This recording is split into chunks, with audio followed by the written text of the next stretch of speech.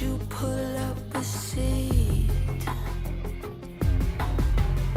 Everybody got a prize round here to play. Make me an offer, what will it be? Oh, what will it be? Welcome to the playground, follow me. Tell me your nightmares and fantasies. Sink into the wasteland underneath. Stay for the night, I'll sell you a dream.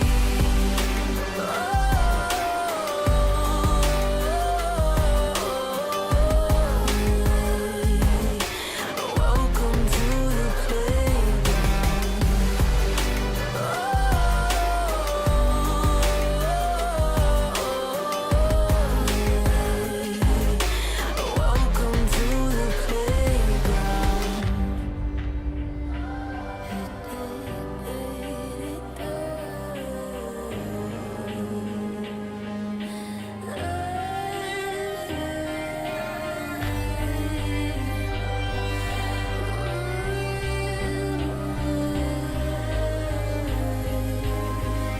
Welcome to the playground. Welcome to the playground.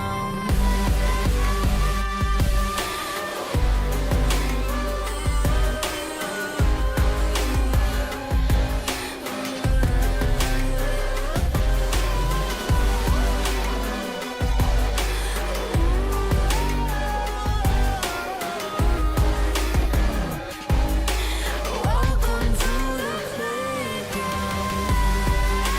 Welcome to the playground. Follow me. Tell me your nightmares and fantasies. Sink into the wasteland underneath. Stay for the night, I'll sell you a dream.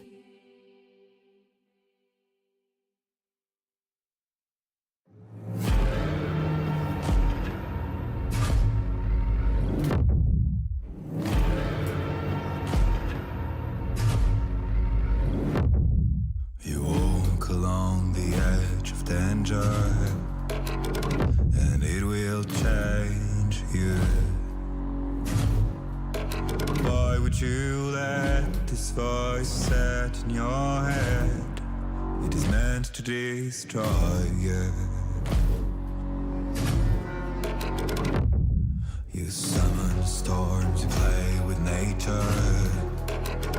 Now watch it hurt you. Why would you want to shape the world in your hands? You will never make it through.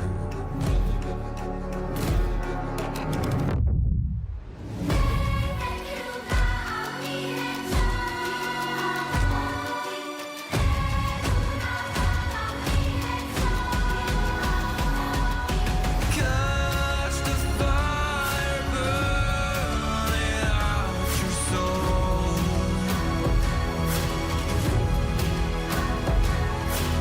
Just make it die, or you will turn it all to ashes and blood. To ashes and blood.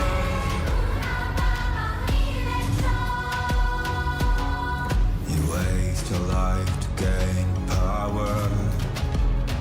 You shift the game rules. How does it feel to reach the line that no one ever got to cross? Does it make you a god now?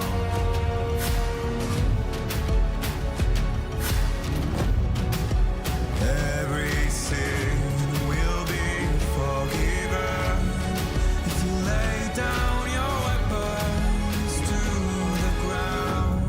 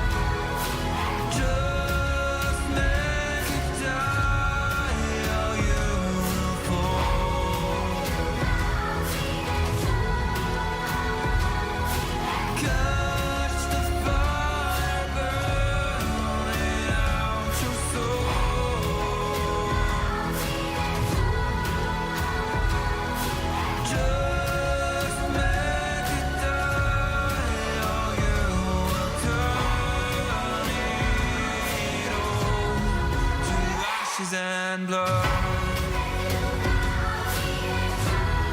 To ashes and blood. To ashes and blood. To ashes and blood. To ashes and blood.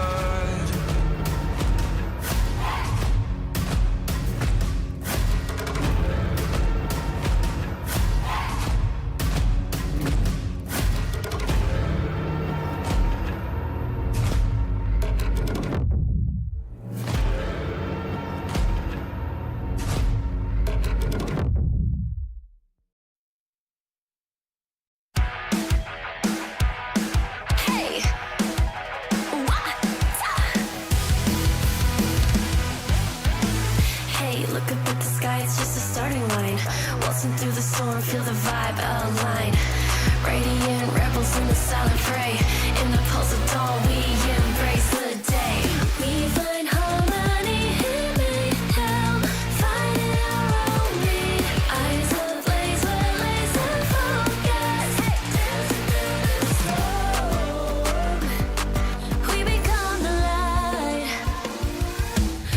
Against the odds, we'll stand and play in this never-ending fray. Eyes alive in the pulse of dawn, we find our beat when the chances take form through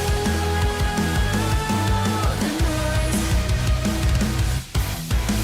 Hey, look down at the tide, it's our warning sign. It's time to rock the wave or get swept aside. Crash through barriers, our destinies untied.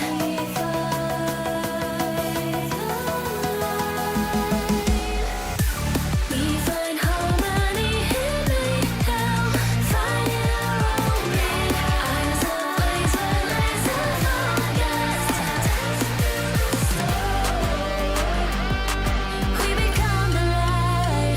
We become the light. Against the odds, we'll stand and play in this never-ending fray. Eyes alive in the pulse of dawn, we find our beat when the chances take form through the noise. Hey, look up at the sky, it's just a starting line. Hey, look up at the sky, it's just a starting line. Radiant rebels in the silent fray. In the pulse of dawn, we embrace the day.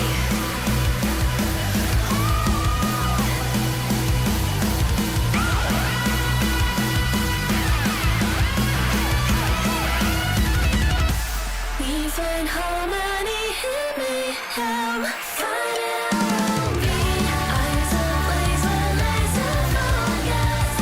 Dancing through the storm, we become the light. We become the light. Against the odds, we'll stand and play in this never-ending fray. Eyes alive in the pulse of dawn, we find our beat when the chances take form through.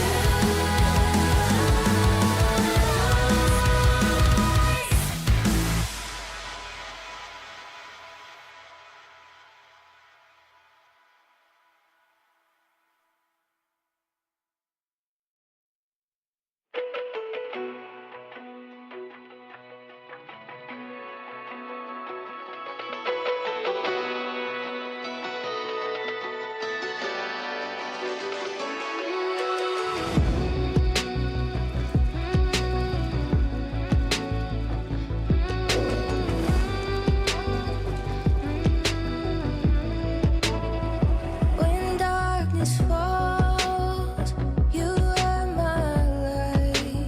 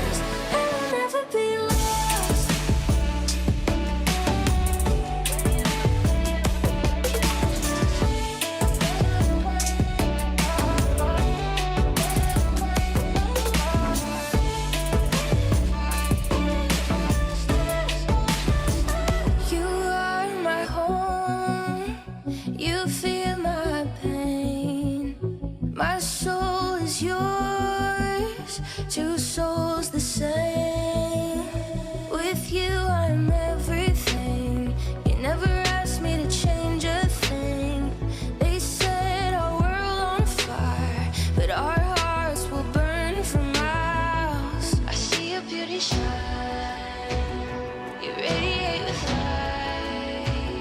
Our hearts dance in time. You're one of a kind. Stars shining with us. Your fire is contagious. I feel the moon on our skin. Love glows out, love streams in. Your eyes shining through me. Light the way so that we can see. I feel the warmth of my love. Shine on and feel we're rise. Even when I'm gone, like circles on from near and far above the flower bed. As we watch the stars, and we'll never be apart.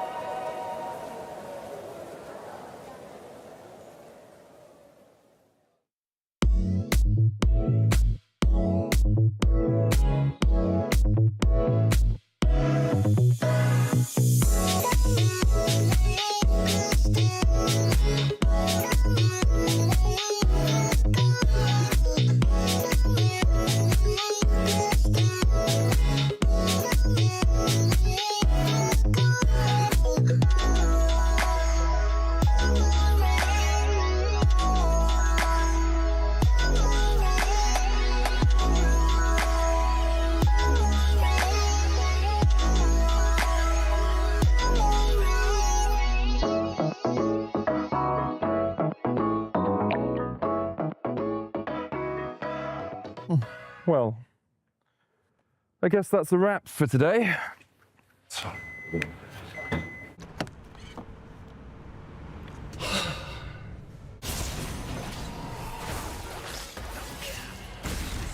Seriously, medic? I thought we were going out for a ride.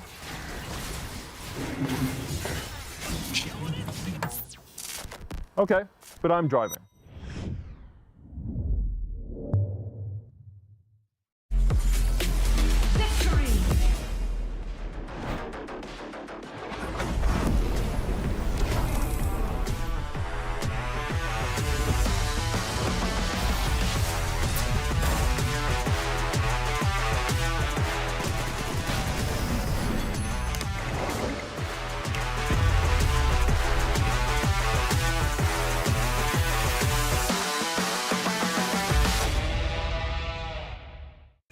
Now approaching the final pick, and what a ride it's been. A moment of hesitation, but we're getting closer to the game changer, and what a legendary journey we've been on. I mean, there's so many excellent options, but one of them has to be a perfect fit. Oh, they're about to lock in. Oh, what a pick! What a way to close things out. Book your next hotel stay in Madrid with Marriott Bonvoy. A check-in at every checkpoint.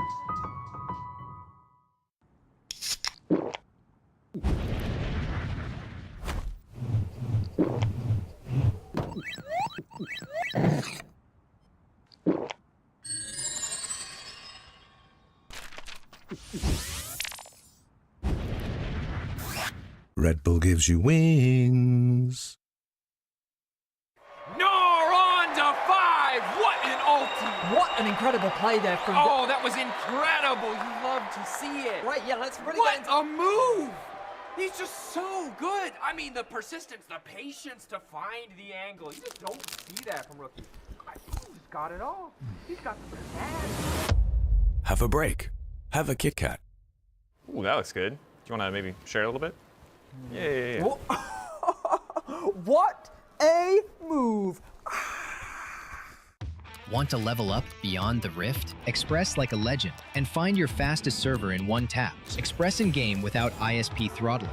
Express and shield yourself from DDoS attacks. Express and choose the VPN trusted by gamers everywhere. Express VPN. Experience gaming the Express way. Fast, stable, competitive. It's time to Express. Scan to start your 14-day free trial. Subscribe to unlock free Hextech chests and keys. The human body was built to move. Not trapped at a desk in one singular posture for 12 hours a day. It's time your chair evolved. This is Secret Lab Titan Evo. Ergonomically engineered for you, gamers, hybrid workers, artists, backing your every move.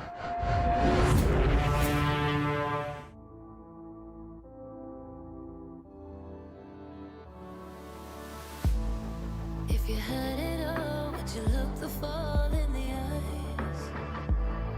Could you walk away this time? Will you realize, recognize it's never over? And the flame that once had died, awaken. Will you rise above the days to come? Will you be enough? Will you walk away this time? Look to your left, to your right, leave the pain behind. 'Cause we all face the fires, and we stray from the light. Go and leave the pain behind.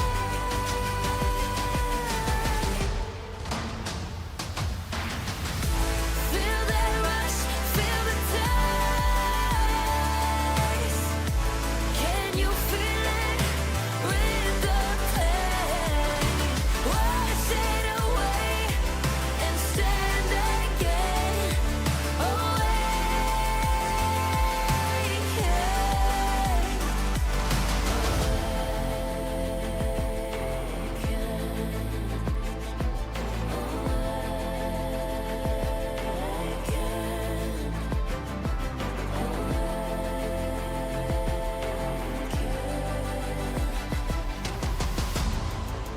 turn and run from what's to come? Will you face it all? Or will you fall away again? What's calling out to be found when the time is right? When the time is right. 'Cause we all face the fires, and we stray from the light. Go leave the pain behind.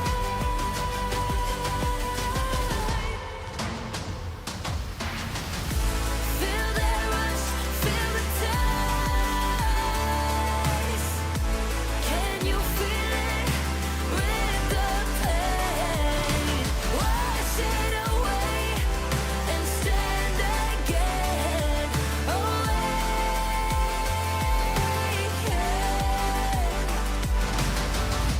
Feel the rush, feel the taste. Wash away what used to be. Will you make your stand? The world in your hands again.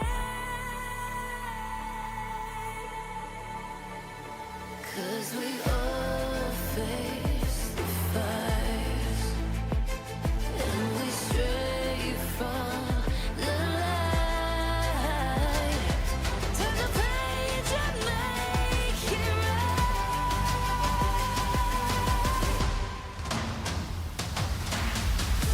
feel that rush, feel the taste.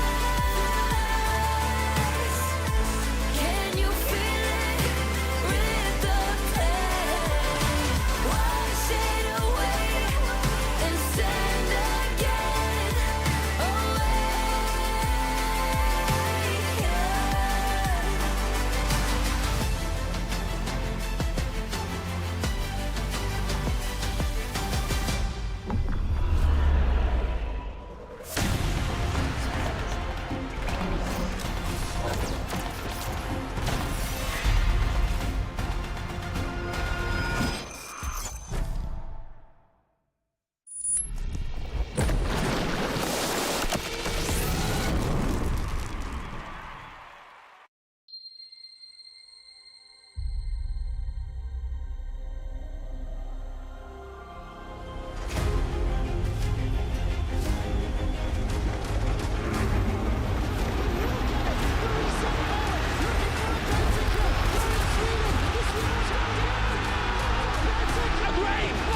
G2, the perfect team fight. They take it all. Here comes the Crow Storm. It's not back. It's the Coma person. What is people? Oh my God! Claps, everybody. You know the story. You know the legend.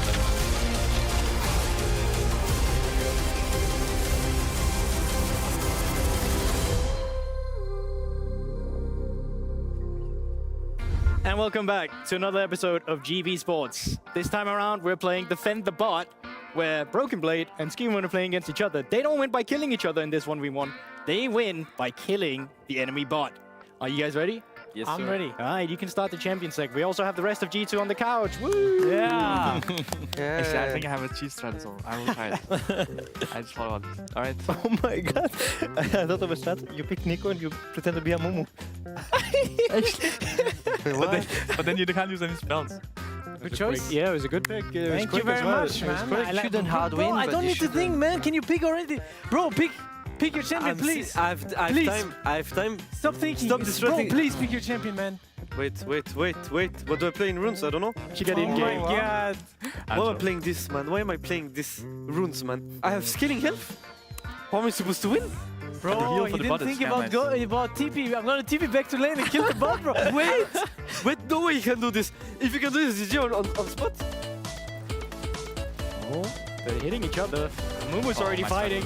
Why is he fighting? What is your strat? Wait, I just need to kill the bot? Bro, what did you do? What did you do? GG. GG, guys. Bro, what Hands GG? Bro, I'm getting runs it down, man. Bro, what is this, bro? GG, well played. That's it. Handshake. No, I'm not shaking Bro, hands. maybe you got handshake, bro. Handshake. That's crazy, I'm man. not shaking hands. No, guys, I'm not shaking hands. Wait, I think I might have a strat, by the way. I actually think I have a strat that is big OP. Yeah, if both of you are ready, then we can go straight into the other game. I will. What did you pick? He's playing this. I had the same idea. Wait, something is on my screen? Oh, my mouse is so sus. You need to poke him, poke the Amumu, poke the Amumu. Where's the Amumu? Bro, then poke Trundle, poke him, But it doesn't matter about him. What? One Amumu is like in front, But it the other doesn't matter behind. about Trundle. I win anyways. Well, if you Bro, the Amumu is kill gonna him, touch then you can kill the bot for free. Oh my god, look at the ward. Okay, let's see who wins this guys. Oh, the heal is still... Oh, I think Amumu... Oh, the heal is... Oh my god! What is that? It's not over yet. To the bot. Here's the minion. It's not over yet. It's not over yet. It's a early fight. Bro, oh my god, he was so confident. I win this anyway. Okay. What is he doing? He will kill you. Amumu. He wants to kill. He wants to kill. Wait. No! Wait, But the other bot! The other bot! Oh my god! Oh my god! I can't believe it. The bait. I can't believe I'm it. actually GG. That's just poetic. I had the game That's just plan. poetic. What just happened there? What Labrov did to you? Oh my god! I had the game plan. No, bro, but you guys want me to lose? No, words It's okay. can't describe how I'm feeling right now. You know what? I don't care. You lost. I won at least one. Now we can see. Where's the camera? Now we can see a very bad loser. No, I said, right here. Let's do the winners interview. I handshaked instantly. No, let's sit down with me, Labrov, for a moment. Labrov, as a support, sit down here, bro. As the winner of this poetic battle, you managed to not kill him, but took him with an assist with the bot. As a support main, how do you feel?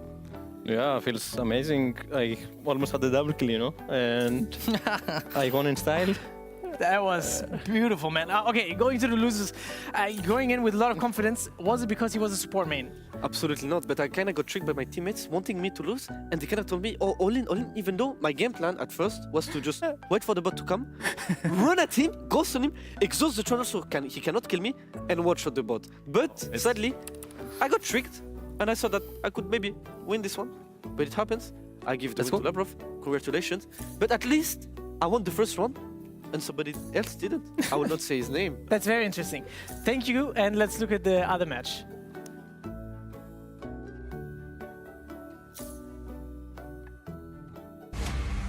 Unmatched levels of strategy here on the side of G2 Sports. We're going to see them a bit later, but first now, hello class and welcome to the last 2 days before the little break.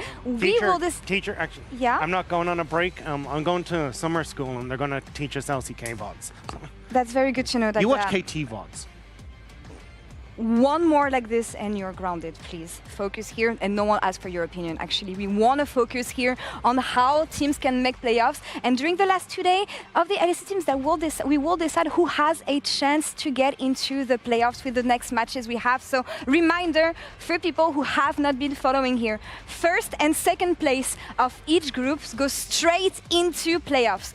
Third and fourth place, we play the other group's third and fourth place in the cross-play decider. Is that clear? Oh, and teacher, they're best of fives already, right? Yes, absolutely. They are best of fives already. Now, in each groups, teams will be ranked by series wins and then game score. And afterwards, if those are tied, we're gonna go into tiebreaker rules to break their position. However, if these teams are tied on game score on the elimination spot or tied for fifth, we will simply play a tiebreaker game. But there's too many wars. Does that mean that Navi still has tiebreakers to play or what?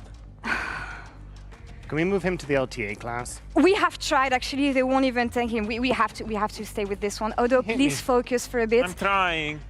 Navi, as you've mentioned, they are out of play-ins contention. There will not be any tiebreaker games played for Group 1 because Navi are already out.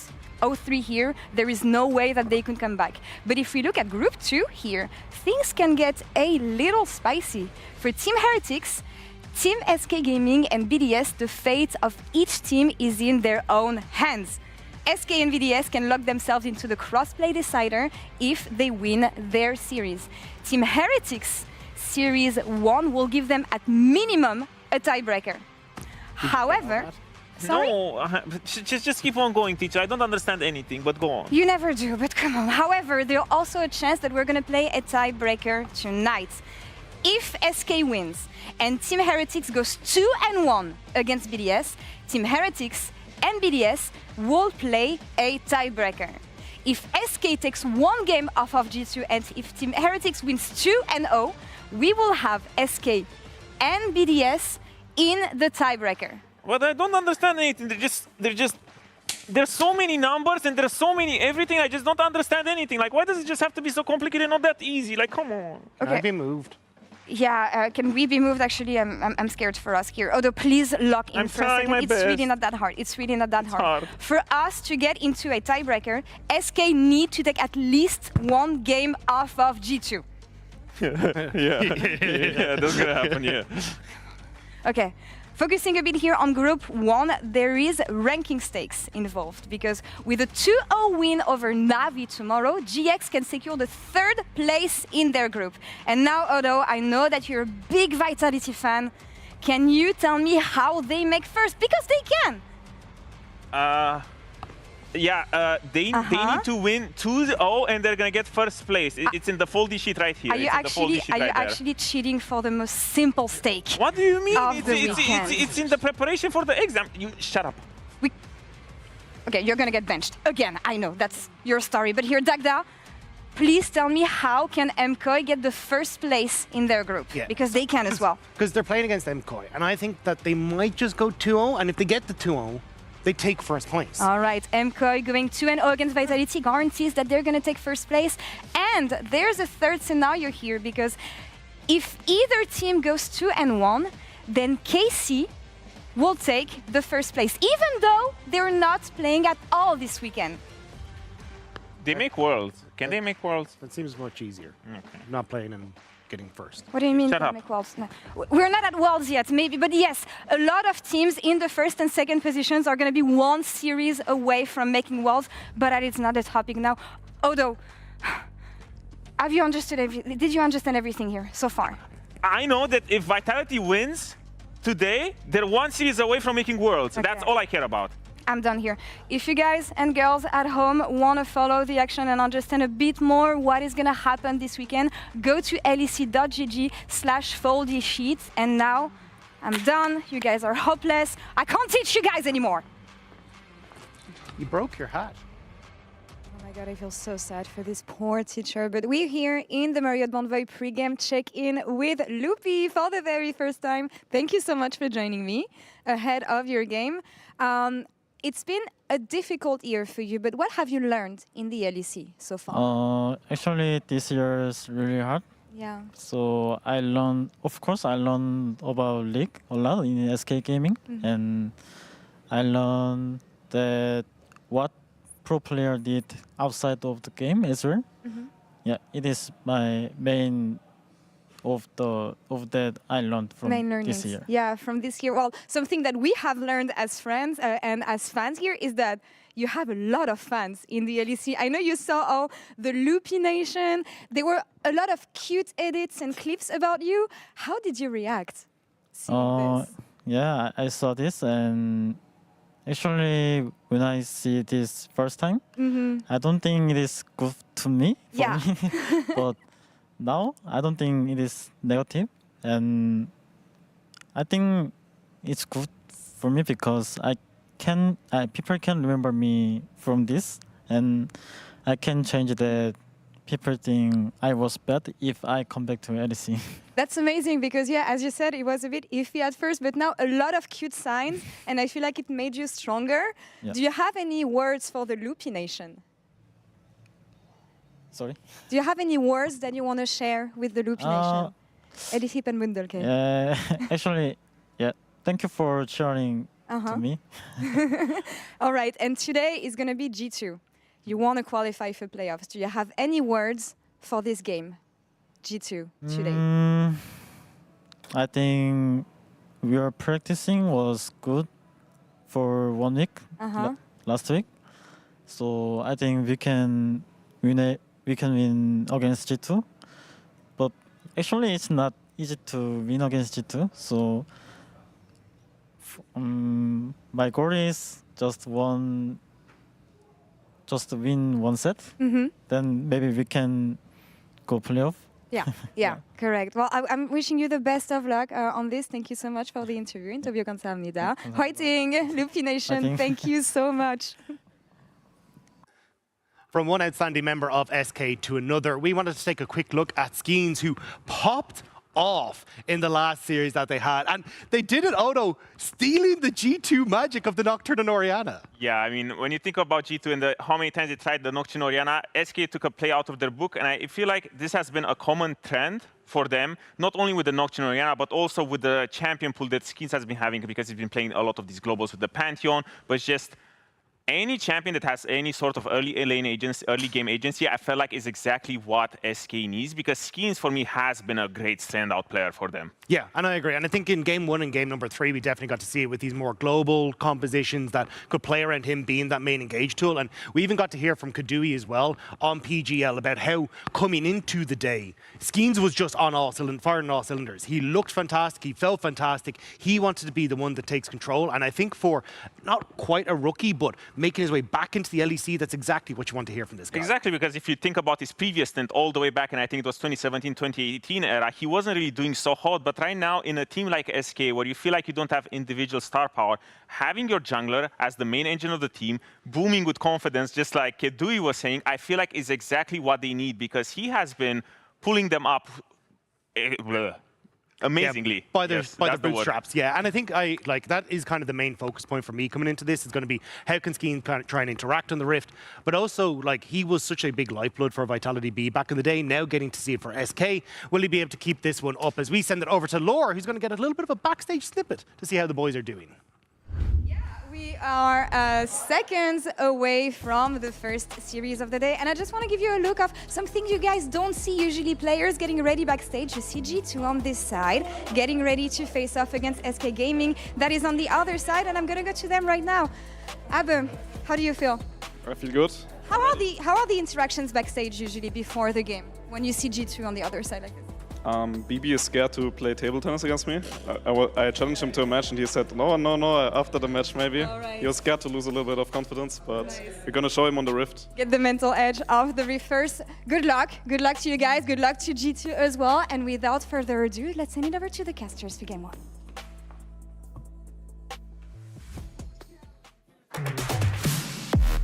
Ready to take on the table tennis king, Abadage.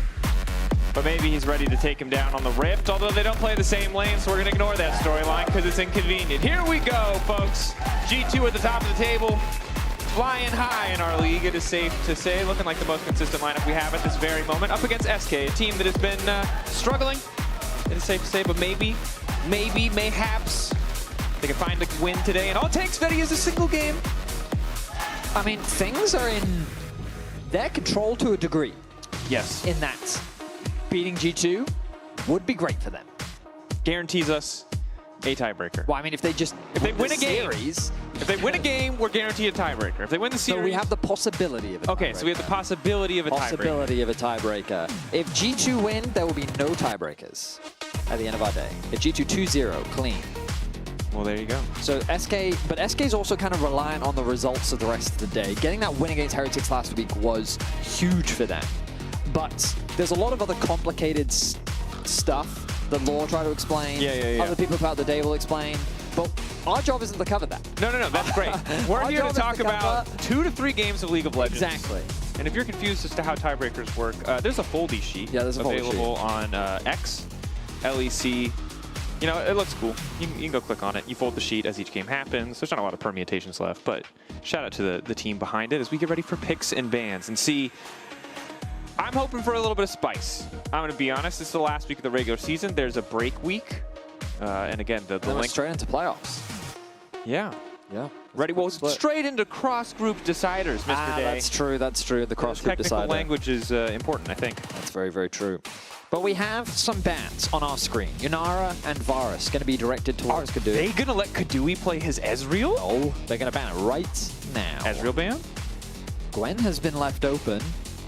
And that man in the top lane speaks both English and Korean. That he does. We'll see what he's speaking today. It's getting convoluted, though, I have to say, this meme.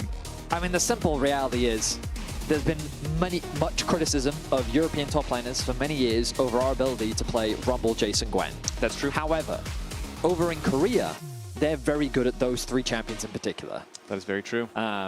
So the adage goes that if you are proficient in the language, you are very likely quite good at those champions. Yeah, but it gets confusing when we start talking about actually learning the language, not in the meme sense, so we can talk about team communication. That's very true. Easy to get lost in. Anyway, it's going to be a Trundle first pick here, potentially dissuading any further tankier options, as Broken Blade's going to give us a cheeky hover. SK do still have room to pick the Ezreal. Important to note, Kadui got 1 series last split against Fnatic where he played the Ezreal. Fnatic lost that series, and it's essentially been perma-banned ever since. You've gotten to play a few more games on it, but more or less, that has been a mainstay of bans against SK, so I feel like it should still be a prio. He's going to blind pick. Well, it's not blind pick. He's picking it into Trundle, which is, like, it's fine.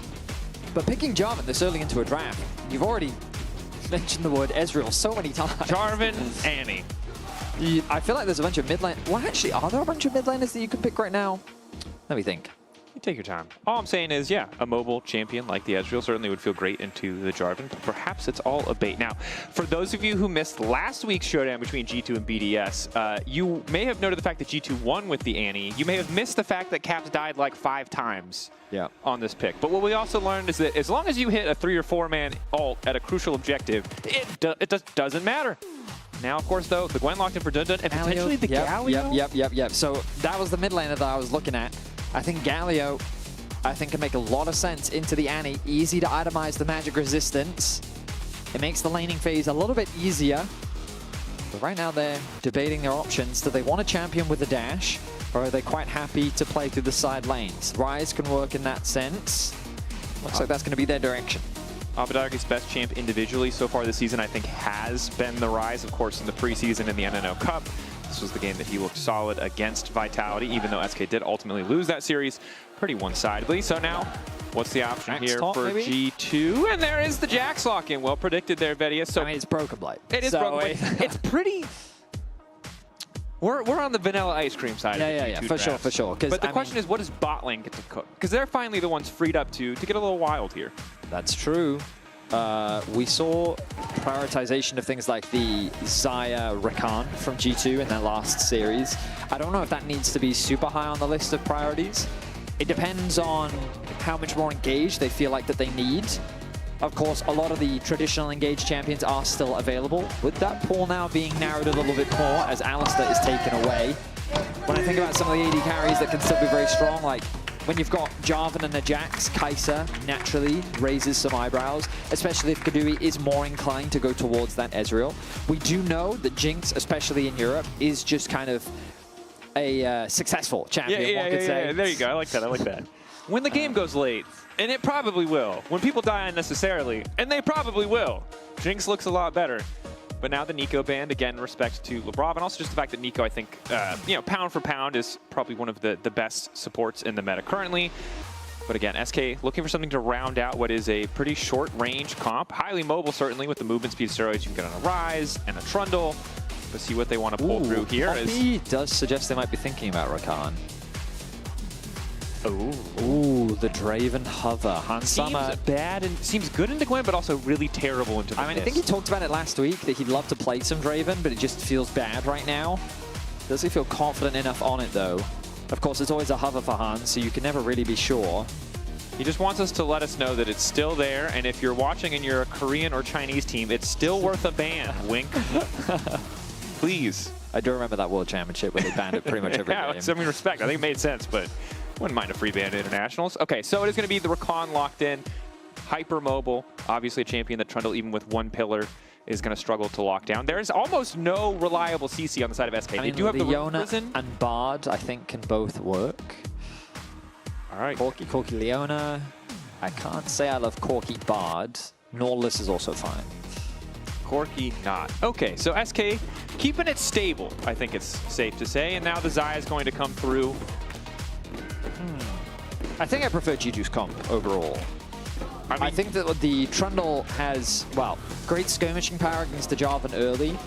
I think that, I guess it depends on how effectively Kadui and Loopy can get early bot prio. If they can, then there's a way in which Skeens can leverage that bot prio to like threaten enemy bot side jungle, maybe put some pressure onto the Jarvan, impact Skumon's kind of early game presence that Jarvan is so well known for.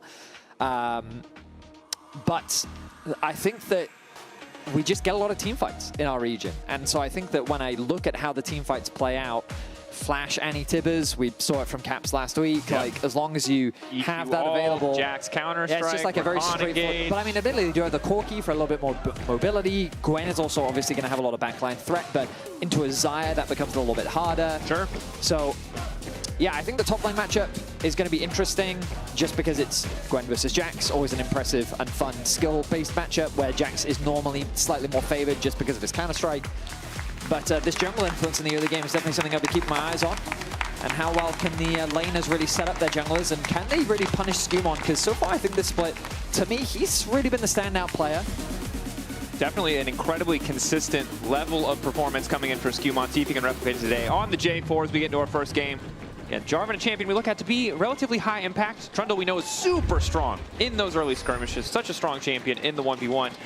But Skeens, often a big catalyst for good things for this SK lineup, right? We look back to his Nocturne game, an impressive performance. Trundle, once again, a champion who lacks that immediate CC, but perhaps it is Caps, caught out in the mid lane, locked up.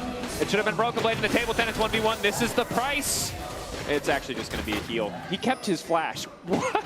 He kept his flash. Yes, he did. Loopy had to burn the heal to give him the bonus movement speed, but that's a flash gone now for Loopy. Now, Lebrav had to burn the heal. You said Loopy, sorry. No, you're good. You're good, man. Didn't want to. Is that a taco emote? Minions have spawned. Xayah, Rakan, Heart. Well said. Oh, I was genuinely confused. I was like, that's the first time we've seen that. I'm trying to interpret our what poor really producers. was. Hey guys, we're gonna do this thing today. Yeah. You like it? We both nodded, yes, and then we. There we go. That's what I was expecting. That's what I was expecting. G2 draft 1. Okay. Succinct. Yeah. Straight to the point. That's what we like to see. Okay, so mid lane we expected to see perhaps a bit more in favor of Caps, but instead it is actually just a bot lane trade of sums. As the Hex Flash now coming in. Loopy, auto onto Lebrav. Doesn't want to overcommit. Not much to be had here at this point in the 2v2. Jarvan starting on the bot side of the Rift. Mayhaps a bit of queso in the bottom lane. Maybe a little level 2. Oh, I mean... in pro play, the level 2 gangs, love to see them. Always very ambitious. Yeah, I mean, if it goes wrong, it's terrible.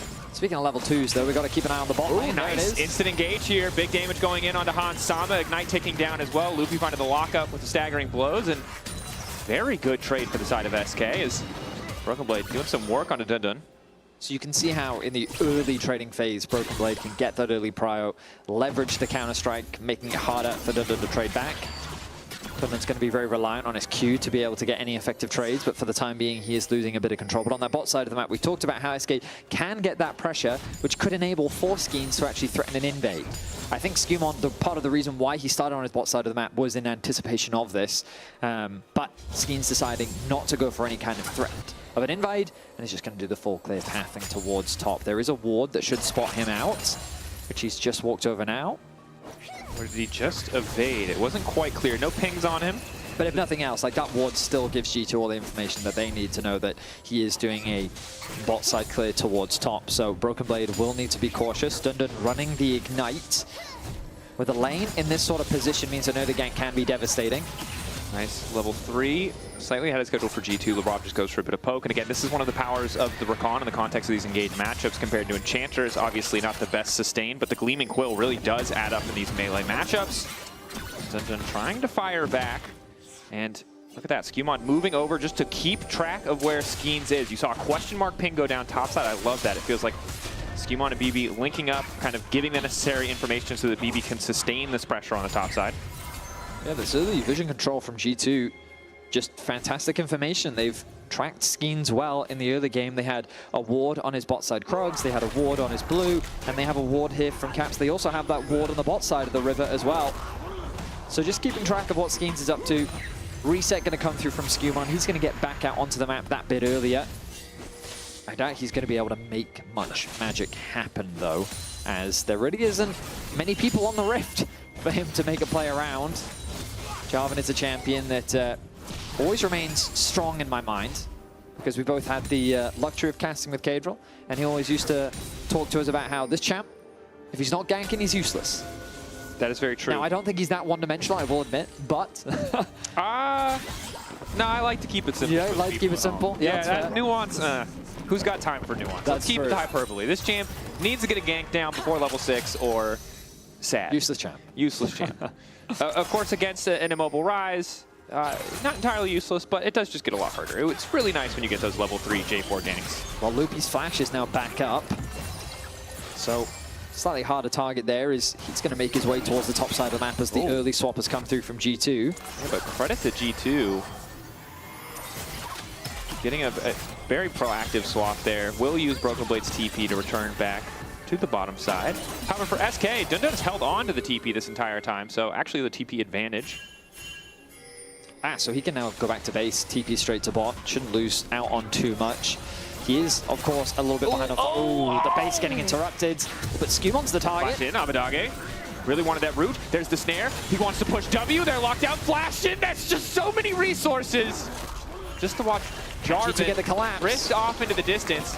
Caps trying to keep the CC going. Labrov on the way, and it's only level 4, but Skeens is not that tanky. Q coming through. Autos wants to speed up, but there it is. First blood. G2 turn it back and give the kill to Scumon. I love the idea from SK. Set up a trap on those Raptors to punish Scumon, but he was able to flash early enough to create that distance needed to allow his EQ combo to get him to safety. And as you highlighted, Dracos, so many resources committed to trying to get that kill made the collapse very easy from G2's side. Definitely did, right? All those individual pieces of CC, one of the things we highlighted, you don't have that reliable lockdown. So the Jarvan Flying Direct does bring them out, but it's Hansama. Mayhaps about to find himself face first in a hook as Kadui keeps the damage going. Hansama still just backstepping casually. Labrov there to body block as well, so positive trade, yes, but really no greater advantage. Yeah, Labrov was body blocking, but unfortunately for Loopy, his hook did actually connect into the wall, not really onto another person, so they couldn't keep that trade from continuing. Nice aggression, though, gets Hansama down to about 50% HP. But as you look at the bottom of your screen, you can see small advantages across the board going towards G2, whereas Broken Blade and Scumon building strong leads for themselves. That first blood doing Scumon wonders, of course, but Broken Blade himself just winning out on the 1v1 matchup, as we often see in this Jax versus Gwen 1v1. Okay, question. Yeah. Jarvan did not gank, did get a kill. True. Useless or not useless? I think useful. There you go. I think so. That was a high-value EQ. And now it's going to be the Drake picked up as well. Look at how many flashes are available on the side of SK, Dracos. Not a lot. I count one, and that's only on Kadui. Yeah, poor Dundun. Prime real estate, Jarvan would say, I imagine. To be fair, Rise always going to be vulnerable. Always happy to trade for that flash, but Abadage is going to have to be careful. Caps notably dying less than the last time he played this matchup. That's true. No, well, he played into the... He played into the Azir. Yeah. But even then, we take it. Growth from this rookie player in the mid lane. As G2 just keeping the pressure on. Again, swap, reset their bottom lane to the top side of the map. Now they're ready to play for grubs. They got the Drake. They're just trying to keep the tempo nice and clean and in their favor. And yeah, it's all been in their favor thus far, outside of a small gold lead. Abadage cautious, given the state of the wave right now, but Loopy is in the area to offer his assistance. Both supports still a ways away from level 6. Uh-oh. Resets canceled. All of SK, you can see, other than Dundun, starting to shift up to the top side, slowly but surely. This wave state is very uncomfortable for Abadage. He has to be so cautious with no flash against an Annie and a Jarvan and a Rakan. And they just spotted Skeens, so they know exactly where SK are positioned. But these wards from G2 continue to be strong throughout this early game. Just doing a fantastic job of keeping an eye on Skins. Like, you'll notice another one as well, just down here, to spot for any shenanigans just behind the Dragon Pit. Something to be mindful of. Oh, the 80 carries. Doing Hansama trading blows. Scumon on the wing. Kadui does still have flash, but it's just going to walk out of that one. Realm Warp coming. Skeens sprinting straight to the grubs. There's no play there to be had. Meanwhile, on the top side, the top lane matchup on the bottom side of the Rift, it is an ulti. Busted out there by Dundun alongside the Ignite, but he really loses out on that trade. However, grubs are being taken, so Broken Blade trying to maximize the amount of time he has in the isolated 1v1 mid lane. It's Labrov and Caps moving up to try to contest here. Han Sama, the feathers have flown.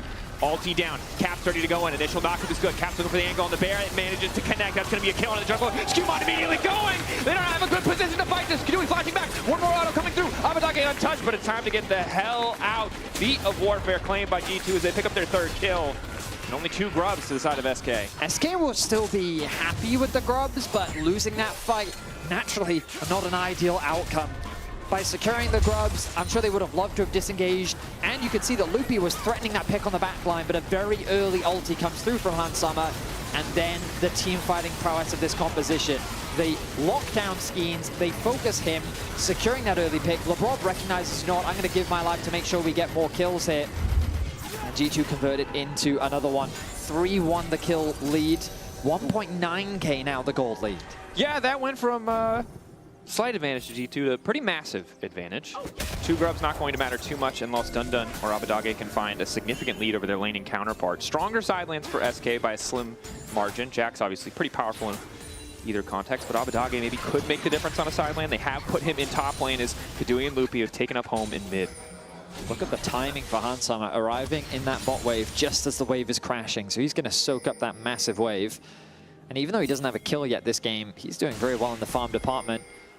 G2 using these swaps very effectively, and SK, like, it's small and subtle, but you can see the leads, well, the gold, I should say, how it just kind of slowly edges towards G2 in their favor, and they're just, well, playing the map very well. And the thing is now it's not so subtle, because we have a completed Malignance and a completed Sundered Sky. That's true. Which means that, oh my god, it's easy to fight at this point. The bear, obviously the first cooldown isn't going to matter, but for the next cooldown, you see Broken Blade starting to go on top side. It's the table tennis 1v1 we were denied. But they won't see it through to completion. And I will say, Sundered Sky on Jarvan, it feels good. His passive, so he slaps you with it, right? And it's guaranteed crit and it heals. Just synergizes beautifully with the champion. And if you're falling behind against a team with Sundered Skies, Broken Blade now going all in. It's feeling personal. He pops the ult there. Okay, so Abadage does just get the ult, but likely... He has kill threat on Abadage underneath the tower. The pot might make the difference, flash. though. They both have flash. Only 3 range creeps as Dundun does what he can to start to farm up. I think Han Sama and Labrov happy to just hit tower plates here, but maybe want a bit more poke. Pull back on the feathers, doesn't quite hit. Oh, Skewmon wants a divey. This is dangerous, though. Gwen does have ulti, likely has the mist as we haven't seen her use it, and also the ignite. Meanwhile, on the top side, Broken Blade starting to run. Flash forward, that's the root. Loopy connecting the hook. Counter strike is there. Good damage ignite now coming through. They're trying to finish off Broken Blade. He might not win in table tennis. With a little support, he manages to finish it. Dundun also dashing out in the bottom side. And Han Sama ulti up just in time to reset the tower aggro. Action happening across the rift as the top laners are the targets. But I think G2 will come out the better as they set their sights on the tower. Are they going to commit to this? No, they're actually going to go back to base. The reset's going to come through. They're going to leave this one for now. I guess the dragon might be the priority, but a nice play on the top side of the map from SK. Broken Blade was hungry, eager to try and punish Abadage. Meanwhile, on the bot side of the rift, Dundun, I mean, he's in a 3 versus 1. There's only so much he can do with no flash, especially. Labrov pops his ultimate, gets the knock up, the chain CC. But Dundun, he survives a long time thanks to the healing that comes through from his ultimates. And it forces a lot out from G2. That was flash gone from Skewmon, flash gone from Labrov. But they end up getting the kill in the end. And the nice thing about Jarvan and the Rakan specifically, right, is all of their CC means they're in melee range of you. So the mist just doesn't save you, and it gives Han Sama the time he needs to just walk in. Didn't have to use any spells, didn't have to waste anything on getting the mist out. Had to be used proactively, so well executed by G2 can be really tricky, but managed to make the most of it as gold lead for G2 just continues to grow. Broken Blade also reset and got the full item completion. So despite dying to Abadage, the mid lane matchup is still close to even, and his 1v1 versus the Rise, well, he's still got the completed Triforce. Yeah, a lot of big items, indeed. But I don't know if SK feels strong enough to really contest this. That vision coverage, once again, you can see those red wards littered on the bot side of SK's jungle. G2 has clear information as to what SK is planning to do. This is going to be an uncontested objective, as G2 will likely set their sights on securing their first tower of the game. And overall, very clean performance from G2 so far here in this first game. Yeah, bit of a risk right around that second Raptor spawn, but because Skewmon manages to get out, it feels like it's just been smooth sailing outside of the death from Broken Blade on the top side. But the gold lead only continues to grow, and there's not really a good counterplay angle here from the side of SK. Still a minute till Herald. G2 are going to reset, and they might be a little bit late to get to the waves, but should still have plenty of time to at least fight for the objective. Caps, though, just a little too fast. Shout out Cloud Rift, baby, RNG. Caps now going to move to the top lane with the AD carry moving into mids. These lane assignments from G2, fast and efficient. SK getting that early push into mid lane. They could use this to set up control around the Herald. But they don't. Well, they do have some wards to play with, but when you look at their inventory, it's very limited. Whereas G2's coming off the back of a base, so that's 4 control wards that I count. Jarvan just dropping his own. And they're going to sweep out all this vision. Like, the vision difference is night and day. Let's look at the scores. I see a 20, a 32. Okay, it's not in the numbers for right now. But over the course of the game, I completely agree. I don't know how vision scores calculate. I have 0 clues. Sometimes I like to check 100%. Just in case. Number big, I assume good. So while both supports are comparable, it's still G2 in control of the top side. The part of the map that matters the most right now is Herald is on the table. And the struggle here for the side of SK is they just don't want to group. And contesting the Herald really does involve grouping up and trying to force that fight, but they don't have a man advantage. On the bot side, a lot of pressure down on Abadage, who's now trying to scooch his boot out of there. Broken Blade, no stun. So Abadage will be able to escape. And, well, and there's going to be no contest on the Herald. And I can't really blame them. Like Xayah, Annie, Jarvan. Yeah, again, you can't. One item, like. Nope. Yeah, normally you would think Trinity Force, strong power spike, but your Rod of Ages is bot lane, your Gwen doesn't have an item completed. Loopy. Flag, drag, knock up there. Flash out to get away from Hans, knock up, hook! Ooh. Was that an instantaneous cancel? Did that just defy the laws of physics? Did that man just phase through a wall? Listen, man, I'm not here to ask science-based questions in a mythical magic game, okay? Okay, you're right. Loopy, chandelier-looking guy down there is going to manage to escape. I think of him, maybe he just channeled his inner Flash. He moved so fast that he could phase through physical objects. The speed force. He is the speed. Sorry, the name the Speed Force always makes me laugh. Anyway, this is looking rough, is the honest truth. Both drafts pretty stock standard, pretty vanilla. G2 a little bit more straightforward. And oh, we're going to get a slow-mo replay. Here we go. So here's the point where you can see he channels the speed It doesn't matter. And he phases through the object. That's canon, baby. Ask James Gunn. Back to live. Oh, Abadage's dead. Abadage is likely dead. Do you notice that redemption came down? It was either to It was to get an assist. That was to get an assist. Yeah, you that's an ego redemption. No. He was trying to steal that kill, bro. All right. He read that he was going to go down through the tri-brush, but he went up. No assist, no kill secured. Nice try, though, Lebrov. We see it. All right.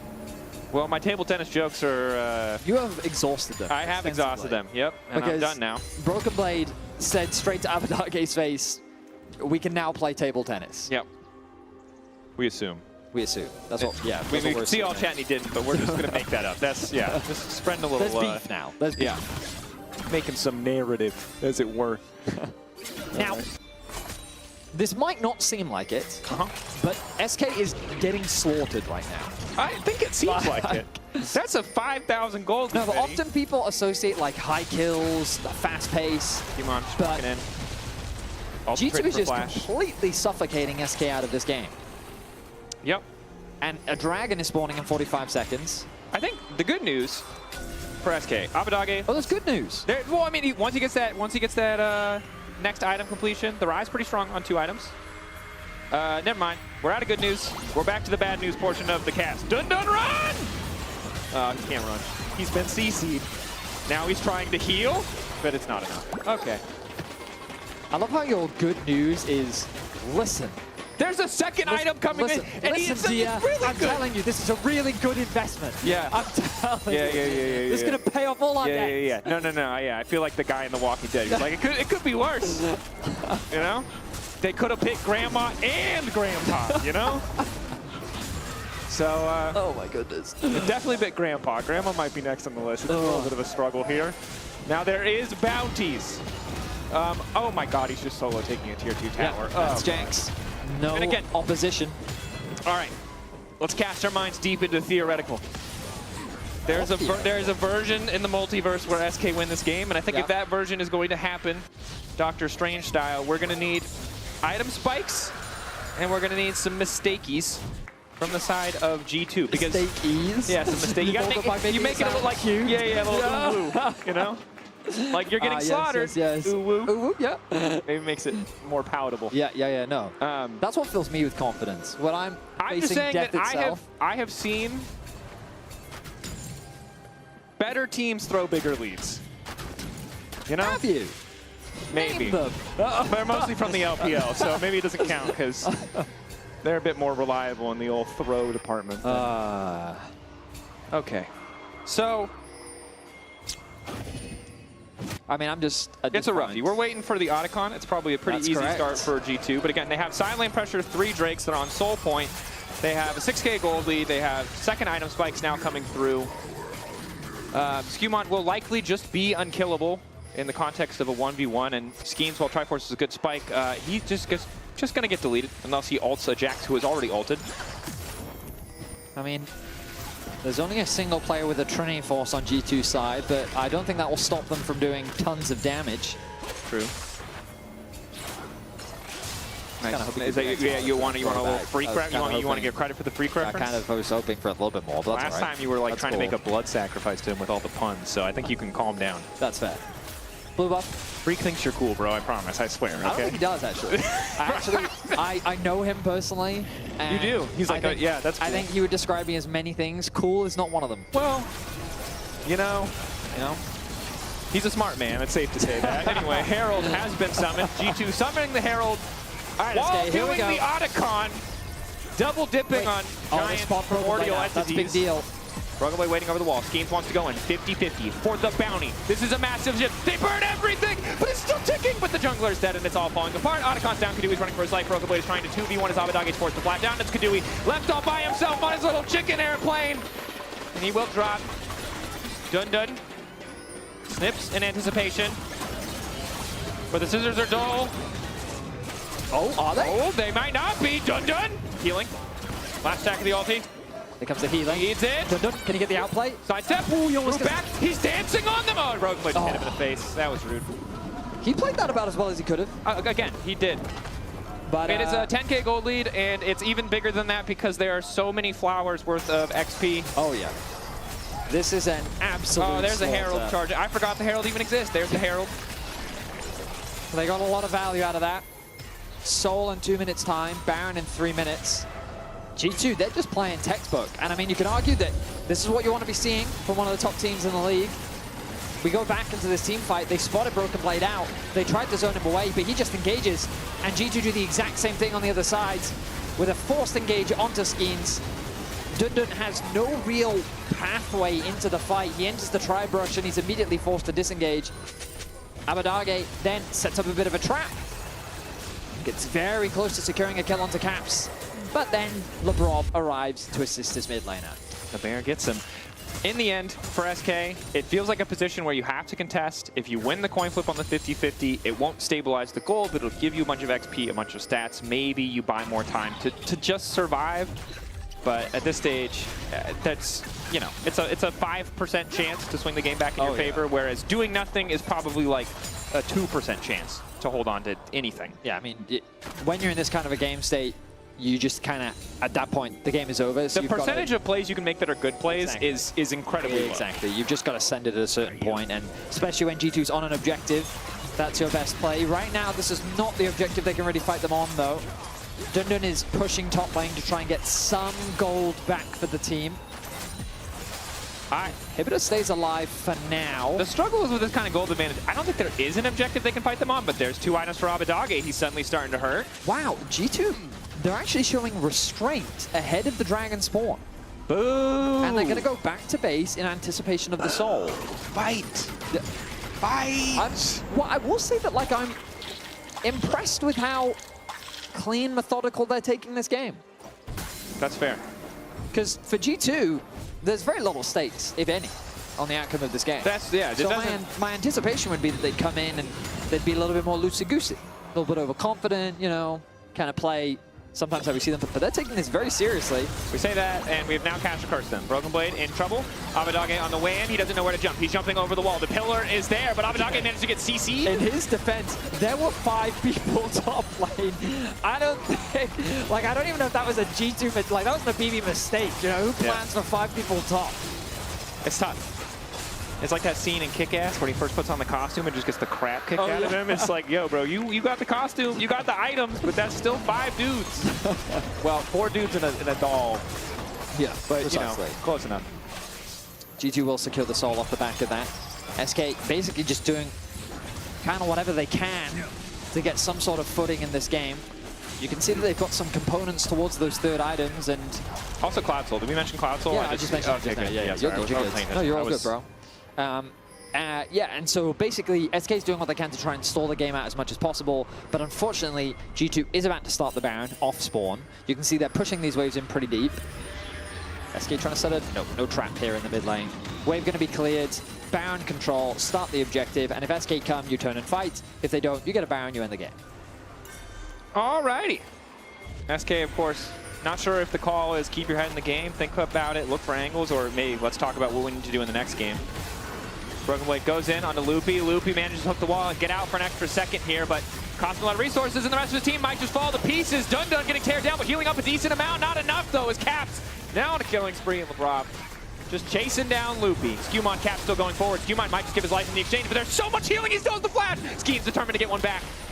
He's so fast! He's Troll Judge, he's Troll Executioner, but he cannot get the kill, and in the meantime, Broken Blade, Papa Kadooey, Loopy going down to Hansama, and Skeens is just going to fall. That's the double. The Baron not even needed. Abadage goes golden, takes his time, hits him with the little Teemo. There you go, G2.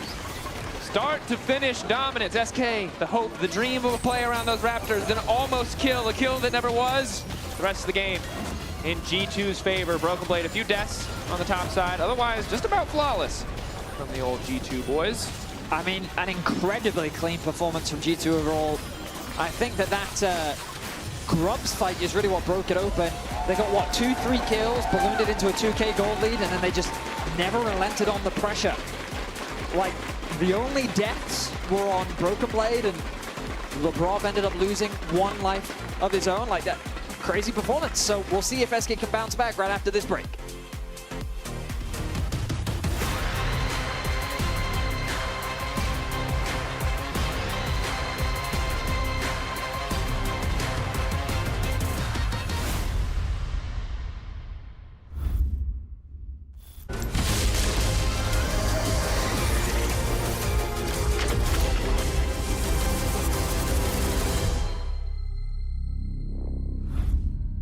He doesn't like that. Look at him, he's a good boy, but he don't like that. Maybe we could play some A-rounds or something like that. I mean, this is map, right? New tower, new objective.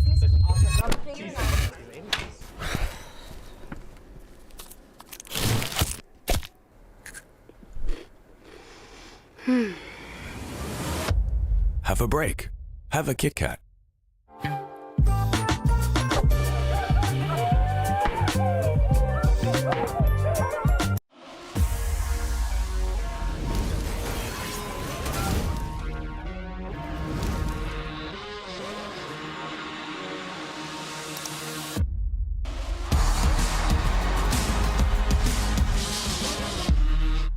Hey, Jake, have you joined the WhatsApp? What? Oh, join the WhatsApp? Jake, I need you to join the WhatsApp. I already joined the WhatsApp. Like, ask me, I joined the WhatsApp. Have you joined the WhatsApp?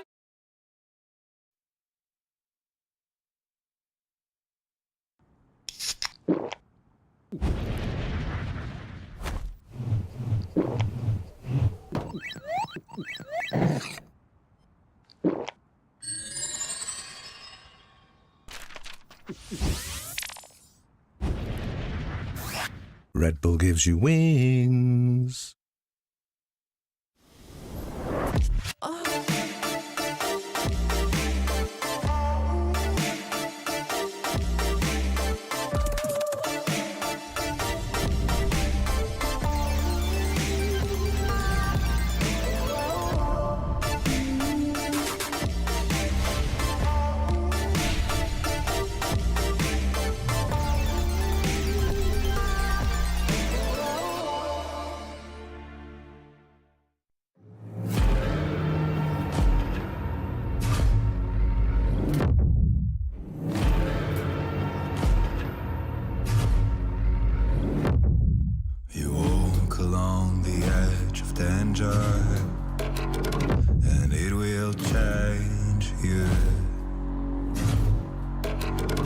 would you let this voice set in your head? It is meant to destroy you. You summon storms, you play with nature. Now watch it hurt you. Why would you want to shape the world in your hands? You will never make it through.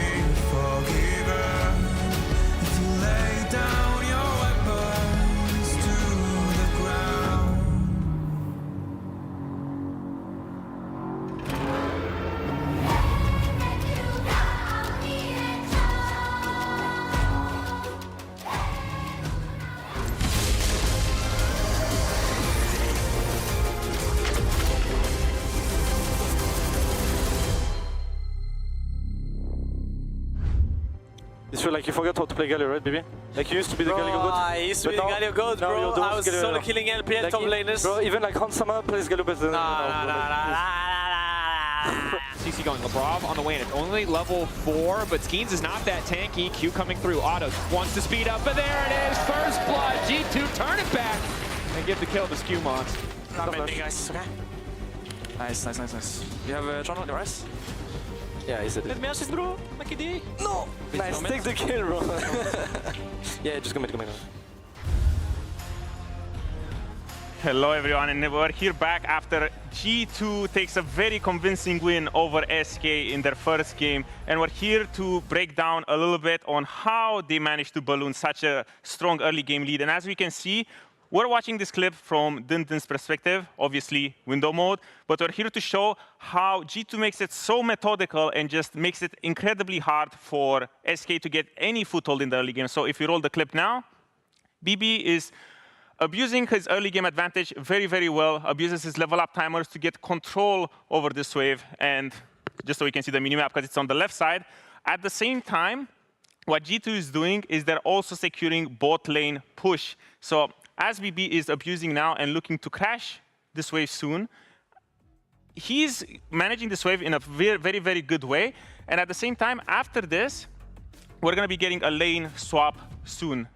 Dindin is not in a good state right now. He's going to back off with 10 CS, but at the same time, he also knows it's important for him to not TP back to this tower. And while in the background, Jax goes to the bot lane. Dindin is being abused constantly under his tower, and it makes it incredibly hard for the Gwen to get any foothold here. Meanwhile, BB in the bot lane, incredibly safe, farming extremely easily. He is gonna go and abuse this tempo lead that he has to completely make himself very, very strong in the game, while the Gwen, as we saw earlier, is getting constantly shoved and poked in the lane. And we all saw that, how it ended up with BB ballooning his lead, becoming an incredible menace in this game. So, Desk, what do you guys think of that? I think a lot of things. First things first, top lane is not the only lane where things went wrong. I appreciate the fact that SK was trying to be proactive, but it was a slaughter. It was without blood. LCK style, full-on macro slaughter. Yeah, but I do think this highlights a really good point, which is that it unfortunately kind of feels like SK are just outclassed in a lot of different situations. You are playing essentially the best in each individual role almost entirely across the board. So to try and then have these moments where you have to beat them in lane is not going well for you. You have to try and find something else. And I think that's really where SK tried to make that work, as you were saying, Laura. Like, tried to take these early fights. They try to, like, blow summer spells early. They just try and take anything they can at the early point in the game, but they just can't find that success at all. Yeah, I want to take a look at the first moves, actually. It all started with mid lane, and it all started with a flash from Nautilus. But as you said, I appreciate the fact that they're trying. What went wrong here, though? They just didn't have enough to make it happen, right? So they end up going on to caps, and I think these are the correct plays for SK to try and make work. You need to try and get onto G2 early. You know that this is one of the teams that is the best in the league at the moment at the macro when it comes to that mid to late game. So try and take these early fights is good, but you can see in clips like this, right? You haven't actually set up the map in your favor. You've got your top lane already pushed in, which means G2's bot lane can come across, the Annie's already in a position, and SK just end up getting caught out. Exactly, it's just a gamble, because as we saw, G2 did have the advantage when it comes to how they're setting up the map around these neutrals and stuff, and SK was constantly trying to find these sorts of loopholes.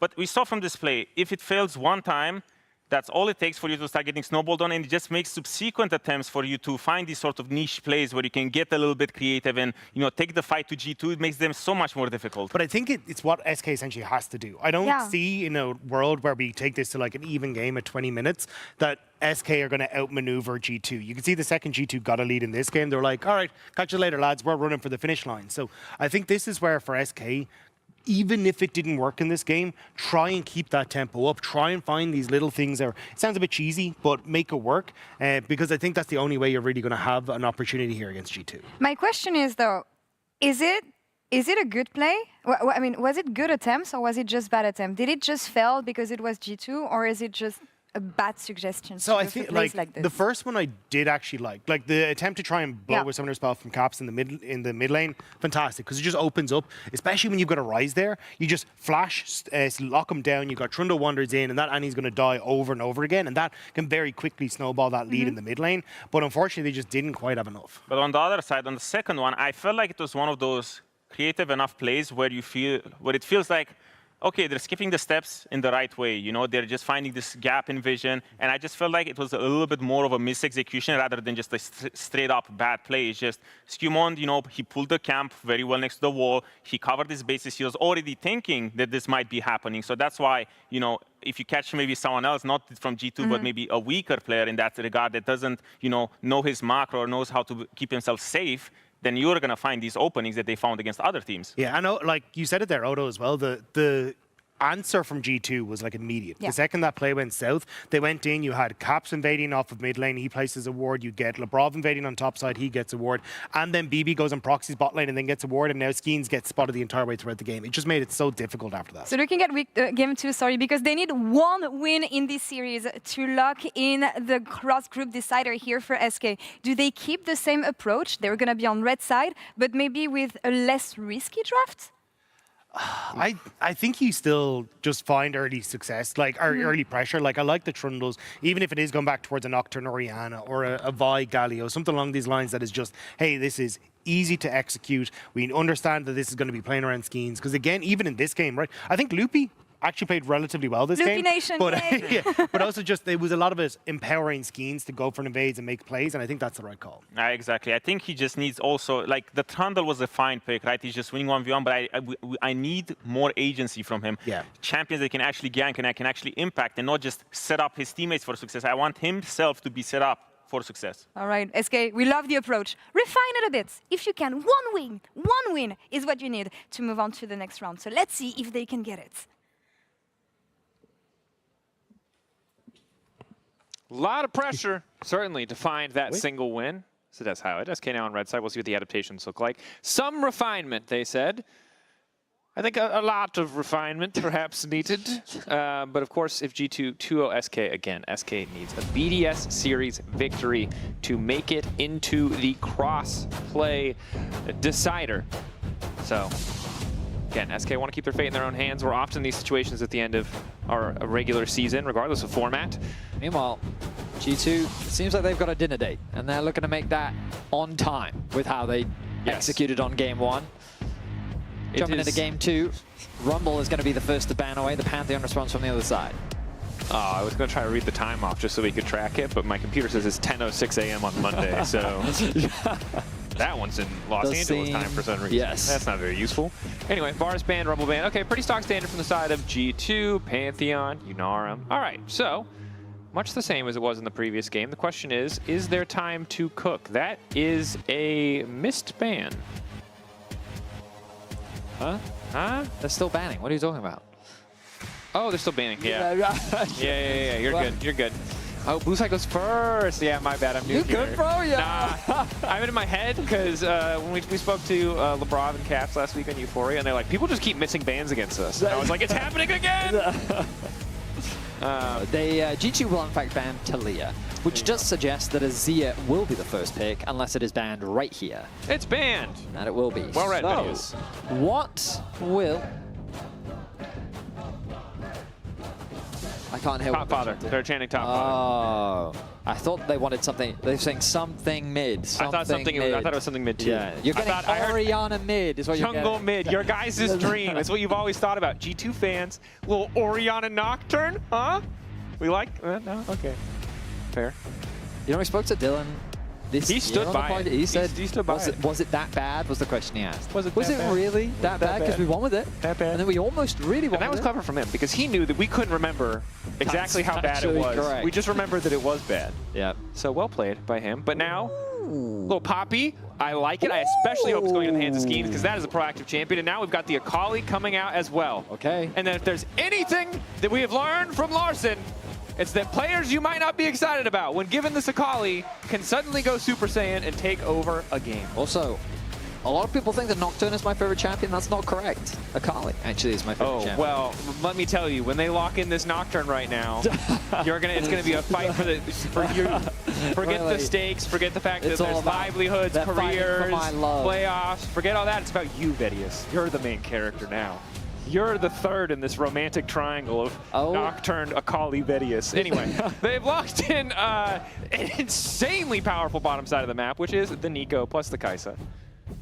Yeah, we saw this from G2 last week, them prioritizing their bot side of the map early on in the draft. I will say, a little surprising to see them lock in Kai'Sa into the Poppy, but I guess given that they've seen what we're assuming to be jungle and mid lane pick locked in, they want to get their bot lane, and so they're going to do that with a Bard response.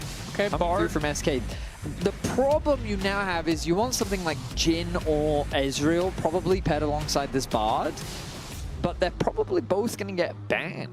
G2 have a lot of freedom to really limit that AD carry pool. That they do. I do really like the Bard into the Orianna, less keen against a champion like the Kai'Sa.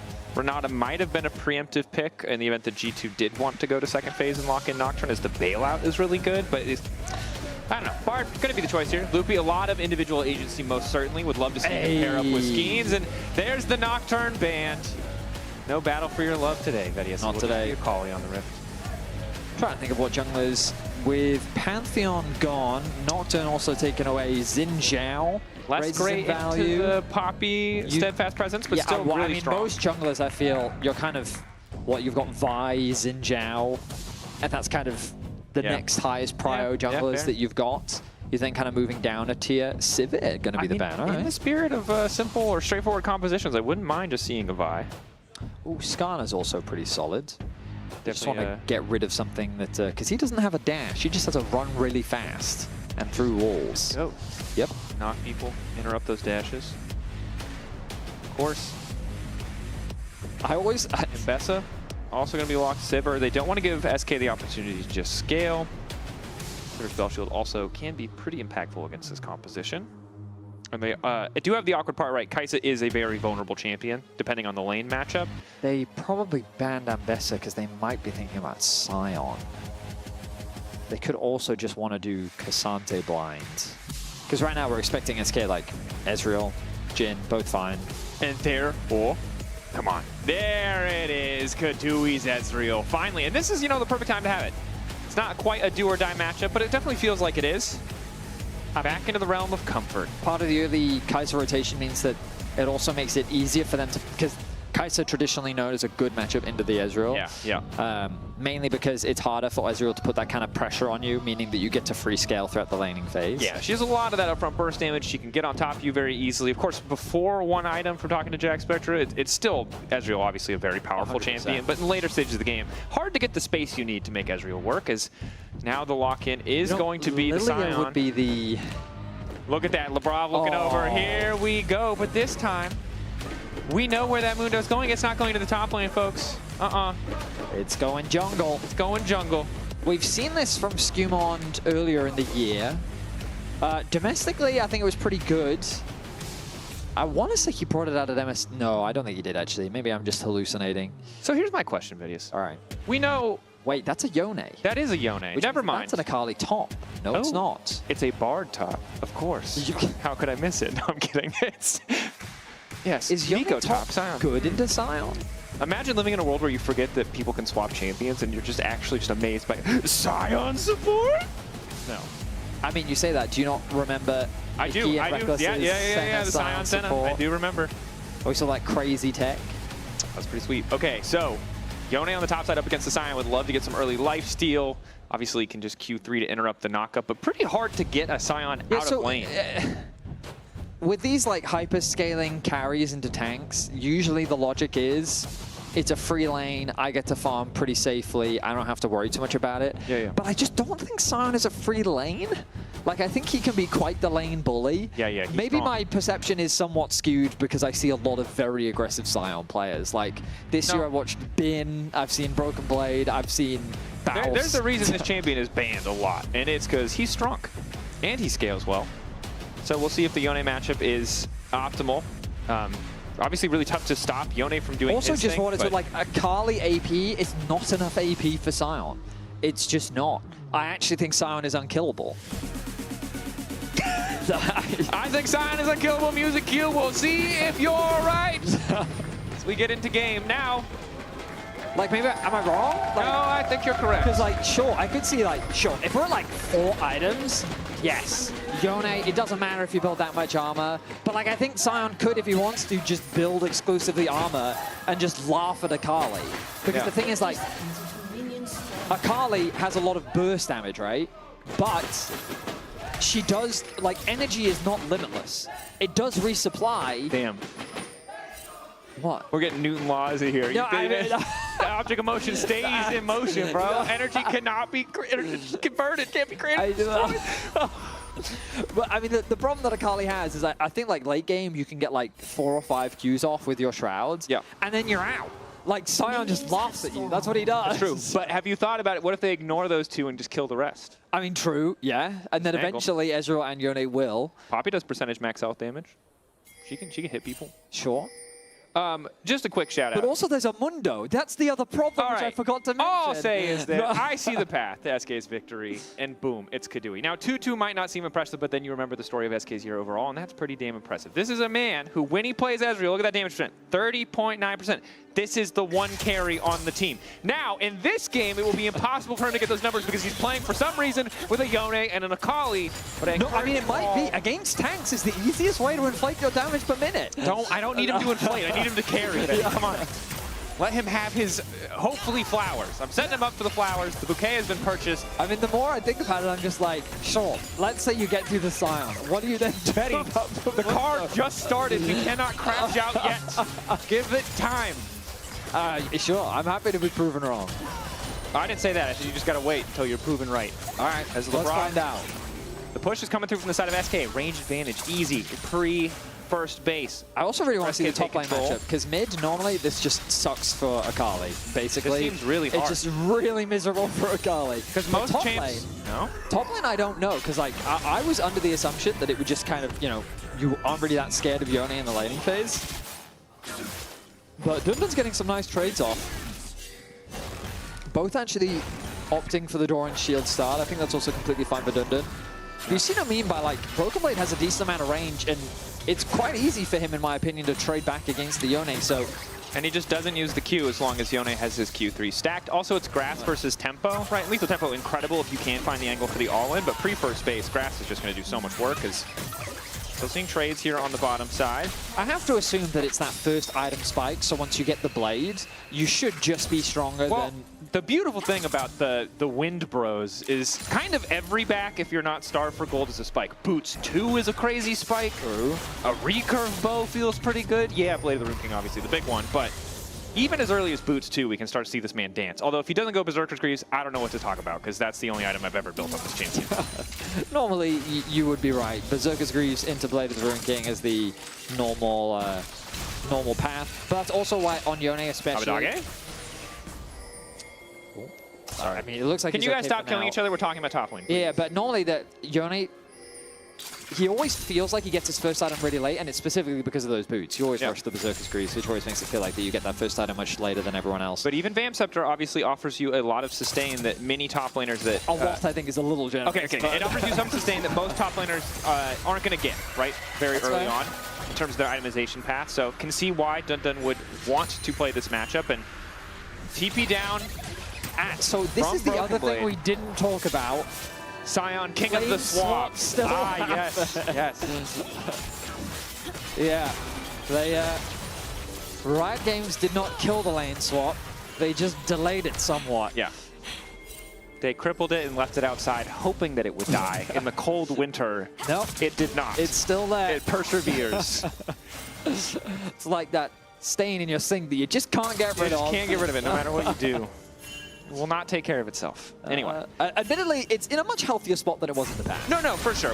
Now we have the 5-minute swaps, which is what you're seeing here, as Broken Blade gets a nice setup in the brush. And again, Dun Dun's ability to stop Broken Blade from instantly clearing the wave disappears when BB's able to get to lane first. So good heads-up swap coming in from the side of G2. Hansama still suffering in the context of the 2v2, as it's pretty easy for SK to get priority. And that first dragon is now on the rift. Will either team be interested in that first objective? Because both junglers, they seem to have their music on full blast right now, just roaming their way through the jungle. Abadage. Skeens. Cap's going to get knocked back here, flashing away. So he had to there. Summoner spell advantage. Cap's running low on mana as well. Yeah, it was the mana specifically that I think made him quite uncomfortable in that situation. If he had a little bit more, I think he would have considered running it. Q, he's just hard reading him. What? He doesn't. Oh? Nope. I guess he realized it would have been a 1-for-1. If Sion has W, you probably just die. Yeah. Okay. Fair enough. Yeah, no. Nice trade from Dun Dun. Gets the flash out from Broken Blades. Can I get a little picture-in-picture replay? Is that too much to ask? Was that a hard read, or did the whiff just turn into what looked like an active I think that was a whiff from Broken Blades. He tried to predict when the Q would come through, then he flashed, and then Dun Dun got the knockout. Yeah. Fair enough. Now we have a philosophical dilemma, however. Philosophical? Yeah. So we know Mundo. Okay. We talked a lot about Mundo. Yes. The problem is, all right, a hard read or waiting. No, that's a read. Oh, he did read. He started it. So credit to Dun Dun. Well done. Okay, Mundo. Problem is, we all know Mundo for one thing. Yes. That one thing is 3 words, and they all start with P. It is push, push, push. Yep. What do you do when you are jungle Mundo? You still push. Right here. Look, time to push. Does it count? I think so. As long as you're going forward, you are pushing. He's going backwards, though, Vedius. Now forwards. SK have secured the objective as Mundo continues to go backwards and forwards. Uncertain if this is his time to walk in. Here's the thing. Right now, if this was solo queue, Skumon would be pinging his top laner, being like, why aren't you here? Why aren't you a dragon? And it's because Dun Dun got Sion's flash. And so having that lane prio, forcing the early back to come through from Broken Blade, that's an ulti. Traded for ulti. Really didn't want to lose out on that minion.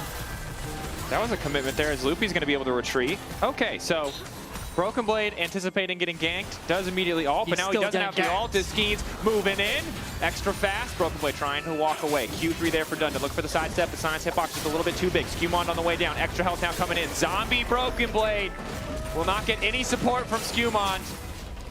I was a little worried that SK wouldn't actually have the damage needed to secure that kill, but the extra knockup coming through from Dun Dun helped them secure first blood. So SK coming alive here in game 2. And I mean, again, in that long lane, lethal tempo, once it's stacked, you're getting so much value. triple daggers as well. We'll see what the back looks like from Dundun, what he is able to purchase now that he has a bit of extra money under his belt. And Skeen's one step closer to an early Sundered Sky. Much better early game for SK. Obviously, all of that gold is in Dundun, but we'll see what he can do with it. Now, of course, to remind people of the stakes, SK, they're fighting for that cross-group decider. Yeah. And so they need to get a game off of G2 to basically guarantee these tiebreaker shenanigans. If G2 clean 2-0s, we won't have any tiebreakers today, and SK is then very reliant on BDS beating out Heretics. Yeah. So you can see all the results on your screen and all the potential tiebreakers that will happen. So, yeah, the more damage that SK can do here, the better for them. Definitely important. Again, strong start. You heard it from the desk as well, though. If you get to that 20-minute point, if G2 are comfortable, it gets much harder. They're much cleaner on average on the map, but we've seen SK, they can find these leads. Clear things to play around, usually sets them up well. Right now, that clear thing is Dundun on this Yone. Nice early bases, although taking a tower shot, not ideal. The downside is, I mean, Sion just once he gets a little bit more arm runners, but will feel pretty good. The big thing that you mentioned earlier, Akali being solo AP, I think is still valid, but I will say that Yone, about like 30 to 40% of his damage is magic damage. So maybe with Dundun now having a lead, that will make it a little bit harder for Broken Blade. Not a lot, but you know, a little, it's an extra taste, an extra smattering of magic damage. The one thing I will say is side lanes, ooh, they're looking juicy for SK. Looking very, very juicy. Yone, Akali on a side lane into these champs. Also, there's not a good ball delivery system for the Orianna to get on top of Kadui, and thus Han Sama wants to deliver it himself. Did you not see when Broken Blade got hooked in and then Mundo was the ball delivery system last week? I don't think you can rely on that. I'm going to say that's... Okay, it might not be good old reliable, but I think we can be quite... It might not involve a dash. We can be quite confident that Skewmon will be walking forwards. As he is now. Now, I will say that, sure, I think SK don't have enough AP damage to deal with double tanks. That's element number one. If, however, they just exclusively play through side lanes, really good map movements, clever macro, finding picks, playing 1v1s, 2v1s, I can see how their comp would work. My question for SK is always, why do they make such complicated drafts? Like, in game one, I think the barrier to entry with that composition is really difficult, and I think the same thing can be said in this draft as well. You're very reliant on your Ezreal basically acting as the wave clear safety mechanism in mid lane. The Bard is then just going to roam around and facilitate these solo laners that are looking to try and make things happen on a side lane, with Skeens either removing an element from the skirmish or just contributing to the play in and of itself. I think it's a difficult composition to execute because the worst thing they can do is just group up as 5 and try to fight G2 in a front to back. In that situation, I'm concerned about how things will play out for SK's comp. Definitely can be very tricky.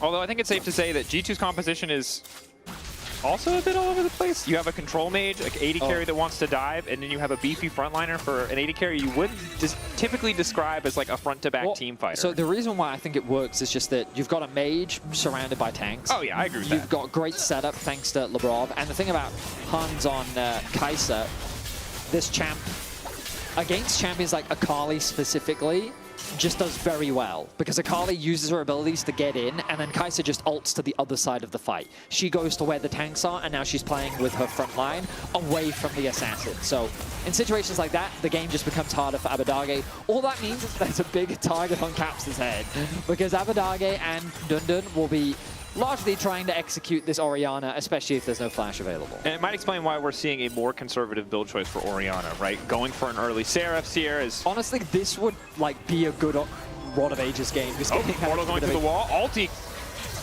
going awry there. SK not able to find a priority target. As you can hear, Broken Blade ulting back to top lane. Skewmon starting the objective, but Skeens is in the area. 50-50. Wants to flip it. Q getting lower. Skewmon takes those. SK now debating if they can push for more. Ulti from Kadui not going to connect. Skateen's continuing to step up, and Skewmon now flashing out. Abadage going in, wants to finish the kill. Down goes the Mundo. Labrov on the way out as well, and SK they have to be happy with one for the Drake. Another pick secured for SK. 2-0 now on the board. The gold isn't going to move, but getting more resources funneled into that Akali. The gold is in the right places right now for SK. Both the Akali and the Yone in good spots overall. The sooner they get to those item spikes, the greater threats they'll be on a side lane. The problem, I keep mentioning these, if we have a look over at mid lane. Yes. Caps now knows that Abadage doesn't have ultimates. That he does not. Which means that... And flash. Yeah, so what happens is Orianna then goes back to, do you remember what happened in the first 5 levels? I'm going to go back to doing that again. Yeah. Turns out my passive very strong when you're not able to get on top of me. Yeah, pretty much. So quick base comes through from Abadage. He's going to TP to bot. He's going to catch this wave or whatever's left of it. Meanwhile, Caps is just farming up a storm. You'll see that even though with a kill, he still leads, and he's 30 CS up. He's got 144 CS, 13 minutes into the game.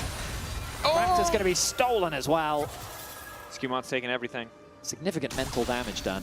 And it's G2 that's in the goal lead. And again, it's because, like, they've gotten 2 plates bot lane, they've got 1 plate in mid lane.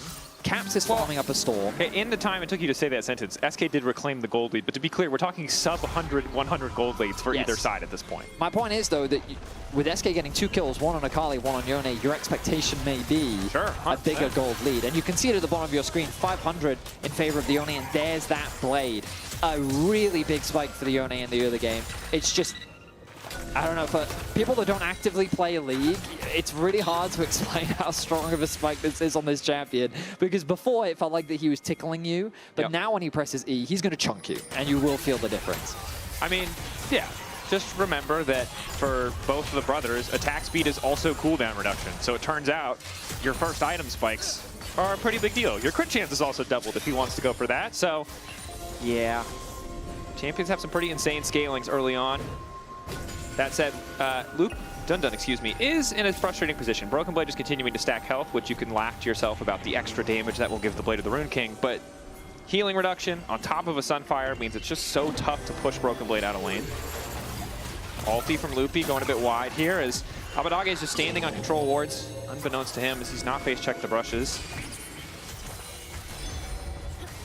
Yeah, I'm trying to understand the goal of that. I guess because with 3 members collapsing, they thought that maybe they could threaten the blue buff, but ulti now unavailable for Loopy, and G2's going to use this window to immediately push in. Well done. There's that damage we were talking about, like, oh, there it is, that 1 item spike. It's a strong one. About to hit level 13 as well, so max rank in the Soul Unbound. Oh yeah, the extra damage amp. So G2 continuing to keep the pressure as Loopy's once again getting poked out. One of the disadvantages with this Bard build, if he's going to go Redemption, is you are so damn squishy. You do get a bit of extra damage, a bit of burst from your support item, but mispositioning can be lethal. As ooh, look top, that river. The Shockwave's going to whiff. Nice idea there from G2 trying to catch Abadage, but he's going to navigate his way out of that one as they secure the Heralds. But surviving, I think it's safe to say, not thriving. As you said, G2 do get the Herald. The good news for the side of SK is Dundun. He is... absolutely. He's in a great spot right now. I will say, I wonder if they'll consider moving Sion into the Akali lane soon. But I guess they're still worried about Orianna into the Yone matchup as well. But basically, like, with this Akali build, it's just sad into Sion. The ticklers. You really just... You just be a Pokemon with a little Hex Tech Sion rockets. really just doesn't care. Yeah. Done. He's going to get rooted up. Ooh. I get damage there. Broken Blade not having all stops there from being too much kill pressure there. The Sion burst damage is something that has to be respected, but Broken Blade's most recent back does get him the plated steel caps. Hugely important item against someone as auto attack reliant as the Yone. Across the board, at least first item completions coming in for SK, perhaps an opportunity to fight. Look at the minimap, you notice what they've done now? The Sion is now going to go top into the Akali, and they're going to put the Orianna into the Yone instead. And I do think this is the smart choice. Like, Orianna isn't safe against the Yone, but Akali can really do very little to the Mundo. And it's just a safer matchup as well, because Caps is at risk. But also it sets them up nicely for the Dragon that's available. Broken Blade has the TP at his disposal. Abadage has the same, looking to go back to base, quickly spend what gold he has ahead of the fight. His base just got interrupted though. Will delay his involvement in the play. Crucial interrupt is the Ezreal Coming down to bottom lane, Lebrov using the portal, but will be spotted out. Top got interrupted again. Abadage just cannot get back to base. Broken Blade is hovering in the river every now and then. He's interrupted it again. He just refuses to let him back. Yep.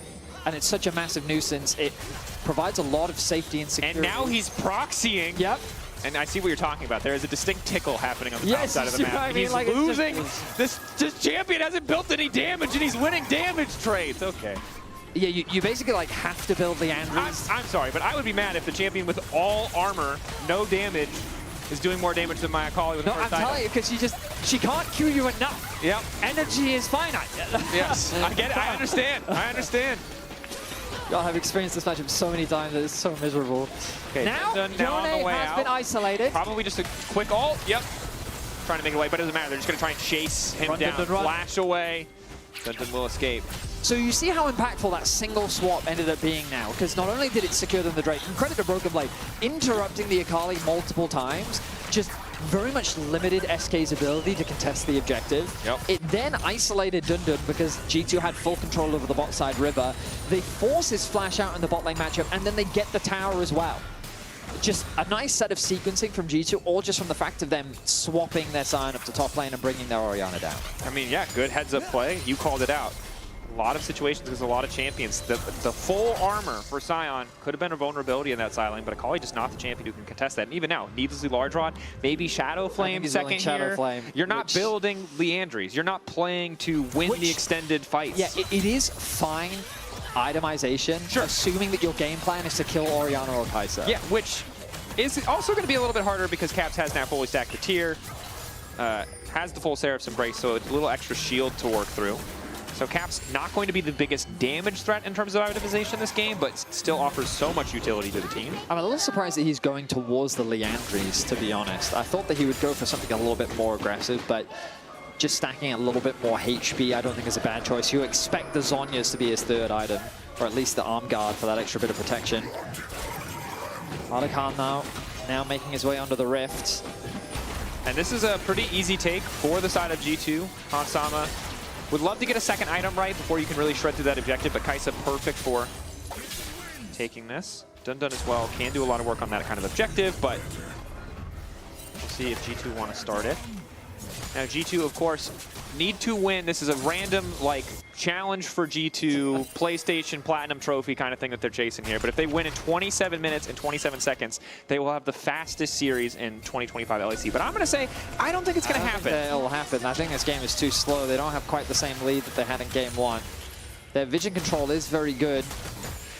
But right now, I think that they would love to try and break that mid tower down.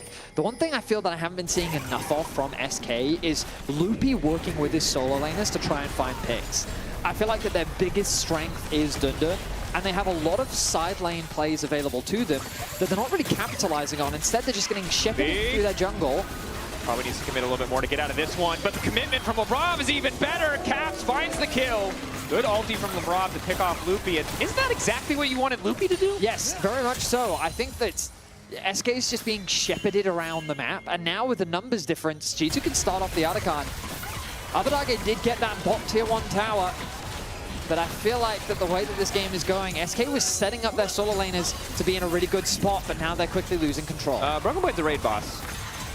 With Skeens there, maybe they can do a bit more damage, as Skeens is just going to proc the phase rush and leaf out, but that is the Otacon, so getting some flowers back. SK have been doing a good job of farming them up thus far, but also a big boost to XP. Dundun, despite the dominance in the side lanes, despite all the time he's had isolated, Broken Blade is still just even in terms of XP with Broken Blade.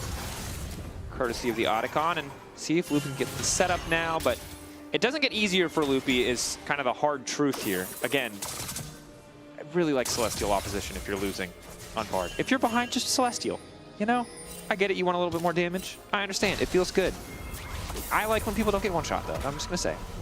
Big advocate for defensive I think this build is really good if you play through your side laners. I hate this. Get Locket or get Celestial. Just pick one, please. For the homies. How about neither?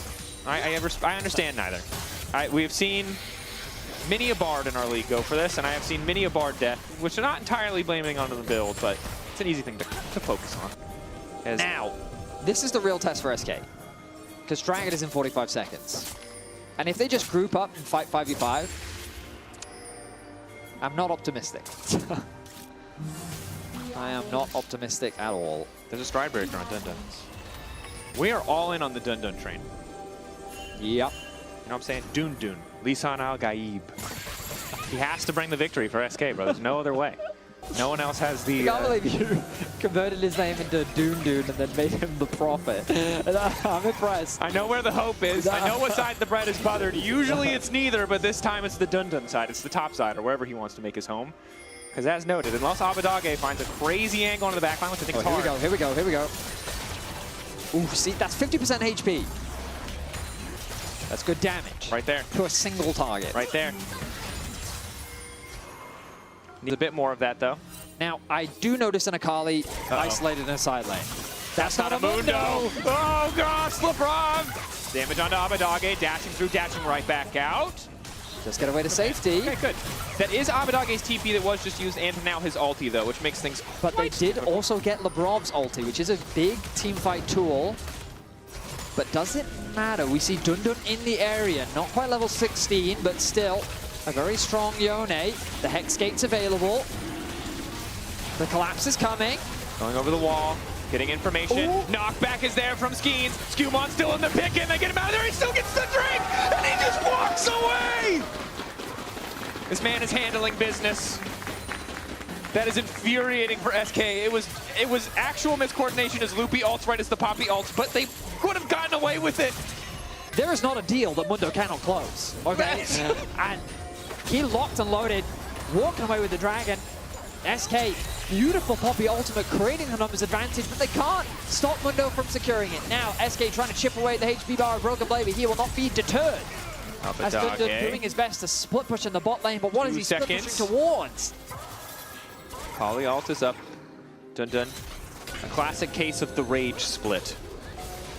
He has forsaken his team now. He is living the life of an exile. He will rejoin them once he's, I don't know, found himself or whatever. Right? It's a spirit journey. I'm really curious as to how much damage Hansama has done this game. Now, this is not a discredit to him, like he's done something objectively wrong. His role has just been farming, moving around the map, hitting towers. But, like, we haven't actually seen any fights yet. We've just seen, like, a lot of running around the map. We've had 25 minutes, and we've got 3 kills. So both 80... I mean, we could also look at Kadui's damage. Oh, here we go. Wow. I have so much power. I didn't know I could run that. Yeah. Okay. Yeah. So, look at the Nico. I mean, that just goes to show how much impact LeBron is having on the map. He's running around, poking where he can. Oh, that's my fault. The one that stuck up too long. Yeah, that's fine. Good job, production. Same brain. One brain. Yeah. 80 carries not having the most fun this game. I mean, their job is to farm. Yep. I think Kadui would have liked to be in a better position, but they just conceded so many positions on the map, and obviously a lot of those initial Bard ult plays, first 2 or 3, Loopy wasn't really able to find a target as Hans. Now going out to safety. Knockout coming in from Skeens. Big damage to Hans. He doesn't quite live as Kadui's able to finish it. Now he's on touch, trying to finish up, followed up to kill on LeBron, but won't get anything else. Forced to retreat back as the redemption comes through, heals up SK, and now they're shifting their sights upward towards the Baron. Ooh, they're gonna threaten the Baron. 30 seconds on Hansama, a damage dealer gone, and SK want to put their stamp on this game. Where are the raid bosses? Mundo making his way into the river. Base coming through from Broken Blade. He has the TP, he's level 16. 3 points in his ultimate. I don't feel like SK want to risk the 50-50 though. Skewmon has been getting away with murder on these steals. It's business time, Dracos. They want to risk the 50-50. It's business time. SK being zoned out. Cap sidestep on the ulti. Abadage coming in over the wall. Loopy following up on the Cap, trying to isolate him. Dun Dun in the meantime facing off at a 2v1. Ulting through, not sure if he hit LeBron. We can do too many things to focus on. Dun Dun gonna step back. LeBron down. The Yone ready to pop off. Kadui there to back up, and Hansama manages to find the kill. And now the Baron is fully reset. At the end of the day, 2 members down for the side of G2, 1 down for SK. But Dun Dun out of the fight means Abaдаge's easy pickings. And oh no, here comes the boss. He's looking to take him down. 1 more briefcase. Abadage is gone. Loopy will find the stun on a Broken Blade. Broken Blade has so much armor, though. He does not care about that tower. And it looks like a two-man start on the objective. Yeah, the Baron can now be started because while you killed Han Summer at the start of the fight, he's now back alive, and the raid bosses remain healthy enough to begin this objective. However, Skeen's still around. Ultimate will spot this come through. Kadui, the long-range Ezreal, Come on, level Skeens. 15. You gotta believe in yourself. Here we go. Moving around. It's gone. Oh, Baron's gone. It is gone. We saw a glimpse of how SK's comp wants to work. Yone finding a skirmish on one side of the fight, Akali finding a skirmish on the other side of the fight. Divide and conquer type of playstyle, where G2 is kind of left scattered. Caps ends up falling, Lebrov ends up falling. It's looking like a good spot. But in the extended fight, the tanks just run SK down. And the tanks are all they need alongside Han Summer to secure the neutral objective. And I'll highlight it again. Notice how the fight becomes divided. Keep your eyes on Abadage. He sets his sights on the target. The Hexgate into the backline. Caps is the one that he wants to execute, locks him down. On the right side of the fight, you've then got the Yone, who's basically in a 1 versus 2, looking to try and take out Lebrov, which he's successfully able to do. Hans, Yone's playing very cocky in every team fight. If I ult him, just one-shot him with your ult, okay? Be ready. Okay. Okay, Clay game. We're going to plan. keep out for that. And I will say, Hexgate's paying off here. Han Sama respawning right as SK decide to turn off the Baron, and the timing just doesn't work in their favor, right? Weren't able to make the most of the window where Han Sama couldn't participate in the fight. He is able to come in and clean up at the end there. We saw that quick Q kill onto Dun Dun. And we'll see if he continues to play cocky. Still, again, the only member of his team with that individual gold lead. SK. That is... SK. The Dark is scary and full of terrors. Oh, one-man knockup. Kadui locked up over the wall. Han Sama just going to start free hitting. Bard ulti in to get a bit more space. Loopy ults himself. Skeen's going for the knockup. Does not hit anybody, and G2 just going to laugh straight on their way to the Drake. They just tried to And this is Soul. check. And you can understand why. Again, the pressure is there. It's Soul. But G2 taking this one. Dun Dun rooted. Ulti trying to interrupt the Q, but he still got stunned. Is that how it works? It's a disaster. It is an absolute disaster. The game is now fully out of control for SK. G2 looking to make the perfect summer split happen. As with the Baron, with the Soul, they will begin their siege onto the tier 3 towers of SK's base. I really thought Dun Dun was the chosen one, man. When he put the boots into his still suit like that or whatever, he knew the ways, you know? The signs were there, but G2 just better when it comes to coordination and execution. And SK, the Bard, not really working. Nothing's working, it's all falling apart. Okay, there's the exhaust, this one's over. G2, not able to get the fastest series of 2025 so far, but they were only a few minutes off as there were some signs of hope. SK will fall down, they will rely on another team to secure their way to the top of the standings. Lebrov finds the route, Skeen's 1v1ing Caps. Dun Dun goes in and will go down as Han Sama easily finishes it up, and the Beefy boys just continue to thwack. While Kadui does some okay damage, it does not matter. They will auto the Nexus, they will keep it close. G2 closing this one out, 4-0, the perfect split. Of course, the split very, very short. Yes. But the perfect regular season for G2. Vote for your key player of the series. Broken Let's give on our Caps. BDS Team Heretics coming up. That's going to talk to you all about stakes. Yeah, the stakes. SK is just now a very big BDS fan. Yep. Is the quick TLDR. They very much would like BDS to win that series against Heretics. But for G2, they come back from their international affairs looking strong. And now with a week break, they'll have 2 weeks to prepare for that best-of-5 series. And with a win there, your lock works. Top 3 secure. Nope. Just one more series, all that stands between them. Broken Blade, Skumon, Lebrov, of course, your choices for Kia Player of the Series at LEC on X. Yeah, I think they're all valid options. Again, like, shout out to Skumon. I really think that he's had a very, very good split. I know that it has been quite brief, but to me, he's been the one that kind of stands out the most in terms of just raw improvement from what we saw from beginning to end of year. And while there are still a couple question marks around that jungle support synergy, like sometimes we see it working flawlessly, other times it does feel like that they're just kind of doing their own thing. Ultimately, I think it's safe to say that G2 is looking very clean right now in how they execute their game plan. Certainly seem to be in peak form heading into playoffs, so naturally a lot of things to be excited about as we get closer to some of those matches. Maybe playoffs will start with some cross-group deciders, so we might have to wait a little bit. We'll get to see it because we've been wanting to see how these top teams in Group A fare up against the top teams in Group B. Right now it feels like that it's a four-horse race between the top 4 teams of G2, Fnatic, Koi, and KC, but a dark horse in Vitality may very well shake up everything. Tomorrow's games are going to be exciting. Tomorrow's games are going to be exciting. Of course, Team Heretics versus BDS is after this, and we are waiting to set up an interview on stage. But that is also a matchup that has pretty big stakes, at least for this group. And of course, we get to resolve the other group tomorrow. So we can confirm that there will be no tiebreakers today. All right. Yeah. Well, let's send it on down to an interview with Lebrav as Lore is standing by. Thank you so much, guys. Welcome to the Marriott Bonvoy post-game check-in. Lebrav? Okay, we love Lebrav. We love Lebrav, James. Thank you so much for being with us today. You guys haven't dropped a single game so far this summer. And I know that talking to Caps at the beginning of the split, he was telling me that coming back from MSI and EWC, you want to learn how to play faster. Do you feel like you've been able to implement this in LEC so far? Yeah, I think after MSI and EWC tournament run, I felt like we actually learned a lot. And yeah, I think we have learned how to play faster and how to play more together in a way as well. So I'm quite happy with how the games have been going. Fantastic. And I know that in Euphoria this week, you were talking about consistency and how it's difficult for players to actually be consistent game after game after game on stage. How is that a muscle that you're training right now? How do you do it? Well, I would say consistency is like very important. I would say like experience helps. Also the fact that we played a lot of games in like MSI and EWC helps a lot. I feel like we are more confident on stage, more comfortable, less stressed, and yeah, I'm really looking forward for the playoffs. Something that we don't talk about that is outside of the game aspect is what you guys do between the game, maybe to get in the mood, to get in the zone. There's a video that I want to show you that was taken not much that earlier than today between the games. So explain to me, what are you doing to your mouse right now?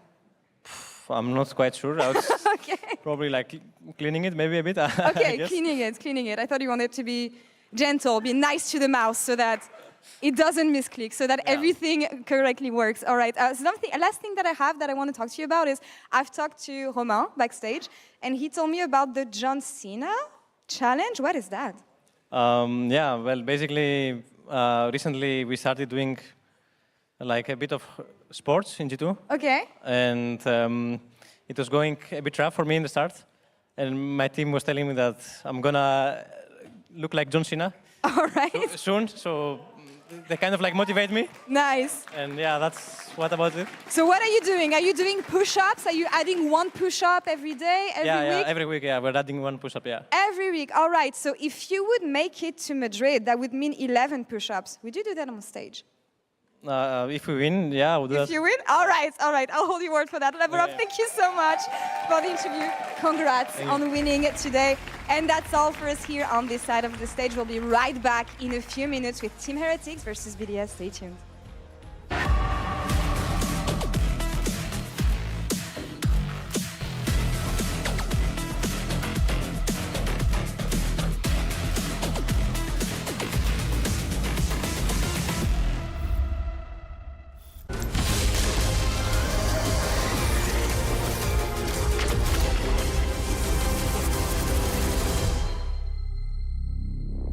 Hey Kia, let's see if you're a real fan. I'm ready. How many lanes are there in League of Legends? There are 3 lanes in League of Legends. Are you seriously quizzing the car about League of Legends? Look, I just want to know how much it knows. The EV3 has an AI assistant. It's supposed to know everything. Okay then, hey Kia, how do I get better at League of Legends? That will be challenging.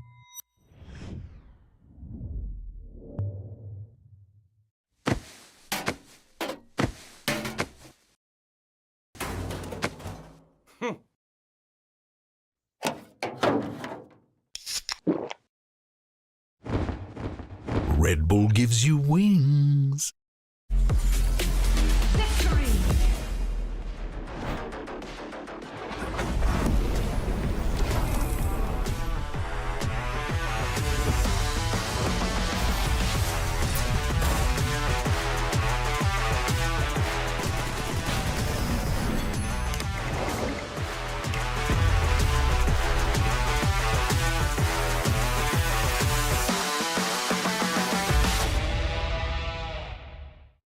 Want to level up beyond the Rift? Express like a legend and find your fastest server in one tap. Express in game without ISP throttling.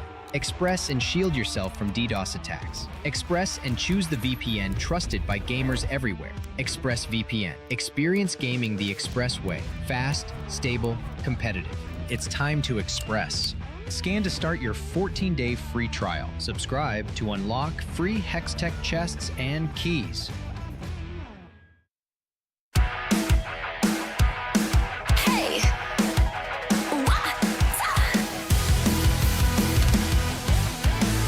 hey, look up at the sky, it's just a starting line.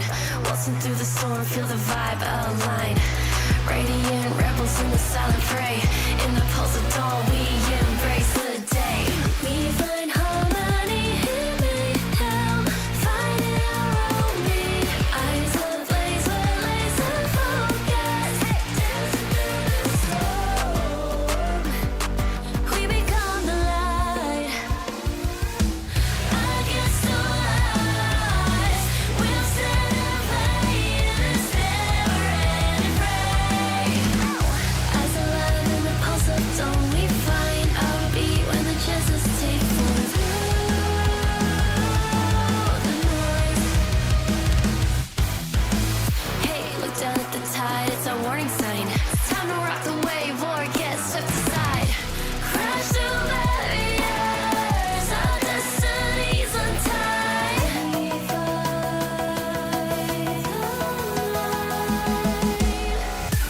We find harmony in mayhem, finding our own beat. Eyes ablaze, we're laser focused. We become the light.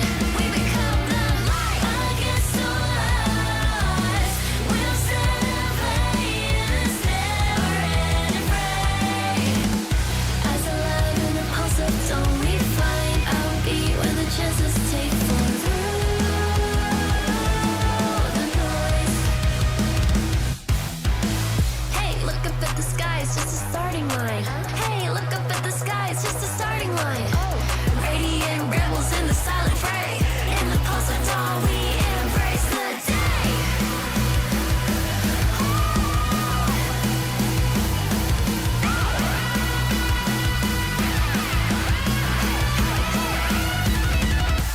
We find harmony in mayhem, finding our own beat. Eyes ablaze, we're laser focused. Dancing through the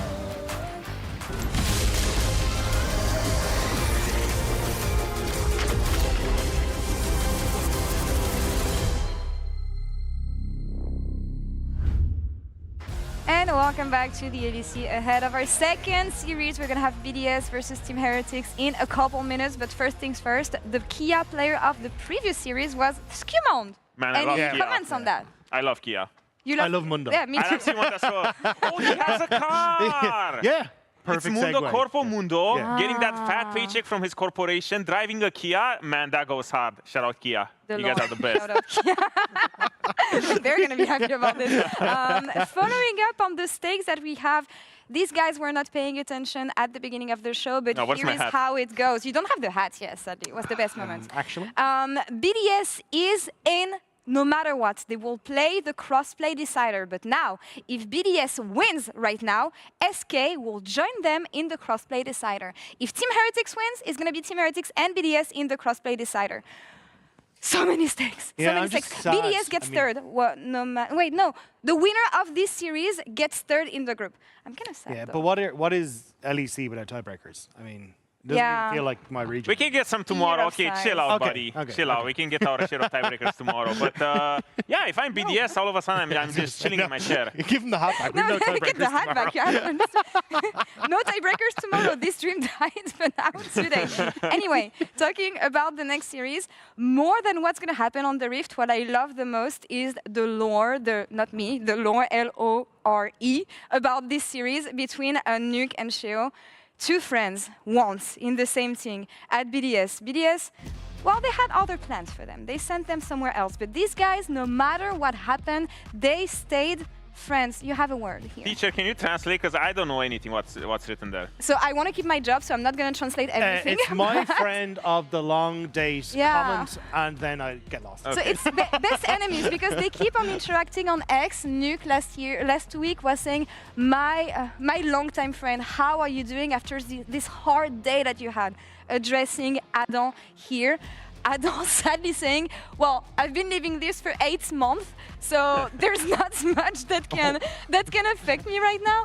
But what is interesting is the interactions between Sheo and Nuke here, and basically Sheo talking about something that he's gonna do to Nuke's butt cheeks. And I'm gonna stop translating here. But once friends, enemies on the rift today, and fighting for the last spot because BDS is in already, but is Sheo gonna manage to join them? Yeah, it would Or be a is he little gonna bit go on heartbreaking holidays? to have like Nuke keep you out of that crossplay decider. Yeah. But yeah, I mean, it's tough, right? I don't think it's been working particularly well for Heretics. It has been a little bit dicey for them. And for BDS, at least I think Nuke has been stepping up for them. So if I'm Sheo, it's kind of, you know, keep the frenemy stories alive, focus mid, and try and get rid of Nuke. But actually, if you're Nuke and you're just sitting there, you just have 3 of your ex-teammates just hate watching you permanently. That's exactly what it is. They're just preying on your downfall, and you know what happens? He rocks up to today's series, and he's chilling. He's the one. The hate watch has successfully failed, and everyone is just sweating. There's a lot of people hate watching this series, I think. Now I mean, hate watch is meta right now, so. Yeah. I don't joining the SK boys here, hoping for a BDS win. What are we looking at here, though, guys? Because we're talking about 2 teams that have not been struggling, but have not been at their best shape. Heretics has been struggling this summer, far from what we've seen in spring and winter.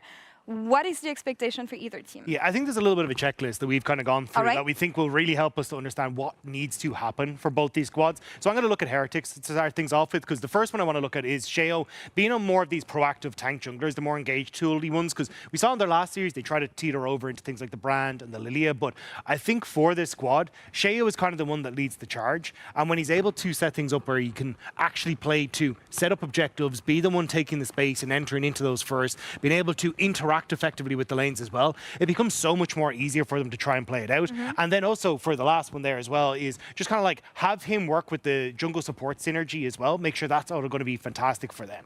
On the side of BDS, they kind of go hand in hand. Maybe some of them are redundant, but the BDS formula has been something that has been missing from them ever since, you know, Hate Watcher Adam joined the other side and he's not part of the same squad. I felt like they lost this sort of spirit that they had when it came to BDS was so boring. They were the gatekeepers of LEC, blah, blah, blah, top 3. You have to beat them to make it. But at the same time, they were doing something really, really well. And it was, you know, early game leads, stacking dragons, having a position on the Drakes. We saw it last week a little bit with Nuke getting solo kill on Cass, establishing himself as being very, very strong in that game. And that's where my first point comes in with empowering the carries. We have seen nothing in terms of, you know, accelerating the game, making sure that Nuke and Ice are being put in these positions where they get more gold and get more and more ahead.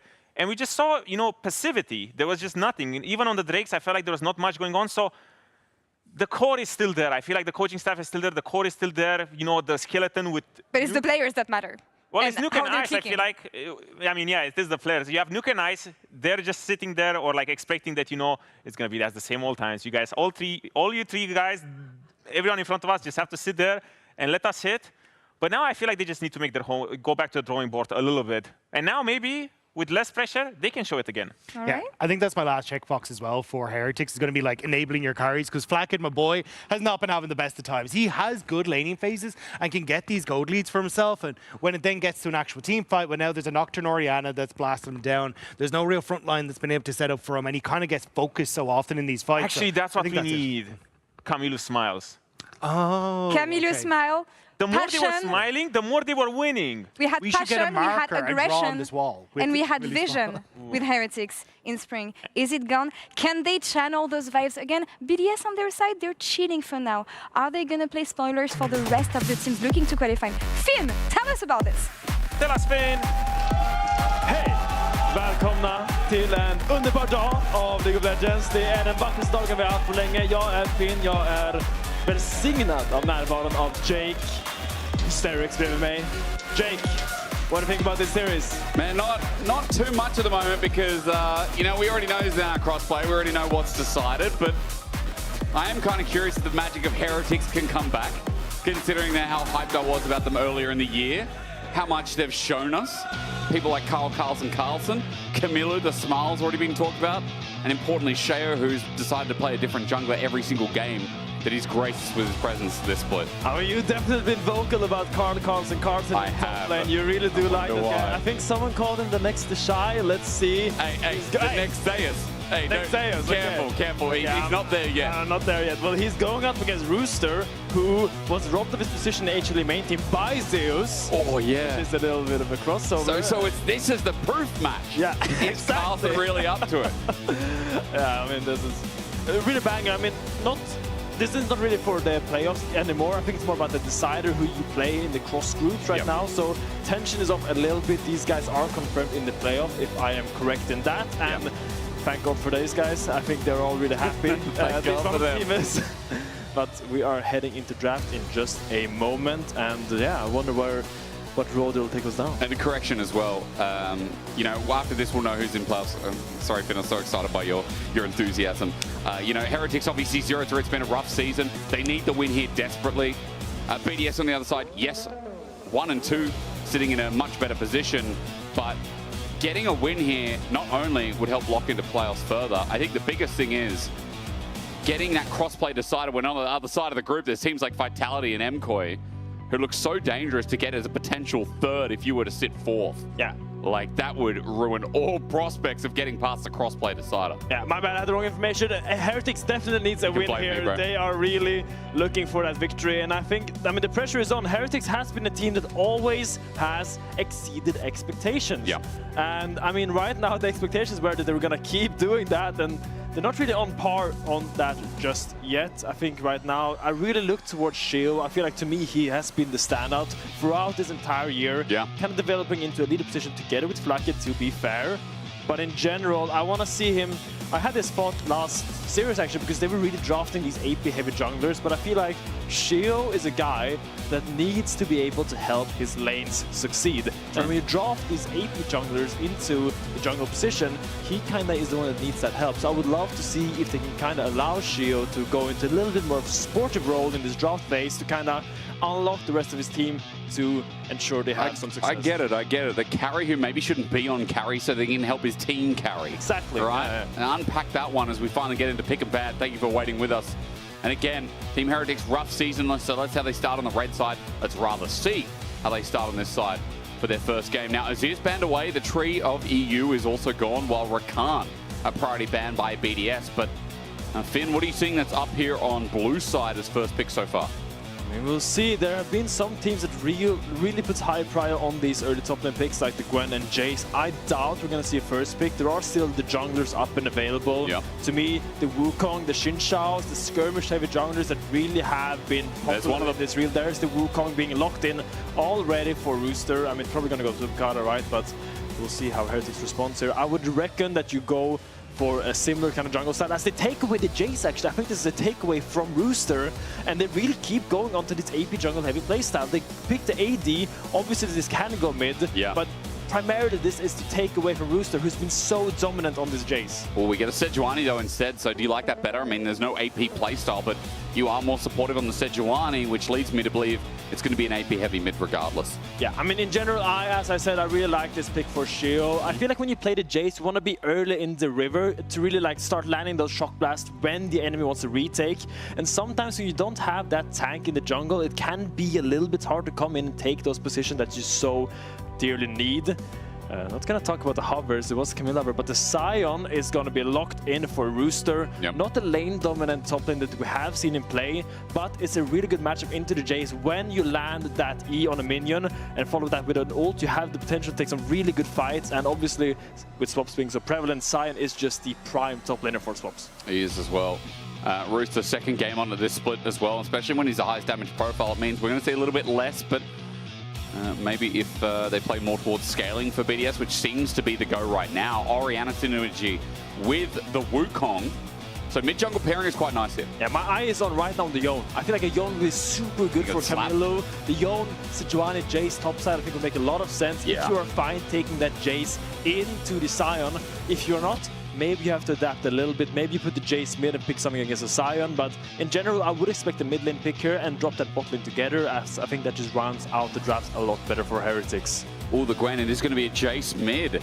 Looked at in the end. And the Gwen is very clever, because Gwen together with Sejuani works so well, and usually you see Gwen, like last series we saw the Gwen against the Jax, that is a really tough matchup, and it kind of struggles to find agency in that lane, but against the Sion, she will have constant push, and I feel like we're going to see a Sion that's going to try to swap away from this Gwen at every point he can to kind of shut down that and not really get outscaled in the same manner that she usually gets. At least for Team Heretics, though, like you can see the synergy, you see how these three go together, right? I mean, it's very baseline with melee for Sejuani, but I don't think we get this kind of baseline in many drafts these days, but as we carry forward, now it's about how facilitating comes from the bottom lane. That Jinx ban against Ice makes a lot of sense. His hyper carries are great. Let's see if the Aphelios follows through. We've already got rid of the Yunara. The Varus is gone as well. Finn, we're going down to the Xayahs, the Kaisers once again. Yeah, we'll see where they take this draft, because I feel like both teams have really set up a really standard draft phase. I think they have a good amount of engage, they have solid laning phases, and it allows you to be a little bit more creative, a little bit more free in your bot lane draft. You don't have to go for those standard engage supports if you do not want. Stuff like the Bard lanes, the Karma lanes, they somewhat open up with these drafts, but generally I think we're gonna see a AD carry picked here by Flacket, the one he prefers. My eyes are on the S-roll. The Aphelios, as you said, might be taken away. Actually, it's up and available, but I think not something really Flacket plays. I'm trying to think. I'm thinking at the moment, no, not this split. I was thinking historically, yeah, of course, but you're right, not this split. Flacket has been the Aphelios, has been the Xayah, the Yunara so far. Even an MF game lingers in there too. Jhin, another long-range option maybe we have to consider is double tank duty taken off the ball by BDS as that Poppy is last to go. Yeah, and BDS clearly is setting up a Rel pick here on 5 for Paris. They ban Alistar and the Poppy. Really annoying champions for the Rel. So what you could do here as Heretics is actually take away that Rel, because the prio has increased so much on that champion, and then actually counter pick your AD carry, which is a little bit unconventional, but that would be a clever adaptation by them. But we will see what they look for. They're actually looking for the Corki, which is a good pick. Not really a hyper carry in the same sense, but Corki does allow you to kind of control that lane in a solid manner and kind of try to build that lead in the laning phase. Obviously on free items you'd rather have an Aphelios or a Jinx, but at a one item 24 spike, Corki is not half bad. But what do you think running into this, now that Civ is gone, which I think is a very intelligent ban, you wanted to see the row, you said they were fishing for the row with the Alistar ban, which is a good call out. But AD carry pairing with this, is it just going to be an Aphelios game 1 to give a bit more range to BDS? I always think either Aphelios or I think a Misfortune would be very good here. You have Together the with the Orianna, the Rel, I think it makes perfect sense. Yeah. I don't know if I see... I mean, I do like Ice on the more hyper carry champions. The Aphelios he has been very good on, and it's kind of what I would expect. We'll have to see what Ice is also there with a bit of dive if you want to go for the synergy of BDS's comp as well. Yeah, it's rightfully so. I think Kai'Sa is a fine champion. Might be hard to dive into through the Sejuani, through the Gwen in these fights, but you can play slow. You have that Orianna, which is that consistent long-range damage. You don't actually have to commit instantly in the fight. You can kind of take your time a little bit, as we see for standard Nautilus. Will be a double engage support. Very, very common. Butter and bread drafts here, you know, they have the butter, they have the bread. It's very standard. They have a lot of engage, a lot of damage, a lot of tankiness. No real holes in any of these drafts. The big discrepancy, I think, is in that top lane, the Gwen and the Sion, the carry top laner versus the tank top laner, the guy that wants to swap and the guy that wants to chase the guy who swaps away. Well, Carlson so far has been pretty good in lane, so it makes sense that, again, he saved himself for this matchup, and for game 1, it's so damn important. I have to apologize before, Finn. I dug you into a hole because, you know, after watching the first series go down so quickly, we're like, man, SK kind of threw away their chances. But remember, SK are waiting on a limb, like a whim, a limb, or a hem, or whatever they wait on, whatever people sit on these days. They're waiting to see what Team Heretics can do. Team Heretics are sitting 0-3. They have had a rough season so far. It's been one of their worst performances this year, but in their group, they've got one chance here to climb their way out. Not only does the winner get their spot for the crossplay decider, but the Heretics specifically, a win here would finally get their first series on the board and push them into playoffs, push them into that crossplay decider.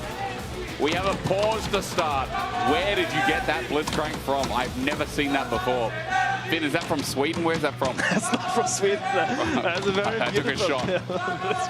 What's up with you in Sweden, man? Dude, I like Sweden. I like that you come from a foreign country that's just not very well known. I mean, you guys keep to yourselves a bit. I don't think Sweden keeps to themselves a bit. I think Sweden is pretty well You've known. You've got great cheese. Weird socks that got holes in them. You're thinking about Switzerland, man. Oh, Sweden is not known. Swiss. You're so Australian. You don't even know the difference between Sweden and Switzerland. Bro, I didn't even know that where Luxembourg was until 3 weeks ago. Like Castle. Oh man, you should have seen. I'd never heard about Liechtenstein till last year. Like that's how fresh I am to Europe. You know, I went there and I'm like, what is this place? I can't believe you, Jake. You come here on Castle and you call me Swiss? Bro, you know what's crazy about your country is that from 2 hours on a train, and I think I went from Copenhagen to Malmo. It was like right next door. It's so close. I think it was Copenhagen. I can't remember, but yeah, that sounds right. Yeah, but bro, happy place there. I mean, yeah, it's a beautiful country, Sweden, obviously. I don't want to talk too much about Sweden. I would rather think about the stakes in this game. Okay, yeah, you tell me. Heretics really needs this win. And I really like where Shio has taken this draft. The Sejuani, the Gwen, the Jace. I imagine, together with the Corki pick, we're going to see a lot of focus on those early dragons. To me, I think that is really the crucial point, which has been the play pattern for Heretics, where they find so much success in stacking those early dragons and securing themselves up, setting themselves up for a really clear win pattern. I'm just getting confirmation on what the delay is for now. There is no update, but there is a pull straight into the game, so hopefully it's not toilet break Finn. And just a quick rehash for everyone at home as well. For BDS right now, they are locked into playoffs to confirm. All they need to do is get a series win here, and they will help SK.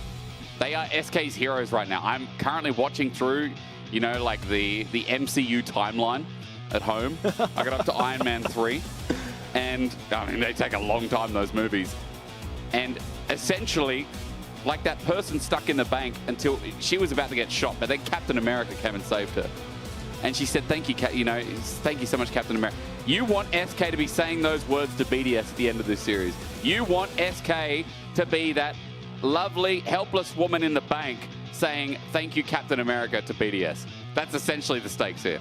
Did that make it easy to understand? That makes it perfectly easy to understand. I mean, I've actually been in SK's died a few times. She could have died without BDS.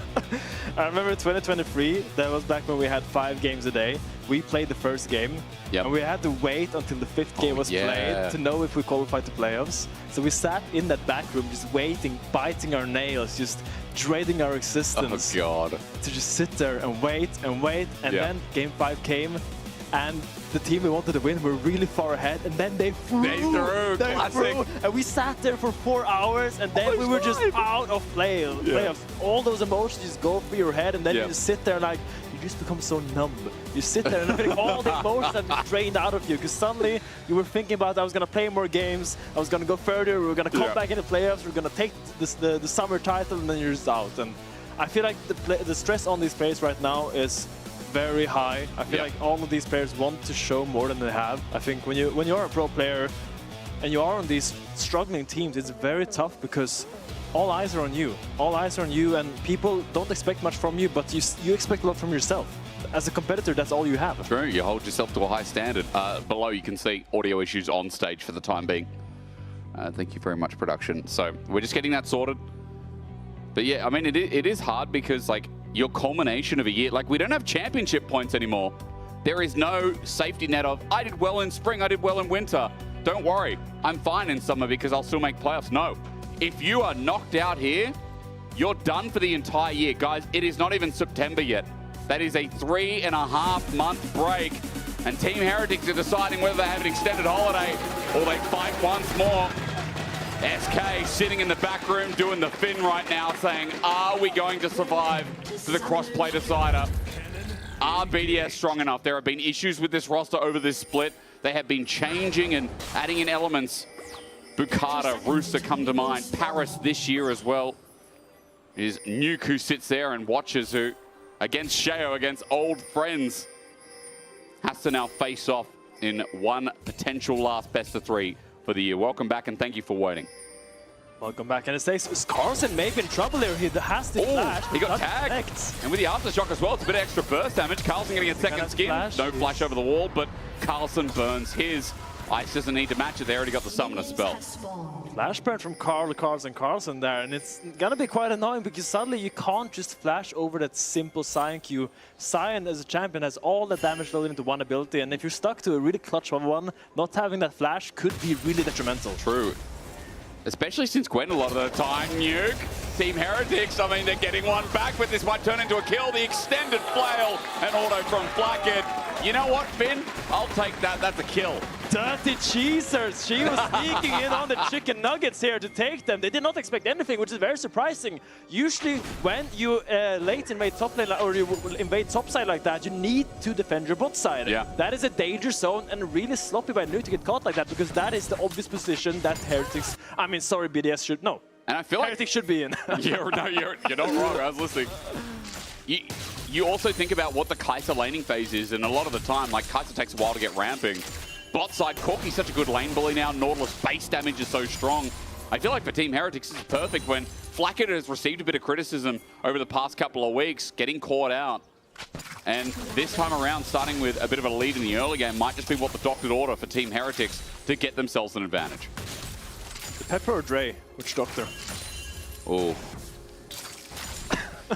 I don't know. I don't like Dr. Pepper. I don't know what flavor Dr. Pepper is. That thing's like a cherry mix. I don't know what that is. Like Americans can tell me what that is because that's crucially, like Blackhead hasn't burned his gold yet. Like even though he got that early kill, he's not gonna be able to spend all that gold, get those items before he bases. So right now the lane state is just sure you have a little bit extra XP, but still. BDS will try to get these early outpushes, I think, and look for this swap, because you really want to mismatch this Gwen lane with the Sion lane. Yep. I keep hammering it in. Swaps are so strong in the early to mid game, and it really helps you have an easy transition into those later halves of the game. When you have these lanes, like the Kai'Sa, who kind of struggles against the Corki in the isolation, and you have the Sion, which obviously doesn't want to go up against Gwen. I mean, if this keeps happening right, Ice gets chunked out again. Good dredge line. They level up at level 3. The root in, not going to do too much. Paris crashes away. For Team Heretics, they're slowly getting this push in. That gold lead is slowly mounting. And as this wave finally comes in, stepping up against the Phosphorus Bomb, just seems so difficult. I mean, this matchup will be tough in the early game. We don't want to get... Oh, nice. And that might be a kill. It is! Paris just dead. Stand on fire so far. What a hook by Sten. It threads the needle with an anchor and gets the kill. And now they're going to get the recall. Corki is 2-0. He's going to get a massive base here. Great play by Sten. And I think this really highlights why he's been one of these players in Heretics that we really highlighted this summer. I think he's been so solid. He has such good fundamentals because usually, like, the good thing about the ERLs is that these rookies, they don't really rookies. They have had a lot of time to develop in these ERLs. And I feel like Sten, he comes in, we see him here in the LEC for the first time, but he has played for so long. I've known this guy for many, many years, grinding in the ERLs. And now when he comes into the LEC, he has a lot of experience, a lot of expertise, and a lot of game knowledge. And I feel like he really helps this team. This is not really a team of 3 rookies. I feel like Camilo and Carson, there are more rookies than Sten, but he's more a veteran almost, despite having the rookie title. Yeah, I think we don't often point out the experience that comes from ERLs, as you're saying. Like, you know, there's a new stage in the LEC where it is a lot more pressure and the skill level's a lot higher when you consider the heights of teams like G2, Fnatic have passed, and the quality and the caliber we have in the league. You're dead on about that one, Finn, and for Sten, it is a nice pressure test, especially in this game, which means so much. As a quick side note, Team Heretics with those 2 kills over to Flackett are now 1,000 in the lead. There's a double kill Corki walking around who is slowly getting towards that Phage, a tier in hand as well, and those swaps you're talking about, Finn, have come in, but a dredge line into Rooster. He's going to get popped out a little bit. Look at where the wave is quite nice, slow pushing. Rooster just has to wait up and wait for that wave to finally meet its makeup.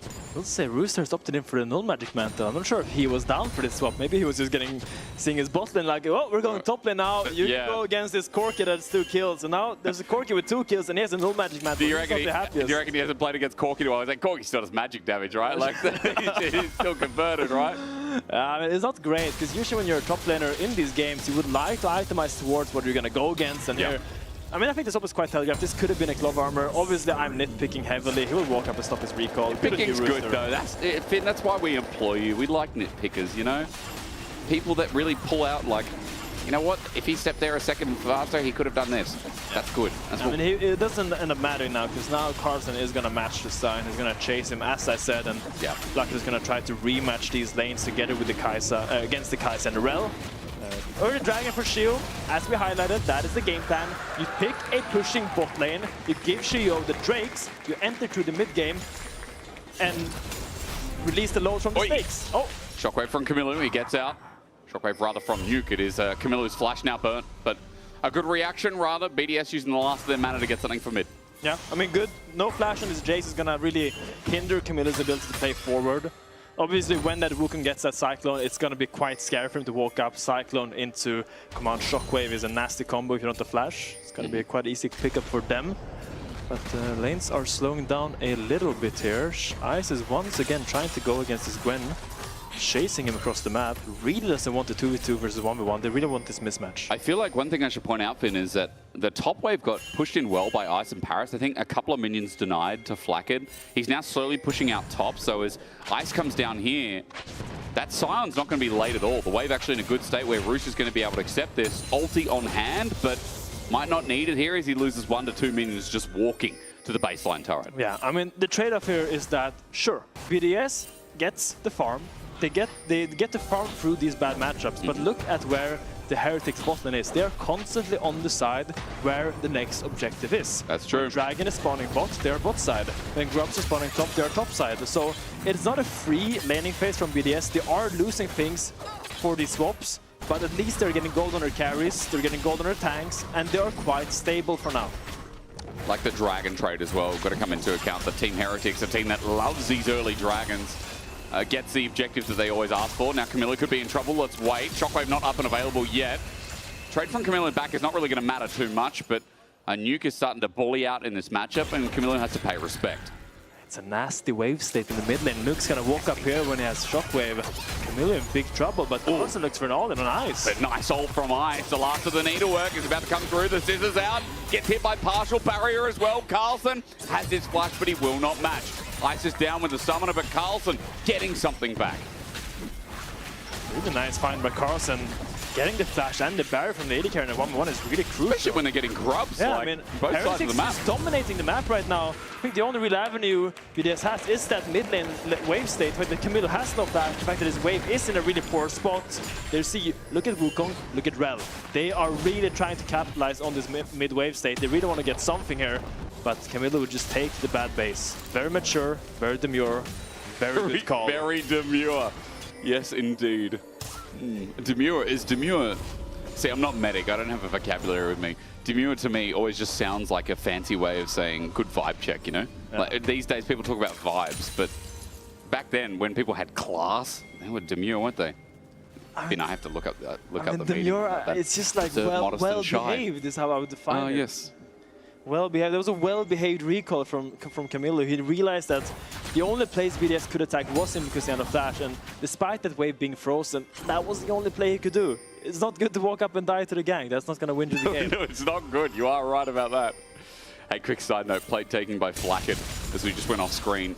That guy is loaded up. The 650 now is the lead. I'm also looking at quite a modest and not a demure lead, but a nice, presentable lead from Sheo. Sheo's up 30 CS, and now he might even be up a kill. No flash, no barrier. You said it. Ice has donated his kill, and with no summoners, he's free picking. Third kill to Team Heretics in this early game is becoming a bit of a stomp. And this is the price you pay for having a Rel around mid constantly. Rel is trying to find this pick on Camilo because he has no flash, but that leaves Ice exposed. Ice has no one to hold his hand to push out these waves, and sure, Paris is around mid, but Camilo is respecting. They're not really getting anything around these mid plays. Rooster's just ultied in. Flakked just Valkyrie's back. 2 turret shots and Rooster's low. Flakked has his summoners available, but because Bukata's there, he will be safe. Rooster, that's what you call pushing it to the limit on a Sion, I guess. He was looking for something there. I'm not sure what it was. He was looking for something. So now Rooster and Bukata is going to base. Flakked is going to push out this bot wave. And probably Rooster's going to have to TP down there, or they're going to lose yet another plate for Flakked. Flakked is just investing his lead very wisely. He has those good funds going, you know. Really growing his ROI with his early game kills. Really pushing the lead, which is what you have to do. Like, if you're 600 gold at 6 minutes ahead, I want to see that grow at the 10, 11, 12 minutes marks. We see so many people, they get an early lead, and then that just stagnates. And it doesn't they don't go invest anywhere. it. Yeah. You got to, you know, you talk about ROI. Like we need to see that compound interest come into Exactly, effect. Jake. Exactly. You Now want your money to make money. Yeah. You gotta get kills to make kills, bro. I just don't see. People don't see it that way, you know. But Flackett, this game, this guy he's investing for the next 5-10 years, I think. 111 CS, good by the way. pension going here. Oh, man. And get the Trinity Force going in. I think he knew about technology before anyone else. He's like the guy in the .com bubble that made out the money. His eyes. Going for a 1v2. He is indeed. Magnastorm down, but can they still deal with him? That snip didn't connect. The last of the network now out, and Paris helped save the play. If Carlson got the snip down, I fear what BDS's state would be in now. You see, it's so difficult for BDS. Even in their bot lane 2v1, they're not really getting much done. They're just trying to get these plates on the tower, but doesn't really go anywhere. Hello, Picada. It's the barrier forced out by Ice. Picada getting hooked there into the wall. Hook line and sinker. He's gonna W over the wall and get out, but his lead by Shio also increasing. 30 C's up in the jungle. How do you... Sejuani versus Wukong. I don't think I've ever seen a Sejuani almost up 40 CS. I mean, okay, 32, let's give it what it is. With a Heartsteel, it won't have any stacks for now. But Shao's a monster, and this is why we talk this guy up, because I think all year long, it's fair to say that he's been giving the momentum to Team Heretics, and even as a 0-3 team, he's on something that can carry, but he doesn't need to carry. He's on a Sejuani. It is a much nicer look, and it seems to be giving stability to Team Heretics in this first game. Yeah, man, I'm just looking at Ice. He just can't catch a break. He walks up to get one creep. Insta-Valkyrie on his skull. 3 people there. Poor guy, and as you say, this fatty pork belly on Shio's little bristle, it's really dangerous. It's really growing very well, and it's gonna turn into really, like, I just don't see right now in BDS who can kill this Sejuani, like, unless... Hang on, here we go, pork belly's out, and Nuke has to flash away. Didn't want all those calories, and now his flashes down, but Shao just sends it out with a quick Q. He's on a cut right now. Camilo fighting back. Camilo, he's gonna be okay for now, right? Distance out, he's close, but no cigar. He didn't have flash anyway, he will be able to teleport back in, but Nuke still does damage. Went the damage build, mind you, as well, the Orianna chat build, so Nuke will not be shy of some early game responses. Rocket. Save me. Flagging is strong. It's just, I mean, BDS needs to find more right now, because I feel like the game is slowly slipping away from them. 2 dragons now for Shio. This is his comfort state. Picks up the Ignite with the spellbook. I wonder what he's gonna burn with that. But yeah, I feel like tries to find just again. Okie dokie. Okie dokie. Once again, just then lands a raw hook on Paris and just transitions that into a kill. It's just insane. Like, Paris probably wasn't expecting it because he had flash and heal. But Sten after the hook autos, and Bob's your uncle. I don't know what you call him in Swedish, but he's dead again. Bob is definitely my uncle. He is. Okay, I knew it. I knew that was a Swedish name. No, that's not a Swedish name. I've never heard of it in my life. The most Swedish name ever. Followed by Philip. Yeah.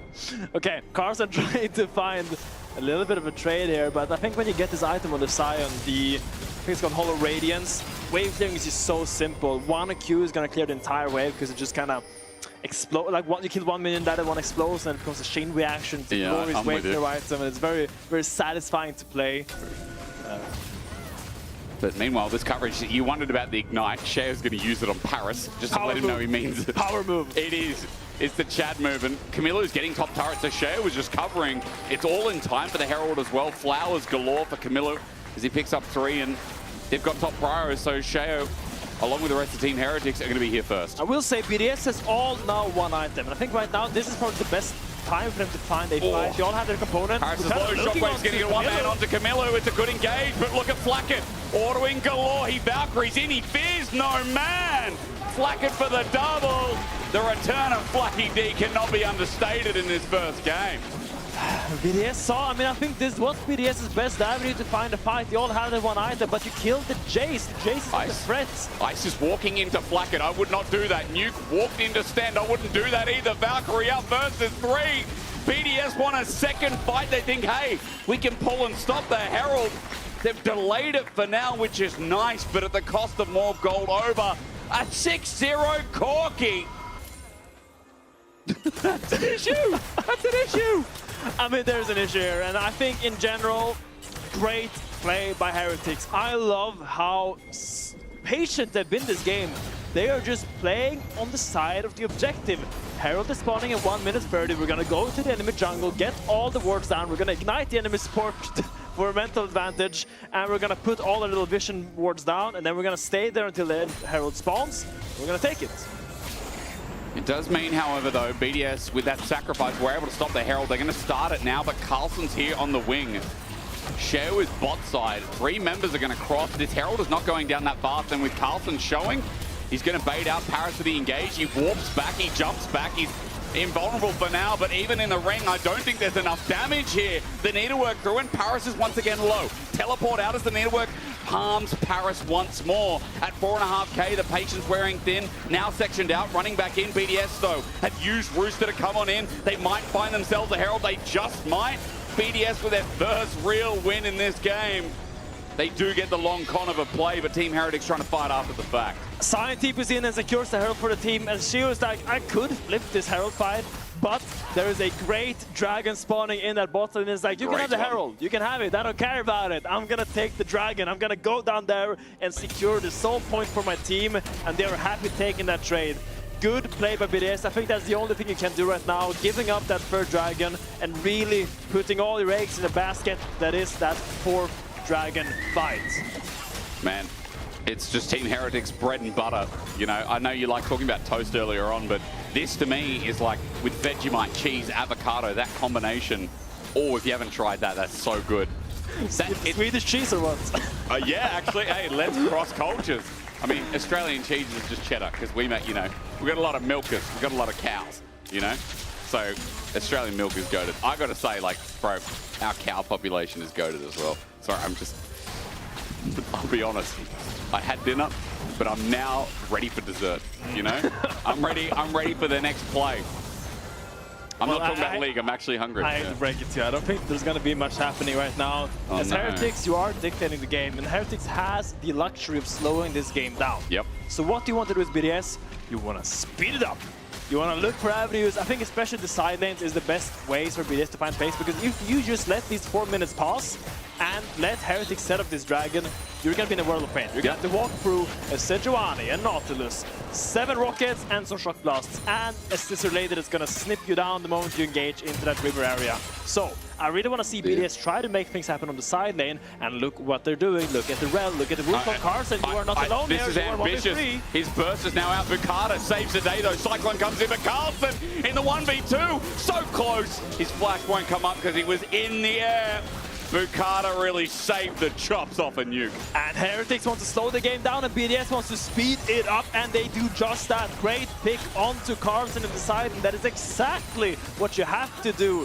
Really good adaptation, and this might give them a little avenue to actually contest the bot side. Put your Orianna on that bot lane side lane and try to get a tower and try to get a hiff, a huff, a piff, a puff of control in the bot side river. And I would love a waft of what's coming up next. 30 seconds till the Atakan.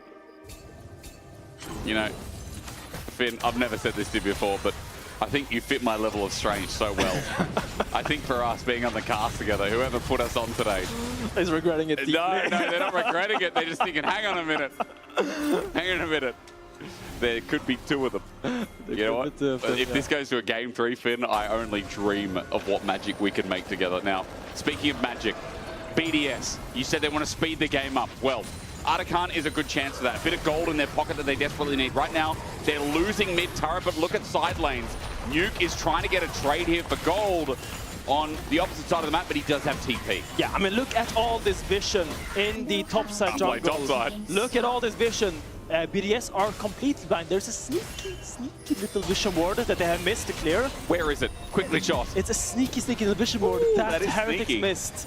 A sneaky little one that they missed, so they actually have a little bit of information, and now they're going to put down the Herald mid and force Heretics' hand. They're going to pull them into the mid lane and take Carson away from the side lane to kind of stop that play. I guess Carson doesn't need to come. I guess he does not. I mean, they're just going to take care of it by themselves, and it does get a charge, which is nice, but... It was definitely a Herald. It was definitely a Herald. I mean, mid is healthy enough for now, and Team Heretics hold their ground. 2 minutes till Dragon, by the way, but I have noticed that as Carlson gets the push in here, he's about to go back with his second item.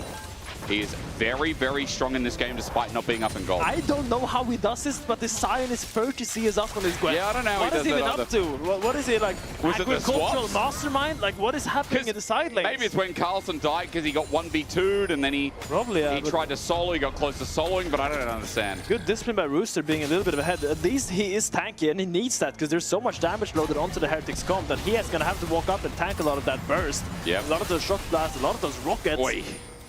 Just a quick side note as well as we get into this is why Rooster's so good. Consistently happens here. An engage from Bacata on the horizon.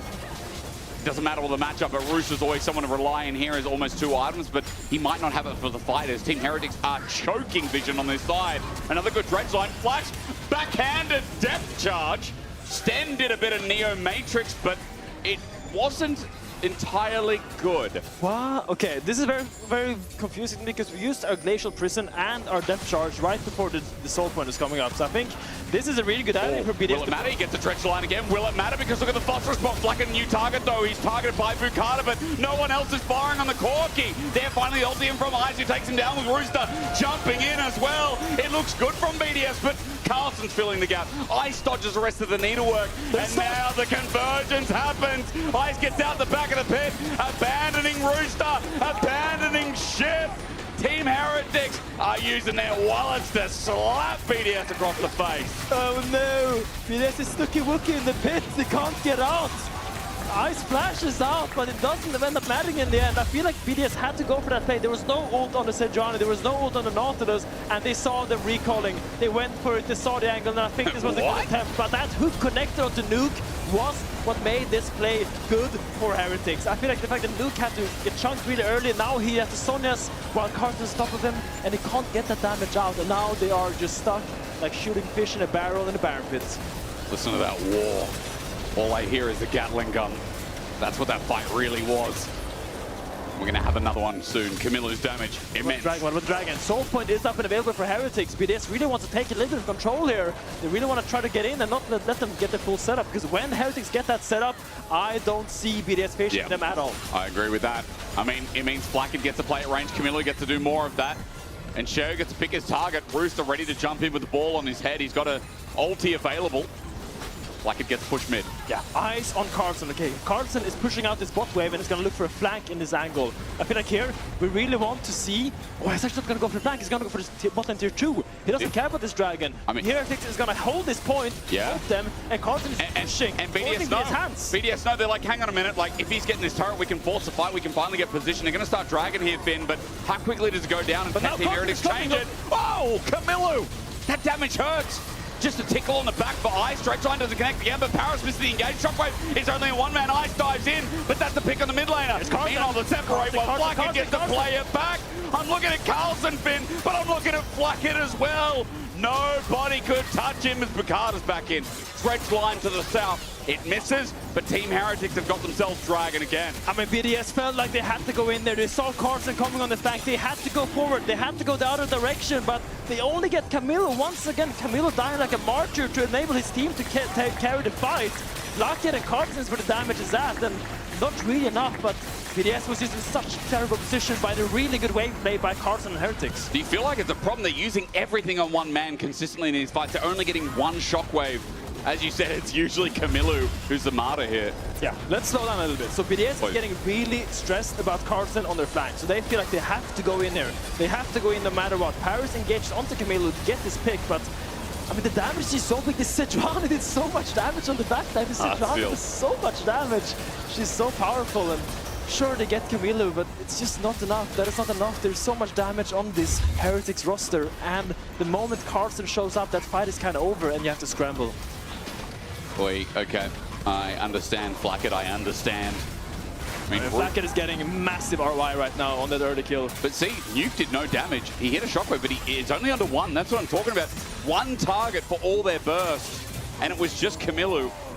Nuke has quite a bit of damage in his kit, but he didn't hit much of it. Now it's going to be in a trade. Outer goes down bot. We'll see if Nuke can actually make it a trade. But obviously the gold value is better for Team Heretics as Baron is now up. And this TH squad can start zoning and controlling vision here as well. Heretics is just in their element right now. They're all gonna recall, they're gonna take that portal back on the top side, and they're gonna force this Baron fight. I mean, right now BDS is gonna try to get a little bit of vision back, a huff, a puff of vision, whatever we said before. A huff, a puff, yeah. Yeah, and try to get a sneaky ward potentially so they can look for steal. I think right now BDS' best avenue is Heretic starts Baron and Bukada lands a massive steal. Like that is your avenue, or the game slows down and you get your third or fourth item on your carries. Actually, Ice already has 4 items, Kraken, Nashor, and Ginso. I'm not a Kai'Sa build man.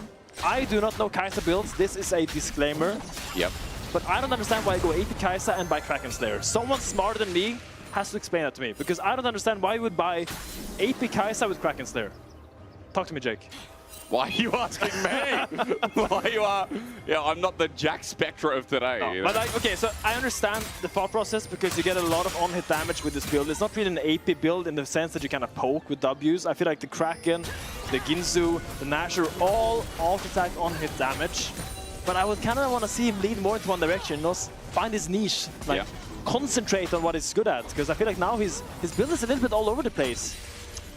But I could be wrong. I'm once again displaying I'm a stupid top lane main. I play Cassante, Renekton, and Kled. I should not be commenting on Kai'Sa. No, you should. For that reason, you should. Yeah, they're the Chad champions, right? I mean, look, Kai'Sa's a Chad. She jumps in and absolutely sends it, and that's what this game's been all about. But you're right, like, there is a mix of build, and we'll get some more commentary on that for game 2. Don't worry, Finn. I won't fire you for it, man. It's okay. I'm here for you. I take all the blame. No, I want to learn, man. I just want to learn. I know you do. I know a lot about League of Legends. You do. One thing that always has went away from me is Kai'Sa builds, because they change every single Every month. 2 seconds. Yeah. You know, you fill the sink up, you fill the bath up, there's a new one. Game. Heretic has started this Baron trying to find the turn here. So do a clone. There's poking, that's good, again from Ice, thanks to the AP, but it's not going to mean too much. There is a tank in the way in Flacket, or rather, excuse me, from Sheo. But Flacket also there. The poke so much. Ice had to back away. Baron part 2 going to be started here with a mid push. BDS are a man down. Ice on the shot blast. First on misses onto Rooster. Camille's position is a little bit odd. Not Stretch line set up. Look at Sheo. Sends the Ice wall out. And from the side, Camille brings the hammer down. Carlton will take a shockwave, but again, it's only one man. BDS will catch no break as Camilo is taking down names. The guy was focused for so damn long that he's got a grudge match against the whole of BDS. And I doubted Camilo's position, but it was great because there's no threat of the Kai'Sa. The Kai'Sa's in base, but they still have to walk in. The threat of this Baron just forced BDS to kind of engage there, find some kind of avenue, because that HP bar is going down, down, down every single second, and it doesn't matter if Jace's on the sideline. Great turn by Stand and Sheo. Watch again, you said Camilo, great spot, because yeah, he sandwiches them in. I mean, usually Jace wants to be with a team looking for the poke, but they found a really good flank angle because BDS has to go into the Baron and kind of ignore this Jace. And he just put out so much damage. Look at that Shock Blast. Look at Nuke here just getting melted by this Jace. He's so strong right now, getting 3 items and those strong boots. Man, I feel like Team Heretics, again, they've had such a rough start. They went against Fnatic at the start. They took a game off, and that series did look winnable at week 1. Week 2, G2 ran over them. Against SK, again, they threw away that series. They have been the own makers of their demise this split. This game is looking great. Team Heretics, when it matters most, they arrive. And here in this first game, all they have to do is send it out with an 8k gold lead, and Baron now pushing in. It's up to BDS to find their mastermind counterplay, however hard that now looks. That's a split pushing Sejuani. He's just alone hitting the tower. He just wants the stacks and he wants the ulti, and he'll get it again. Nuke's going to go gold, but that'll buy time for his own set. Death Anita works out again, and Carl is going to rip through. The sewing class was expensive. Man, BDS did not sign up for that one. A double kill as Sheo runs into Eyes, but his back breaks up against the wall. Sent to bed, sent packing for game 1. Split push Sejuani is just genius, man. What are they going to do? Engage on him? No. They're going to take the tower, they're going to take the base, and they're going to take the game 1 victory in the crucial elimination series for them. Really well played by Heretics and just so well disciplined. I don't think there was a point in that game where BDS had full control. There was like the re-engage of the Herald where they sacrificed members for it, but That was clean from Team Heretics. That may have been their cleanest game so far we've seen in the split. Definitely, definitely. And I love this Sejuani pick for Sheo. I feel like if this is an AP jungle, he can't walk in to take all this space. He's gonna be stuck, like catching his camps or something. Well, now we're gonna stand by and have a look and see how Flackard likes donations, because that guy got given a lot of money bags this game. All right, I was going to ask a question, but instead we're just going to give you the question that Hysterix asked. He says you were donated a lot of money that game by your teammates. How do you feel about the performance? I mean, I'm really happy with how confident we went today, despite, you know, like the results and especially like SK match. So I'm really happy even though we managed to stay confident in our plans and display with balls. Was there any difference in the prep this week that allowed you to show such incredible form in this game one? I mean, I don't think so, actually. I think the week of scrims before playing SK, I think it went really good. So it was really disappointing to just go on stage and just not perform. But I think this we're showing kind of what we have been doing in scrims for like the past 2 weeks. Hell yeah, man. Well, for your sake, I'll let you get back to your team. I hope you can show it in game 2 as well. That does it for us here. You can hear the fans. A lot of love for Flackard, a lot of love for Team Heretics. We're going to do a quick break when we return. Game 2.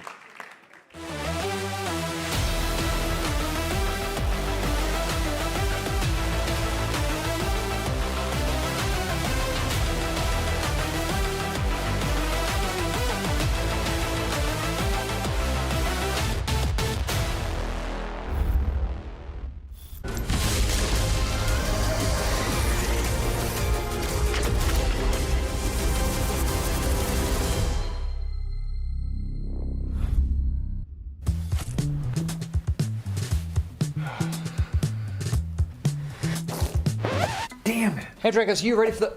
Oh, that doesn't look good. Wait, I have a solution, but you have a break. I will be right back. Just wait.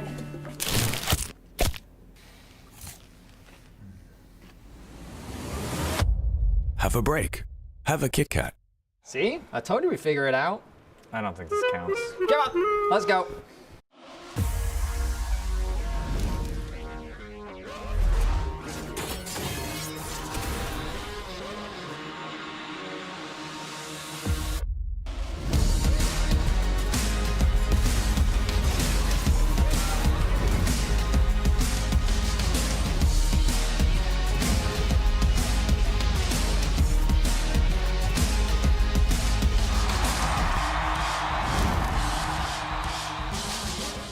Join the WhatsApp. Join the WhatsApp. Have you joined the WhatsApp? You should join the WhatsApp. Join the WhatsApp.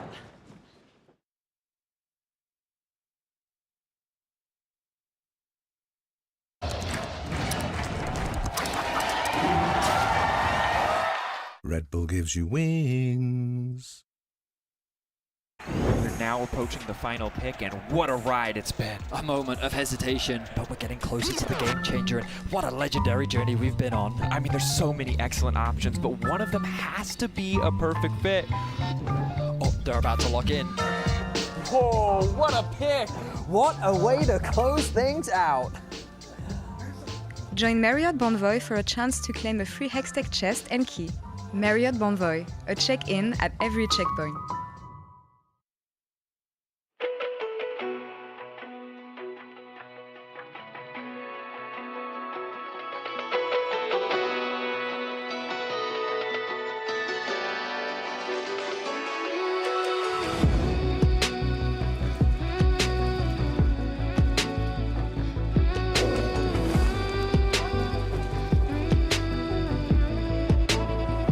When darkness falls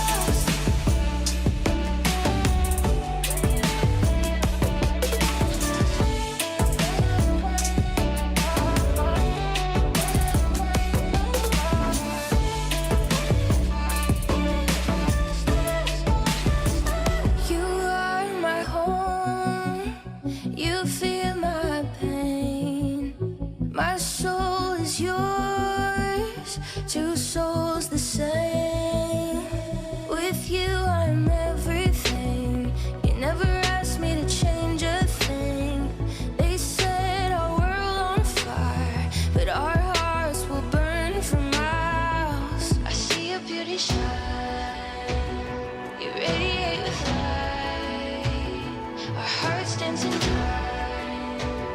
You're one of a kind. Stars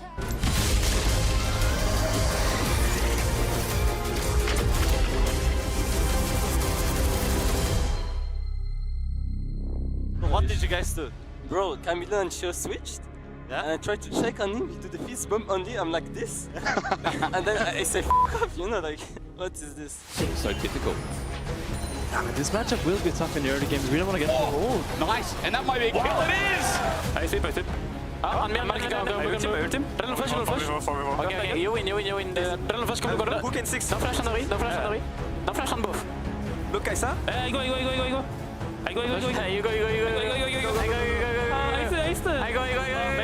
Maybe. Nice, boys. Well played. Nice, good job. They're mega choking, by the way. Well played, guys. We play with confidence, with balls, and we cook them.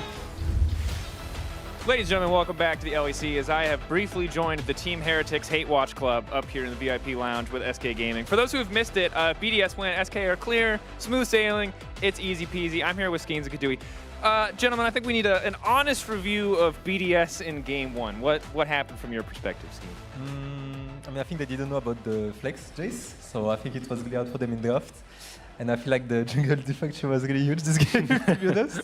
I think Bukata didn't play the best game, and I think Shio was playing really well, yeah. All right. Optimism for Game 2, perhaps, Kadui. Anything that you want to see? Like, if you were their coach backstage, what are you telling them to lock in and focus on so they can bring home the next 2 games and get you guys a spot in playoffs? Yeah, their coach is probably telling them to stop getting solo killed on lanes. Yes, good advice. And I think the moment this happens, I think we at SK also have better chances of getting to playoffs. So we would love some less solo kills. Okay, less solo kills, less jungle diff. You've heard it here from the Hate Watchers Club. Let's see if BDS can find the win. Take it away, Laura. Thank you, Didi, and thank you to the SK boys. That is all we need from the Hate Watch corner here at the studio now. Caught off guard with the Jax flex. Stop dying. Pretty much standard League of Legends advice, I want to say. Yeah, it's what I yell at all my solo queue teams as well. Is just stop dying, please. That's like peak hate watching. Is the guys who are about to get knocked out and they're like, yeah, they're just getting solo killed a little bit too much. They're getting out jungled, but you know, everything is fine. Everything is fine. Everything was not fine. Where has this Heretics win all split long? It's about time. I mean, they're kind of popping off. The fact that you end up like getting this invade early that gets you a kill, then you get the duo kill on bot lane to kill off the rel, like it's all kind of just working for them right now. And it's also, I feel like it's just one of these really weird match made in heaven kind of matchups between Team Heretics and BDS, because BDS is just showing not really a lot of signs of, you know, proactivity. I feel like, yeah, it's maybe what Skeens says, that they got caught off guard by the Jace flex, and then they just don't really have, you know, strong lanes to play through. Because at the same time, it was just clear-cut. Another Shio masterclass where you just go, Team Heretics, what are you going to do? Ooh, I'm just going to stack some Drakes, I'm going to stack the objectives, I'm going to get my leads there. And BDS didn't really show any signs of counterplay to any of those things. That's what I like the most. I like this side of Heretics. This is the team that got me excited in spring. When you look at Shio and what he can do in the early game, Flackhead, Unleashed, smurfing on Corki, that's what I see from them. And he was talking about confidence. That is this confidence that made them successful before. And this is the kind of what we were saying was the winning formula for them, was getting Shio onto something where he can be the initiator, he can solo himself, get into these lanes and actually get in interacting with them, and then able to enable Flackhead in a way where he can be a menace in these fights. And I think Flackhead has kind of had this moniker of not being able to fully be set up and deal the damage and be that carry, but he's showing here today that like when you give him these resources onto picks like the Corki he's comfortable on, he can pop off. Looking at the checklist that we have here, Odo, on the side of Team Heretics, 2 of them are checked. Jungle support synergy.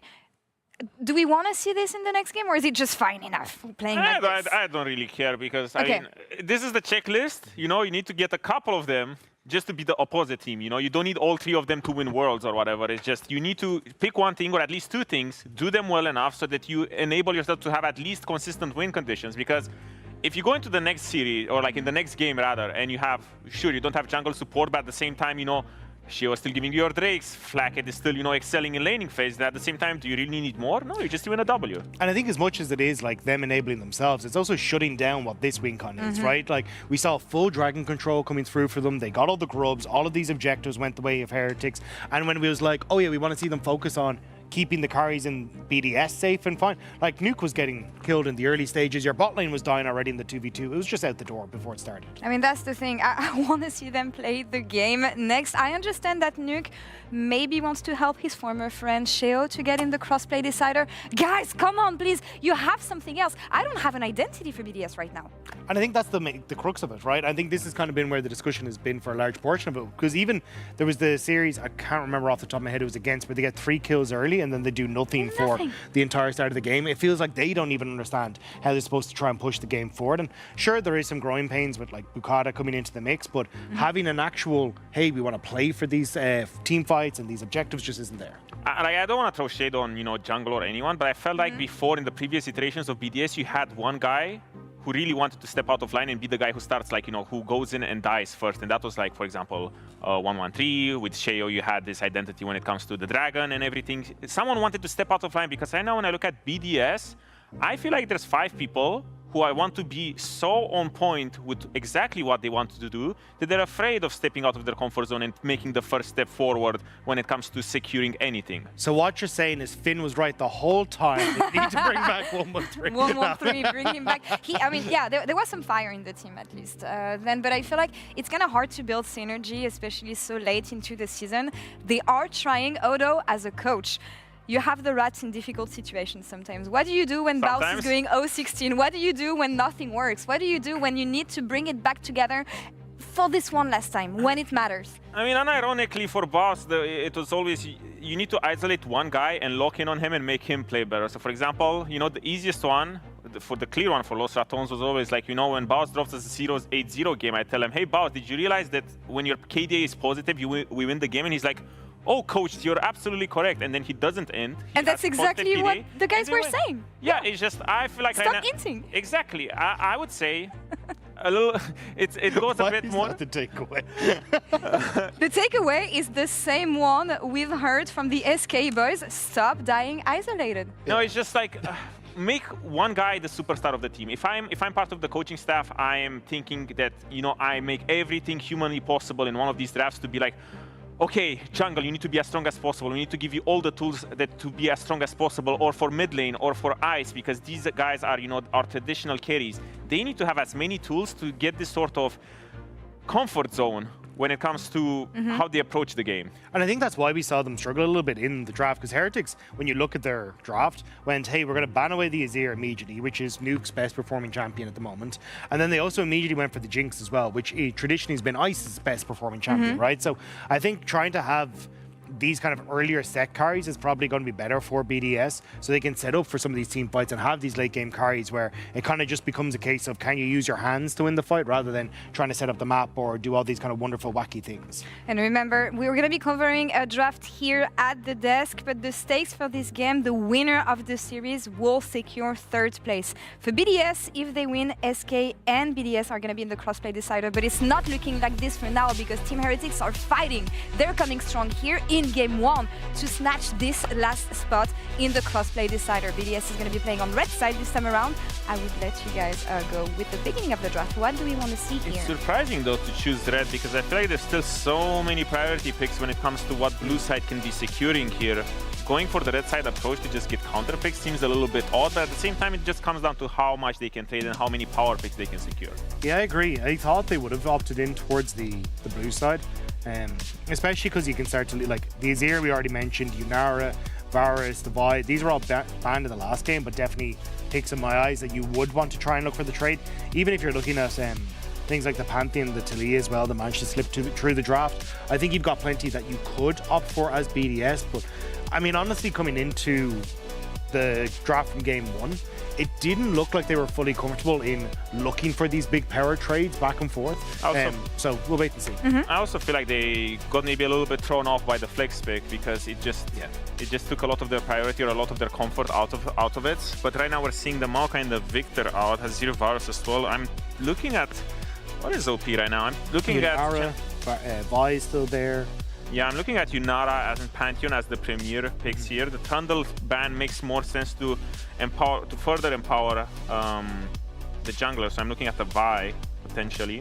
Yunara. I think this is just a clear-cut Pantheon for Vi trade or something among those lines. Yeah, I'm more on the taking the Pantheon on this rotation because I think Vi's kind of lost a lot of the picks. Rumble, I completely forgot about. There we go, Rumble, yeah. But yeah, I think the Vi not having things like the Orianna, Ahri kind of looking a little bit less strong.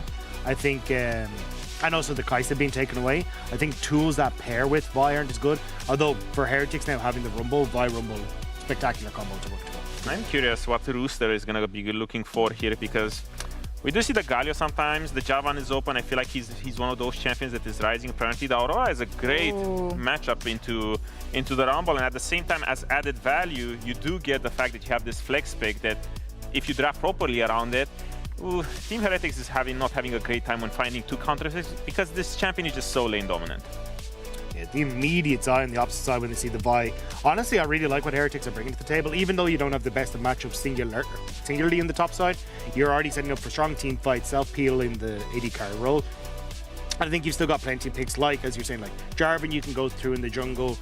Still picks that kind of fit into the wheelhouse of what we are expecting for Shao. The Pantheon's still going to be there as well. So overall, I think Heretics much easier to function team. At least from the early stages. You do open yourself up for counter pick here in the support role. Well, Alistar is just a neutralizer, I guess. It's a great pairing for the Rumble and the Rakan as well. And as you said, Dagda, the Vi is not going to have a lot of fun time this game. I feel like Team Heretics' answer was good for the later stages of the game. I do worry a little bit for them when it comes to lane firepower. Yeah, especially because I think you kind of want something that's a bit more self-peel for BDS and the AD carry side of things. Just because you look at like Aurora wants to be diving forward, Vi's going forward, Alistar going forward, and you don't really have anything that's going to protect that backline particularly well. So maybe something like the Ezreal along these lines, but yeah, taking away the Jinx and maybe an Aphelios here as well, just seems like the easy options here for Heretics. It is a little bit odd though when I think about it. You're quite happy if BDS has him on a mobile carry because you can just, pile on the engage with the Rakan, with the follow-up from Rumble. Yeah. It makes it hard for them for him to survive. I'm expecting a Jarvan ban here. Orianna is out as well. I was thinking, like, if I'm Heretics, go for that Jarvan. You're in a great spot then for your team fights. And then Kamilu kind of has this pick of the litter with whatever he wants to try and take in the mid lane. And even if you wanted to go something a bit more aggressive, like a J4 Galio, where you can use that combo well together, I think you're in a fine spot as well. So. This is interesting weird though, because now I feel like you're almost forced to go something with a dash, the likes of Lucian, the likes of Ezreal, but then I do assume that, laning phase might be a little bit easier and the Rakan does have time to scale, because right now with Jarvan being open, I feel like Team Heretics does have the option to go for a pretty strong combo here, at least for, anything mid-game. Yeah, and you don't even have something that's particularly safe, as I was saying, the support role.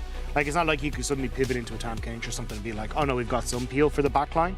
And yeah, Taliyah now taking another very vulnerable, I will say, mage in that mid lane for something that could be, again, Jarvan, I think, great pick here. I do like a lot what BDS is doing with the fact that they're giving ADC last pick, which traditionally doesn't really make sense because you see, you don't get a lot of value from counter pick ADC, you would get more value from counter pick mid lane, but at the same time now, you're kind of forcing Team Heretics' hand to go for this sort of hard lockdown, engage kind of team comp, and at the same time you can respond with something about like Ezreal or Lucian, but if Team Heretics doesn't go for this sort of team comp, then you don't really need to commit for this and you can go more of the static, stronger ADCs.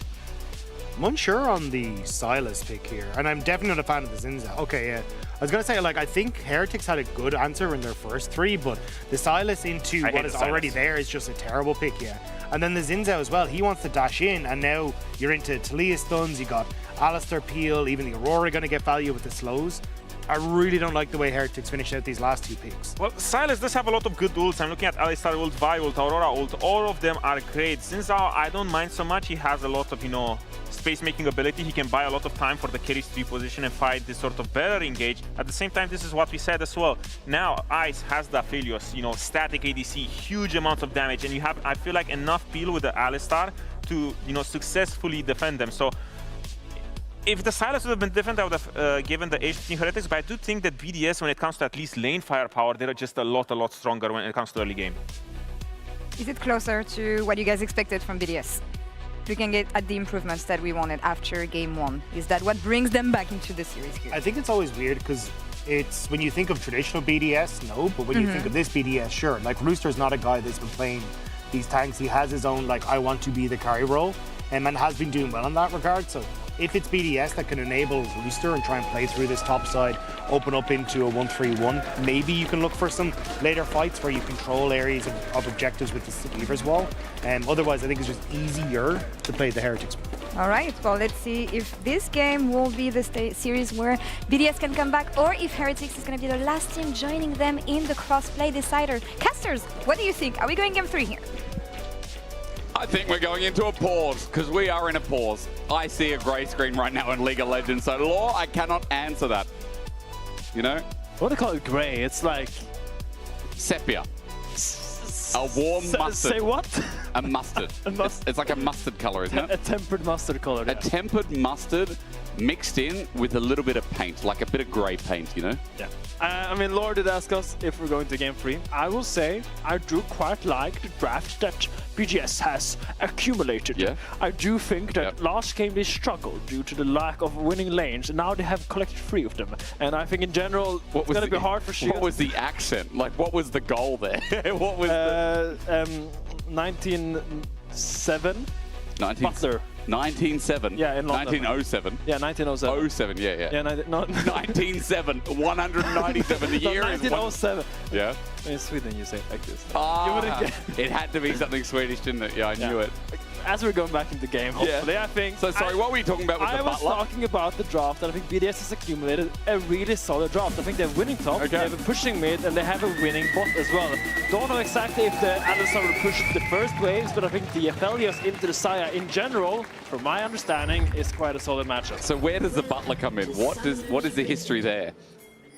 I mean, Shio's going to have to be the Butler because all the lanes are in dire need of assistance right now. So Shio has to be a 1907 Butler. 1907. And Team Heretics have to find themselves a kill.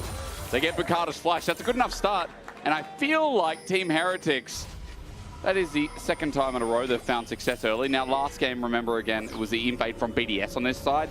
Team Heretics just mirrored it, but they got one better. Look at Jeeves.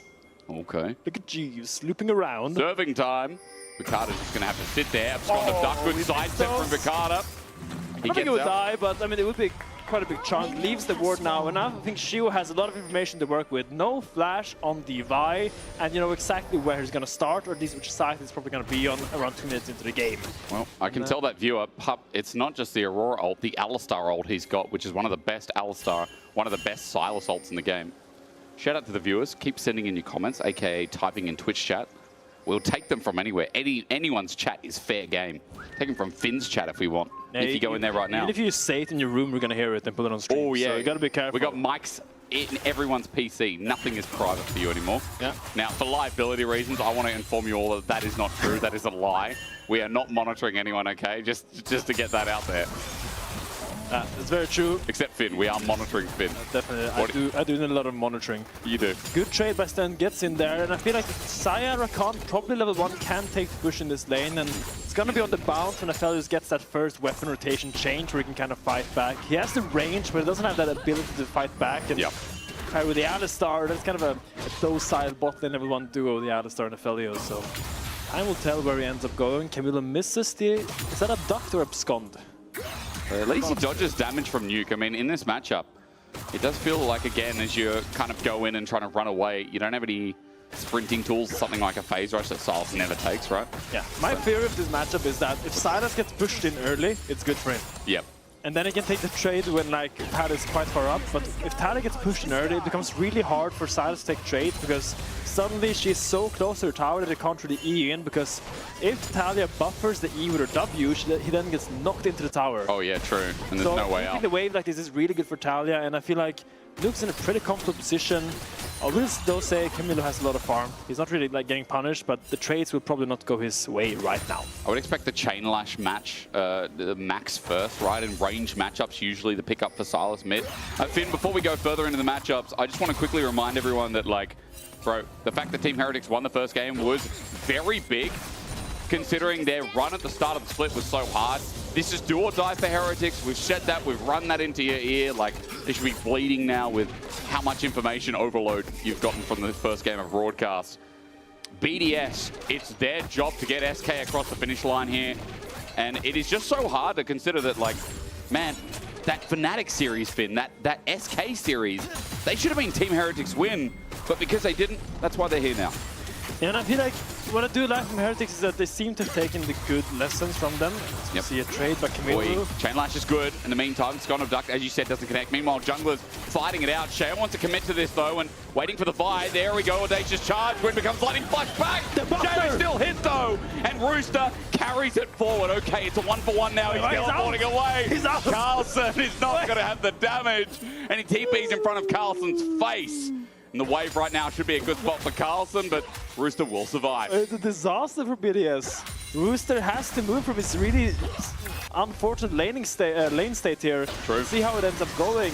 Shua initiates this, but Bukada, he decides to fight back because he thinks Aurora is first. He thinks he has the backup from top. But now Aurora is moving, but Rumble is trailing. And Shua kills him before Aurora is there. I think he tried to flash back and get the damage down while also getting out of Rooster, but Rooster still hits, so hence the trade. As you said, the wave was in a bad state. I'm curious, observers, if we can look top in a sec.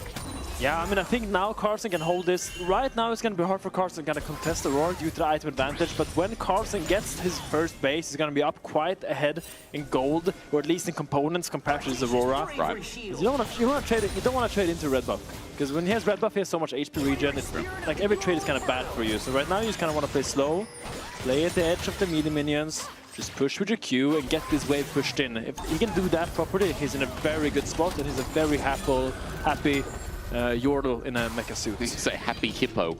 Happy hippo? Yeah, is that what Rumble is? Rumble Yordle hippo. I said this last week on cast, we need more hippo champs. We have no hippo champs. Think about it, who do we have? Yeah, that's right, there's no hippos in the game. I would love a Kled skin where Scarlet is a hippo. That would be really sick. good. Yeah. I just want more hippo representation. Yeah, and then when a Kled also like I've never heard a hippo before. I think they sound like that. I imagine they sound exactly like that, you know? You know, they brought out What Does a Fox Say? Part 2 is What Does a Hippo Say? By Finn Westhull. Right, Finn. Now, walk me through your thoughts, because you can't see it right now, but he's deep in thought. He looks down at the game and he says, well, this is what I imagine. Now I'm looking at this Shincha. He's going to base now, and I'm going to see where he opens. Either he opens into the top side and look for a swap, or he will go down there and plays for his dragon. Looks like he's opening into the top side, and he's going to do his little full clear back onto the bot side and then look for his dragon. But I do wonder, it does look like BDS's tempo now, but they do have to match that base. So it's going to be... Actually, he changed his mind. He was opening top now he's going straight for the dragon, and they want to fight.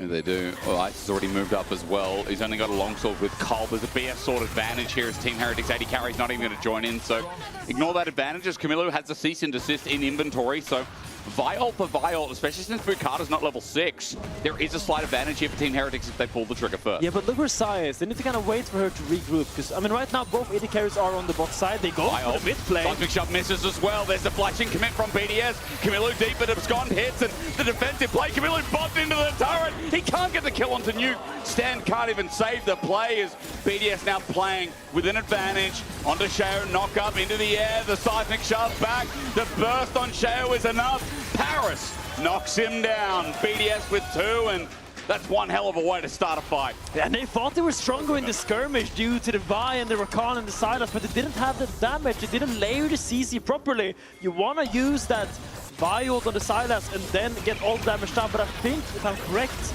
that the Rakan W was interrupted, and due to that, Nuke was able to flash out and create enough space for Shio to be turned on, and they turn on the Silence. Let's see this once again. They look onto the Talia, but he's gonna try to create a lot of space here. Great combo by Paris gonna come in here. Or just a W, a Q, I mean.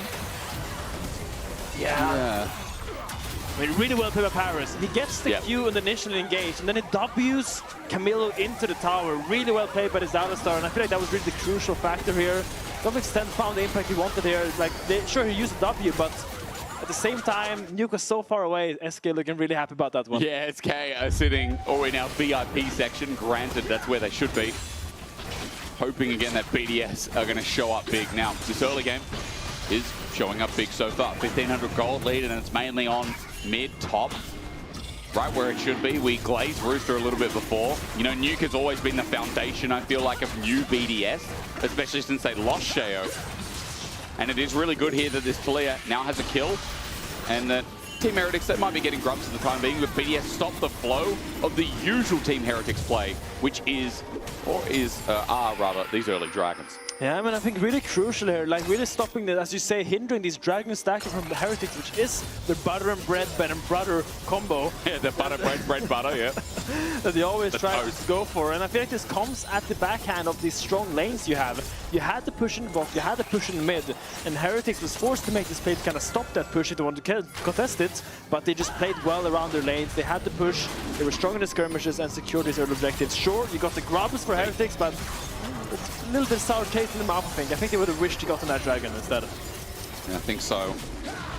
Grub's nice maybe for the Rumble, maybe for the Silas and side lanes, but with the way this game is going for BDS, I think their tools are online early, and they are now level 6 for a proper play. Weaver's wall, Bukata with cease and desist of his own. That's what matters here. A quick steal from Bukata is getting out of the Krugs, getting the majority, getting the big ones, and Sheo meanwhile doing the same thing as he tries to hover top. Yeah, Heretics is on engage swap here. Actually, they swapped first with their top laner, which is a little bit unconventional. Most people just swap with their bot lane, but it's very good adaptation. They needed to get, I think, their bot lane out of this Aphelios lane, or maybe the Rumble just didn't want to go against the Aurora. Either way, they're quite happy with the mismatch of lanes. The Rumble will, of course, be fine, be able to ult that wave if he's looking to get Dove. Meanwhile, the Aurora can kind of do the same thing, I guess, but not really to the same manner of strength as the Rumble. You're right, it is different, it is weird. Hello. Team Heretics now see Rooster. He just comes out of the bush, gets some good burst damage down.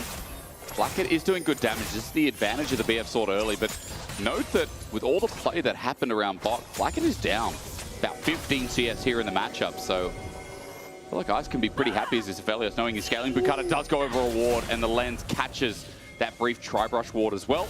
So Carlson just backs off. The cheeky adaptation by BDS, they put the Aphelios into the Silas, pushing him out of the lane. Now they suddenly have to match.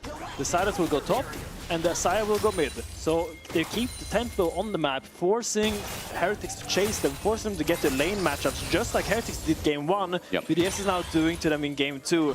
And that's why you want these pushing lanes. If you have the initiative, you can always get champion you want against the other champion that you want. Yeah, I feel like it's rare that you see games with like 3 losing lanes or 3 pushing lanes, right? I feel like in Worlds past, when we're in these high, big stake games, oftentimes with how high level, you know what I'm trying to say, Finn, and you're going to have to correct me, but it is obviously so much easier to work with tempo. An overused word, but something that is very important in League of Legends. And right now, Team Heretics are going against the flow a little bit. It's the swap back from BDS, but Sheo catches out Rooster. However, they don't get too much done. And Kamilu commits his TP. So let's talk about tempo a little bit again. Team Heretics are committing down 4. Mid is getting pushed. Top is going to bounce back, thanks to Nuke as well. And we can talk about tempo, because tempo is just being first on the map and having the initiative to make a play.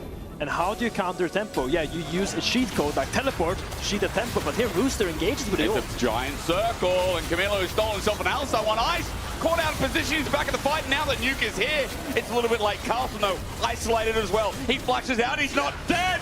Somehow, Carlson just magnificently ran through an escape. And he wanted his way out of there. He's out and about. He just escaped to the scrap shield, tanked the most damage he could, and BDS engaged this play. This is Heretics using their tempo advantage with the teleport to force BDS to respond to them, and the response from BDS was shockingly poor.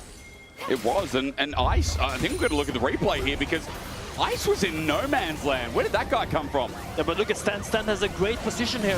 He finds his crucial Rakana ult when they all go for the choke point, and Ice is just left alone. There's a Silas with an Alistar ult. He's not dying. Yeah. They can't fight in these choke points because the Rumble ult, the Rakana ult, they're just too powerful at this stage of the game. And despite the ult coming down, they just don't have enough oomph. They really don't. Ice getting caught out, gives a kill on the board to Sheo, and as you said, for Team Heretics, that play netted them about a 1,500 gold, a pocket worth of gold, right? I can speak English today, I would try, but unfortunately it's just not my day. What I'm trying to tell you is that BDS had this early game gold lead, and that is now just equalized. In fact, Team Heretics now with a bit in their corner is Carlson going to be the target. Seismic Shove is fantastic. Bukata with an ulti up. No, it's not there, but he won't need it anyway. One turret shot taken and BDS find a snap kill. Oh, cheeky by Bukata, finding Carlson and knowing he has no flash, will just be able to get comboed by the Vi-Q into the Talia. Usually you need a Vi ult to combo the Talia, but they can flash out, but without the flash, that Vi-Q would be enough, and he snuck into the brush, and he found a really good pick onto Carlson. Important, again, this game is flowing back and forth, and it does feel like this next Dragon may be going to be in the eyes of both teams for now, but look, Nuke is untested in top. There's a TP from Carlson. If he uses that now, okay. Team Heretics are going to rush this Dragon, otherwise they are not going to have a top laner. Nuke has his wall, and as he gets a shove in here, and with the wave pushed up as well, he's at least getting the plating, but maybe he can move down to bot if anything happens through jungle. Yeah, I think it's hard for BDS to contest that bot side Dragon. A good call by Shield to go for it, knowing that he's stopping him down on the top side. He ran down there straight to get something back. Really crucial cross map. Securing that will stop the Dragon stacking from BDS, will stop that 23-minute soul point that is so dangerous if you accomplish? Yeah, I'll take accomplish. Yeah, and slow down the game now, like allowing his team to get more items. I feel a lot of eyes are on this Sylas, right? Because you picked Sylas because you had these really good ults, but he hasn't really found the place that he wanted so far. Sure. Last fight in the bot side, Bush was good because of the Alistar ult, but I want to see Sylas work together with Rakan and Xin Zhao because they have great pick potential. But if Sylas is sitting there farming waves against Talia, I do value the Talia a lot higher than just the Sylas. So you think the ult usage from Camilo should be like stealing Nuke's ult?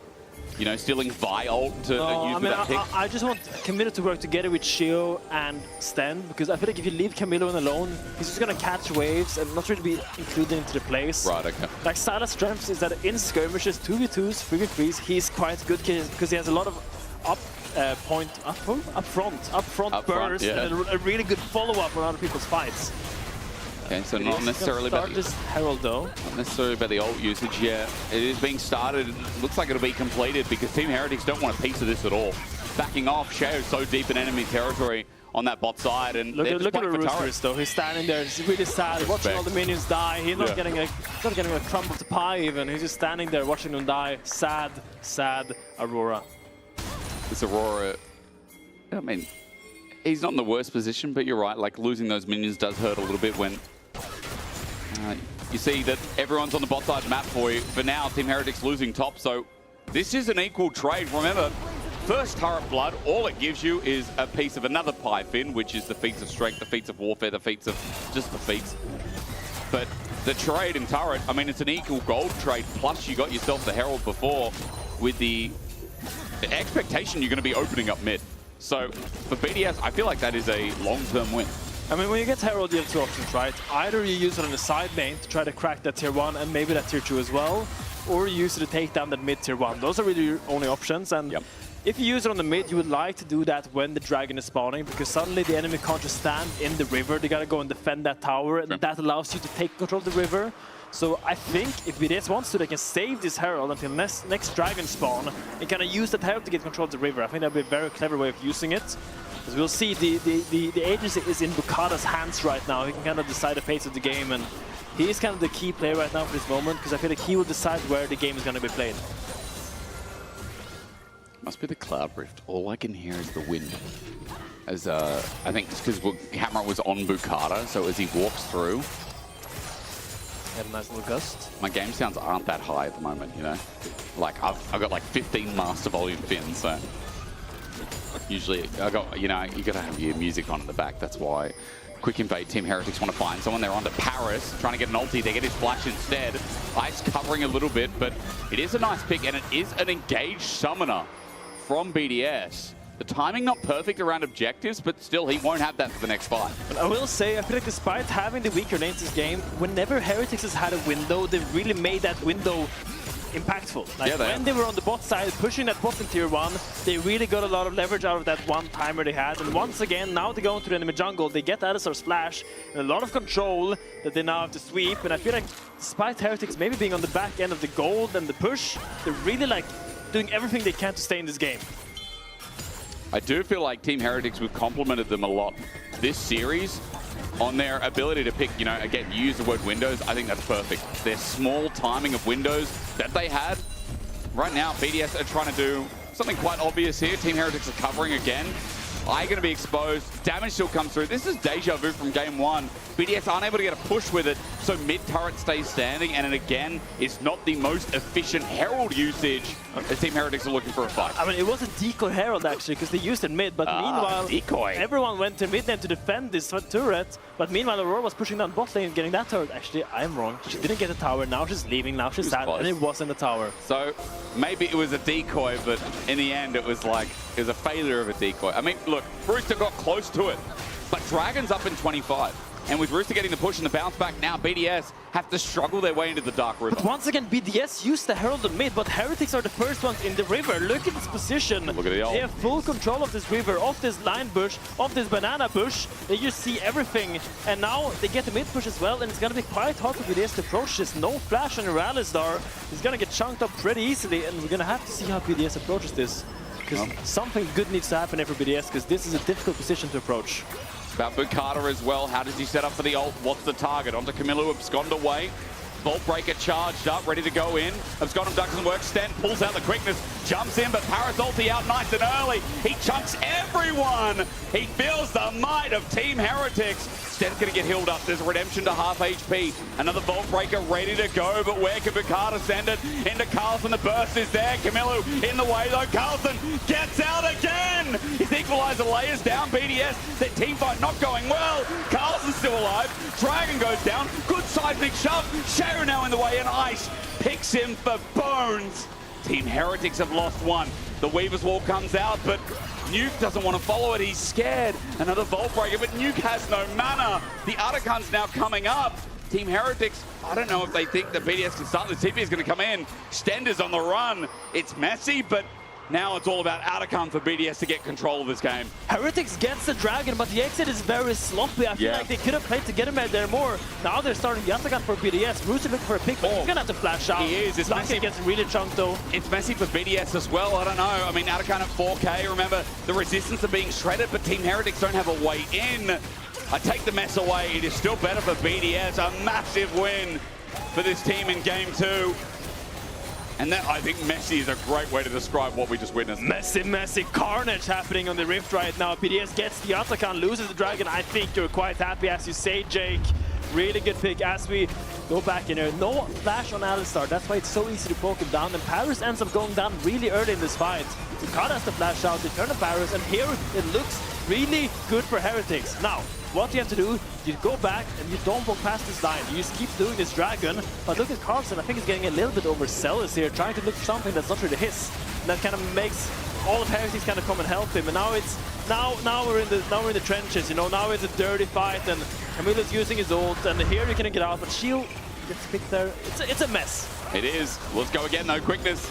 It's Sten on the Rooster. Paris' ulti is out nice and early. The root does come in. Flacket hits at max range, and Paris is getting whittled down. Wind becomes lightning, doesn't help out as Redemption does do a little bit of work. Rooster gets some poke on the way out, and Team Heretics are forcing BDS out from this top side. There's nothing up here, but it does mean that Sheo can keep farming away his life and open up that top turret with it. Carlson good dodge away with the Proto Belt, and Nuke is just going to try and poke him down as well while Carlson runs to the wave. Man, she was so confident with Shincha. This is the most confident 1 in 3 Shincha I've seen. He just walks into the jungle of BDS and says, this is my space now.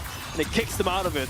Gets the top lane tower and gets the top side camps, gets the crowds of BDS. And once again, I feel like Heretics, despite being on the back end, they are doing really good cross maps. I feel like their macro play is really good, but BDS has that Atakan, has that combat presence. Yeah. And I want to see them use it more together, because I think they're constantly getting picked off. Hang on, Abscond abducted at the ready, jumping into Rooster is big, minions in the way. Now we've got the Between Worlds stolen out. Paris here to help out between one into another, and now that they're both down, Rooster's got nowhere to go. He needs to hop over the wall, but he won't be let. Flacket knocks him a peg, and Camilo just there to help redeem Carlson. He's flung back as well. The equalizer is good, but as he goes golden, there's going to be help from Bukata on the way. The ulti about to spring into action. He's got no time stopping anymore. Bukata gets the kill. Bot is open for a little bit, but the minion wave has shrunk, while action in the side lanes is there. Oh, good night, sweet Prince Carlson. You lived a good life. You torture little minions. Bot lane tier 2 will be taken here by BDS. Paris trying to defend his tower. I don't think this is your tower, buddy. I think you gotta leave it now. He walks away. Enough. Sad cow. It's not an Australian cow. That's a... No, that's a different kind of cow. That's a sad... I don't want to diss any country, so I'm just not going to say where the cow's from. It's not Wagyu prime grade meat, is it? You know? It's not. It's not. Both tier 2s being taken for each team. But once again, we see these really clever cross maps by Heretics, really being spearheaded by the fact that Camilo is hiding in that bush, finding that pick on Aurora is what started all of it. Carson could have probably played a little bit more safe in the bot side, but in the end, I think you're quite happy as Heretics. You are down a little bit, yet you're trading even, or even ahead a little bit. So I really like the plays they're making. I'm really a big fan of these cheeky little camps that they're doing. It does feel like, though, it's coming to a knife's edge in one final moment of Scott. Duck doesn't connect. Camilo steals away the cease and desist. Nuke is isolated, but pull the trigger. BDS have to be careful. They need to use that snap engage we've been seeing all game long. Baron's up in 1 minute 10. Finn, Dragon in 45 seconds. That would be third for Team Heretics. And this game is still not decided. This all-important game for Team Heretics' potential chance at playoffs, for SK's chance. Thanks to BDS. If they can get a win here. Win becomes lightning, doesn't connect. Flacker gets chunked out. Nice damage from Nuke. Mid turret is so heavily prioritized. They just need to get it, and finally, they walk up at a double root. Engaged with Shale as well. Paris in trouble. Between worlds is huge with the stolen cease and desist. Sets up for Camilo, but the better one comes from Bucana. Equalizes late, and Ice is full HP. Team Heretics don't have a leg to stand on, and BDS finally make the big game play. I mean, great team fight by BDS. Really good punish there on the engage of Heretics, and just so much damage coming out of Ice in these fights. I feel like he's just so untouched in these fights. He has the Infinity Edge, he has the Collector, and he just puts out so much damage as all Heretics tries to dive in. Here I feel like Heretics, they go in for a 4v5 fight straight. They have teleport in the Rumble, but he's not here yet. They go in here, and now Ice is untouched. Man lands a massive Moonlight Vigil, and now damage is coming down. They all have to scramble. Carson tries to get one kill back, but in the end, really good fight by BDS, and really crucial pick there. Really crucial fight, because that's going to be the Dragon as well. They're all just brawlers. I've just noticed with these comps, Finn, they're all brawlers, and Ice is just like sitting back chilling, as you said. I could wish he could do the same, but maybe doesn't have the same luxuries in this game.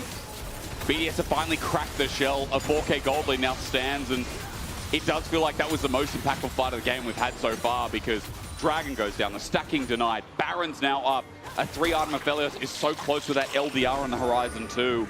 Now Flackett will try and match it with the Infinity Edge, but regardless, BDS should have ways to really snap and break someone's neck.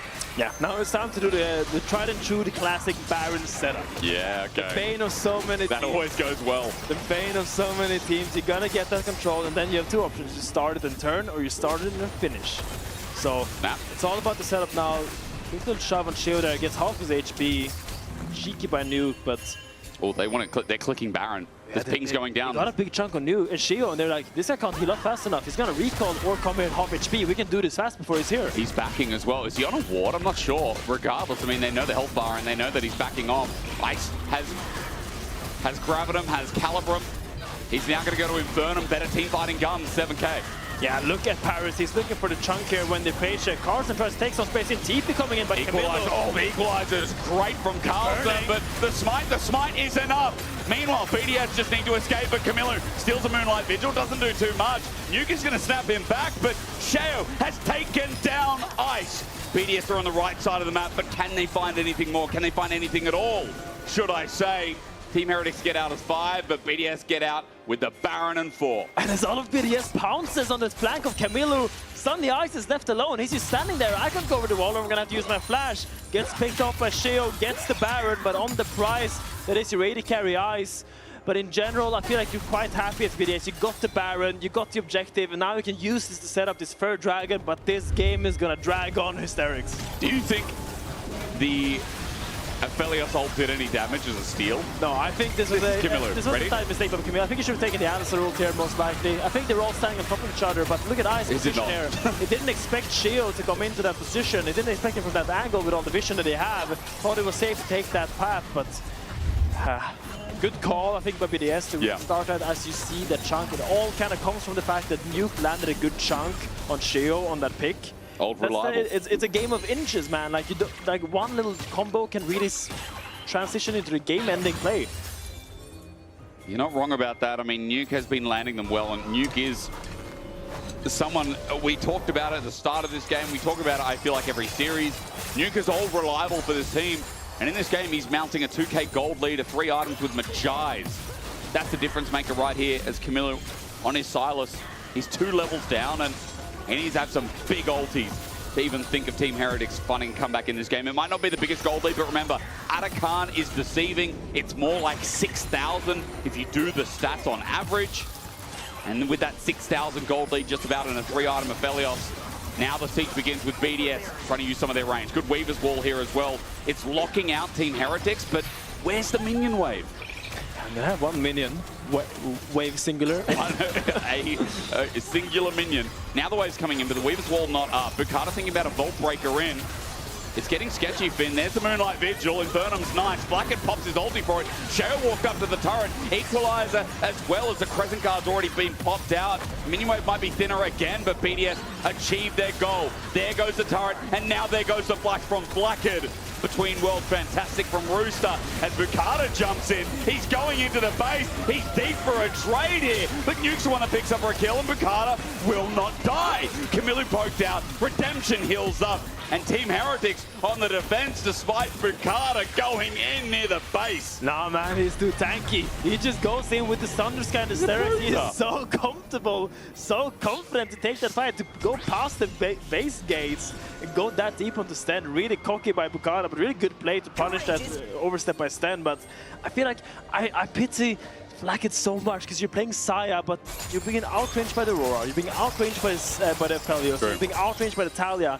You really want all of these players to go through all your competitors, get that Saya Dreamer, you pull them all in and one-shot the entire team, but they're not going to do that. They're not going to give you that angle because they don't have to. It's one thing when you see Zyra and you know, we talk about it with Vi, and what she does is the Weaver's Wall comes in, Carlson, good dodge away. His Protobelt gets him in front of it, but now Nuke is still on the chase. He's up against the wall. There's the flash from Paris as well. Seismic Shove misses though. It's not synergized, but nice trample regardless. Rooster's going to get that one, and BDS are still at the races. They've got a Dragon to take. That'll make 3. Flacker's just pushing top wave, trying to get something back for Team Heretics and himself. A good pick there, knowing Carlson had no flash. It was an easy combo from Paris. He knew that no flash on the Rumble, he can't get out of that combo as long as he commits the flash. Gonna pick up the Dragon now as well, and once again a really good play by BDS, picking on side lanes here, using this Talia wall to perfection. I feel like Nuke has been very active, not only pushing out the side lanes, but looking at people that's like getting bored of, because when a guy just pushes out your side constantly, eventually you get like, this guy can't keep getting away with it. He can't keep pushing this side in. I gotta go and do something about it. And that's when you punish him. I feel like really good patience by Nuke with his ults. I was looking for something here. Maybe he's looking for Silas, but the Vision Plant will scout him out. Carter ready to ult. Sten's there to cover. Camilo's not taking an ult yet. That's because Dragon's not up for 4:30. That's because Baron's not up for a minute 30. Camilo's going to wait, and in the next 30 seconds, he's going to pick a target. Now, Paris should be the honorable choice, right? If we're fighting so much, if the Team Heretics are going to send it. But the question is, Camilo, will it really make a difference when he is getting popped by a 16-stack Magi's now? I mean, the issue is like you don't have flash on your Saya, right? And that is quite troublesome because how is she going to outstack someone without flash? Looking for a no flash on her. As you said. No flash. Blackhead, how much trouble between worlds. The feathers fly out, but even outside of the circle, Sten now has to pop the quickness. This is all for defensive maneuvers. Carlson comes in for a flank, but for BDS, it depends. Can they get out of the sandwich? Camilo flashes away. He's out of there, but with the redemption up, BDS looking for a turn. Team Heretics think, okay, maybe we can. It's gone to duck almost onto Nuke. Meanwhile, Carlson comes in, overheats, and thinks better of it. His flash held on to Seismic Shove. Doesn't find a new target. Baron's up in 30. Better than you'd expect for Team Heretics getting a couple of flashes, but they had to burn a couple themselves. Fancy feat by BDS gets themselves out of that. Dodges the Abscond Abduct, dodges the harpoons by Carlson to kind of stop that chase from commencing. Went very deep onto the flank, and I'm really surprised they weren't able to go deeper, but I guess no flash on the Vi makes it really hard to dive him when he's still that far away.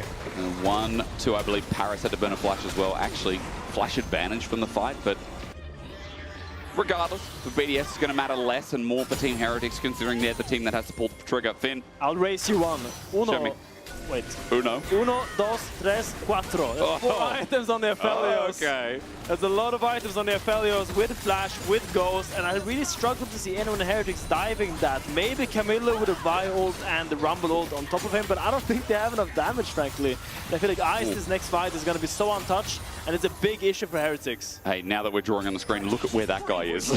Stand is pulling off the flank of a lifetime. Stand Bond. How does he do it? Quickness on the nuke, he's got it. And they're going to get him sconned of duck down. Nuke goes. Stand, you genius. But where does it go from here? A missile down, a turret in the way, and no feathers to fly in the face of Ice. He holds his ground, but 5 versus 4 for 50 seconds. Oh, Stand, you handsome, handsome man. What a crucial flag. Bukata's by himself as well. The equalizer's down. Bukata has no way of getting out. Stand helps out with the engage, and the flash away from the Vi. BDS, it is not secure. This game is not over yet. I'm feeling the nerves. I'm feeling the jitters from BDS. They're kind of throwing their leader a little bit. They're getting a little bit unsure what to do without their mid lane. It all is on Ice. He's one with the damage, but he has green and purple. The gun's not suitable. On to Carlson, though, individually. Graviton might help out. He's in the way. But Harris looking for an engage, going gold. Meanwhile, the side of the fight, Camilo is dealing with Bukata. Wants to steal while the Baron's going down, but he won't get a chance. Baron now in smite range. The feathers out. Going in. Paris can't steal it.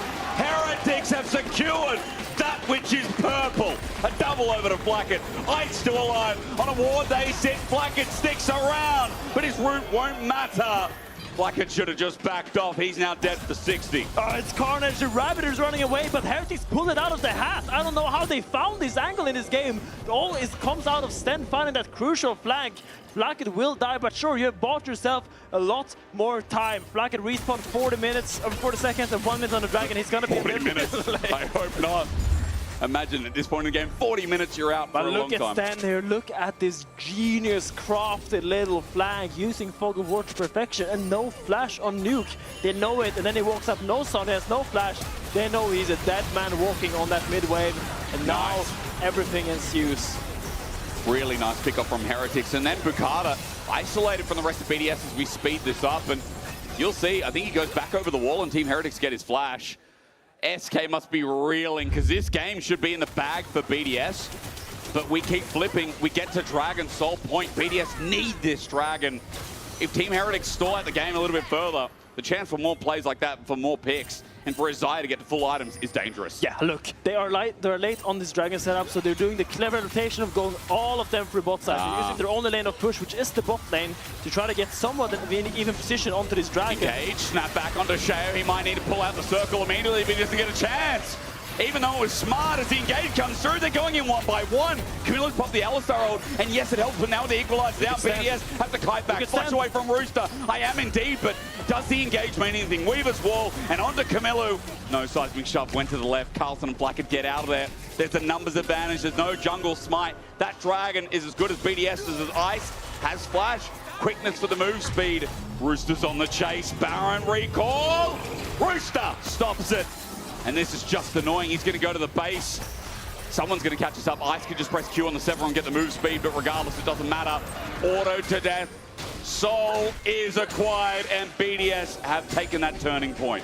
Great pick by BDS. They realize what Heretics are doing. They realize they're sending everyone for bot side, and they make a pick when Shio thinks he has numbers behind him. They find the snapback on Natalia and gets a crucial pick, securing themselves that soul point. And I think both BDS and SK just took a huge sigh of relief. Maybe. Do you believe it's over? It's never over. Yeah, the fat not. lady sings. Yo, I don't know where this game goes from here, and I've said this a lot, but again, we're just part of the ride. Team Heretics have found some of these snaps on crucial targets, but BDS, look at their engage tools, how easy it is to press buttons like this. Sheo going too deep, he pulls out the little circle of life, and that's given him time, but flash away from the next snap, and the range from Ice hurts like hell. Sheo's out of there, but at what cost? His flash now down, his ulti now down, and BDS are on a charge. Really good by BDS, really crucial, really Oh, chain lash slows. Weaver's wall coming out. He's The follow-up. sending it. The engage is good. Look at where Sten is. He quicknesses on the two. Nuke does get out, but meanwhile, Paris here in a choke. TP going to be burned. Roosters jumping in. Team Heretics trying to get out. Numbers not great, but Cheo has come back at full life. Between worlds from Rooster. Zones out all four. Shove on no one. Redemption heals up. The ultimate, the Moonlight Vigil, does nothing. Ice didn't get any damage off. Blackett gets chained out. That must have been Calibrum Q as Sten going to be hit as well. Grabbed him through the air. Sten low. Healed up. BDS win the war of attrition. So many low health bars. It's going to be the bottom tier 1 and inhibitor being taken there. Really good discipline by BDS. Always playing so slow. They're not overreaching for anything. Using the range to the advantage. Equalizer. It's not over yet. BDS, it's not over yet. They're TP in response, but it won't be here in time. Kamilu, chain lash, dodged by Nuke. Meanwhile, the engage comes through from BDS, but Carter has to send it, but he dies for his sins. Now an ulti stolen by Kamilu. He's got an unbreakable will. A good shove onto Shao, but his ulti's already back up. He follows Nuke over the wall. Meanwhile, Sten gets a knock-up onto Ice. The feathers go out, but they're out of range. Meanwhile, Kamilu going to melee range himself, and Ice just kites it back. What the hell is happening? Flacket dies. Shao's dying to blue buff. Nuke is hitting stones over the wall. He's one with nature. Shao gets autoed by a weird rabbit. And yeah, low health bars. That was all over the place. Heretics, man, what is happening as we get a replay from this fight? Look at his TP. Camilo goes and takes the Alistar ult, and he is just immortal. He just throws his body onto the BDS line, and he's just like, yeah, you guys can't kill me as Bukata gets chased. Here I was looking at the battle between Shio and Nuke. They're fighting on the blue buff here. Wow. Oh, they were going to end the game. The game is ending. If BDS win it here, oh man, SK, how much are you paying for therapists, I wonder. Carlson between worlds going to hit, but he flushes back. He flushes back. Why not? At this point in the game, you got to send it. Redemption comes through, and absolute cinema. We are going to game 3. We are being blessed with a banger series for elimination here between Heretics and BDS. I'm happy, the fans should be happy, but maybe SK are a little bit stressed. I don't know if SK and I happy. think the players are even more stressed. I don't know who's happy here, but game 3 regardless. And someone's going home tonight, but we find out after this who.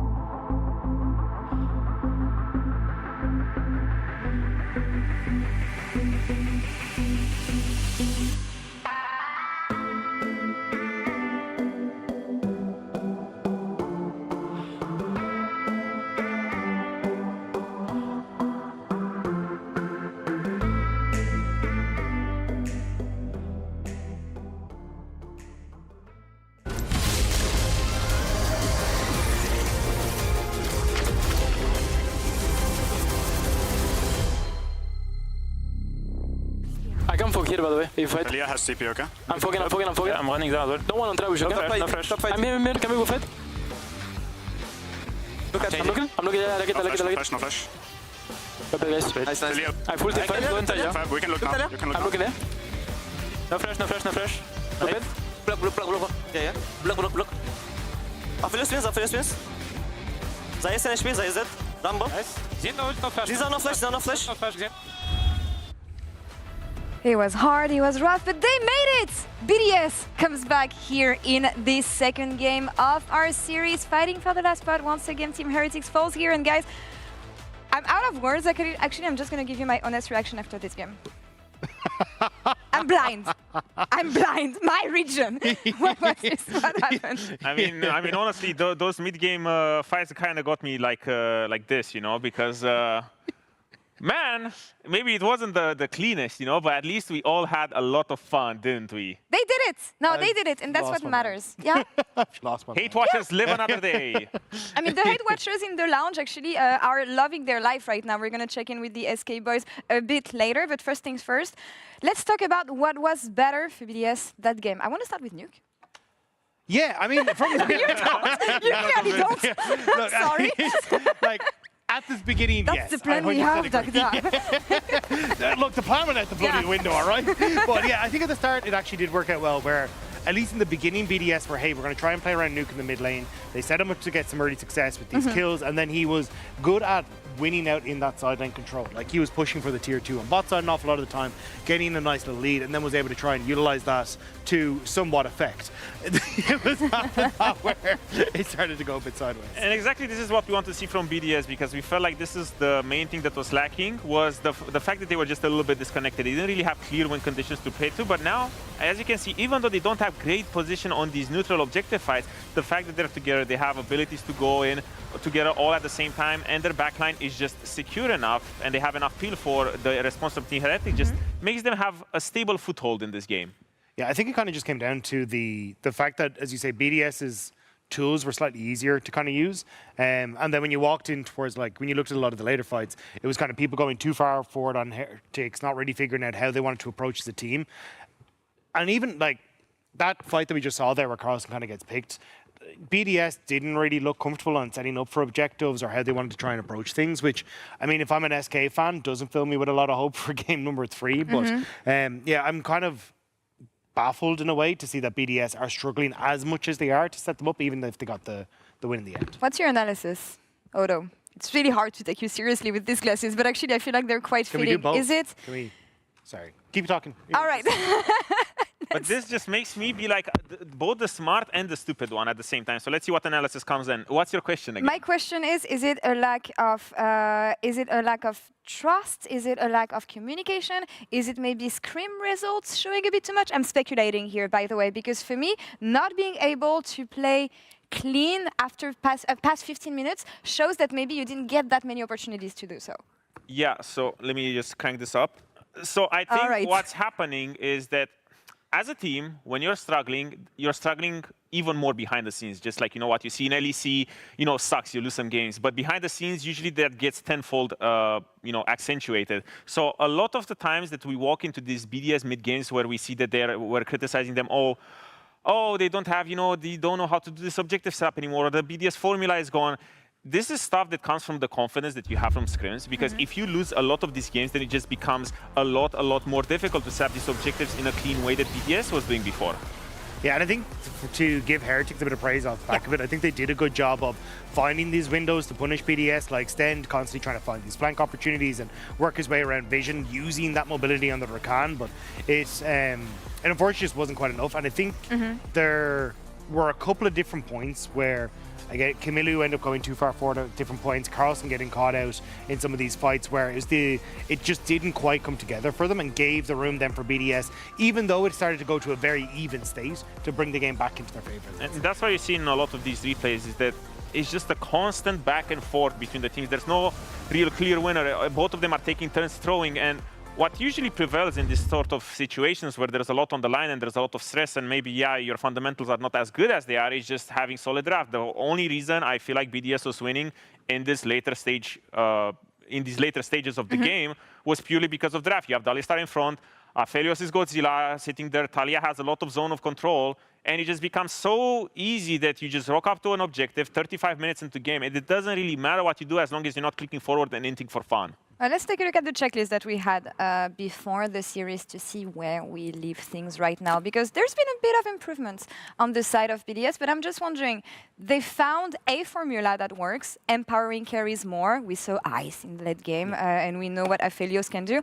How do they do that again with the champions that we have available, though? Yeah, I think there's still champions that are there. Like the Jinx that we already highlighted for Ice, I think is a big one. I think the Azir is going to be banned away again. I don't think Luke's going to get his hands on it, but I think the formula is still there. It's, hey, maybe we have to transfer to Carson going back towards his Cassandra or something like that, but beefy front line that can provide peel, set up our carries on things that have great late game scaling, and just play for these moments where we know, hey, we're going to be able to just rally around the troops and make sure we can bring this across the line. Sorry.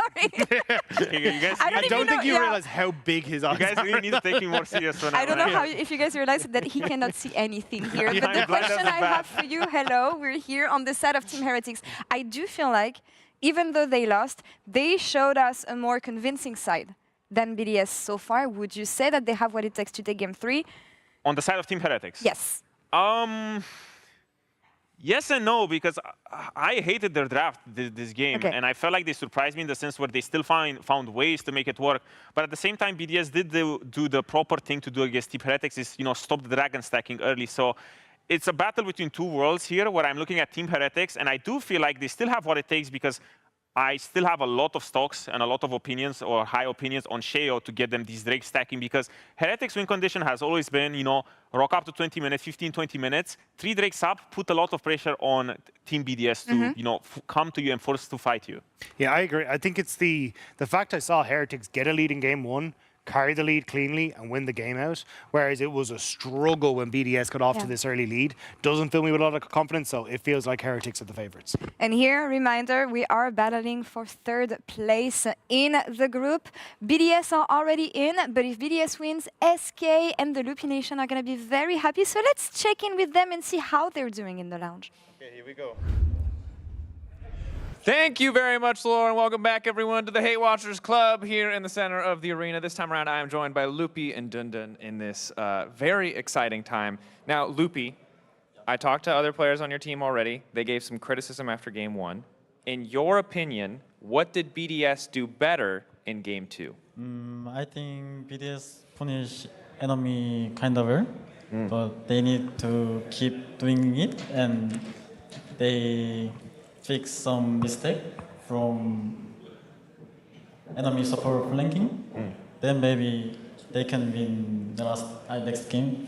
All right, I like to hear it. I like a little bit of optimism. Don't let that Rakan keep flanking you. Dundun on the other side, top lane matchup, very exciting. Yeah. Carlson versus Rooster. Who do you think is favored as we get into Game 3? I think probably Rooster will win because he's just better. and if Carlson win, it doesn't matter because in last game he gave many chance for BDS. So I think hopefully BDS win.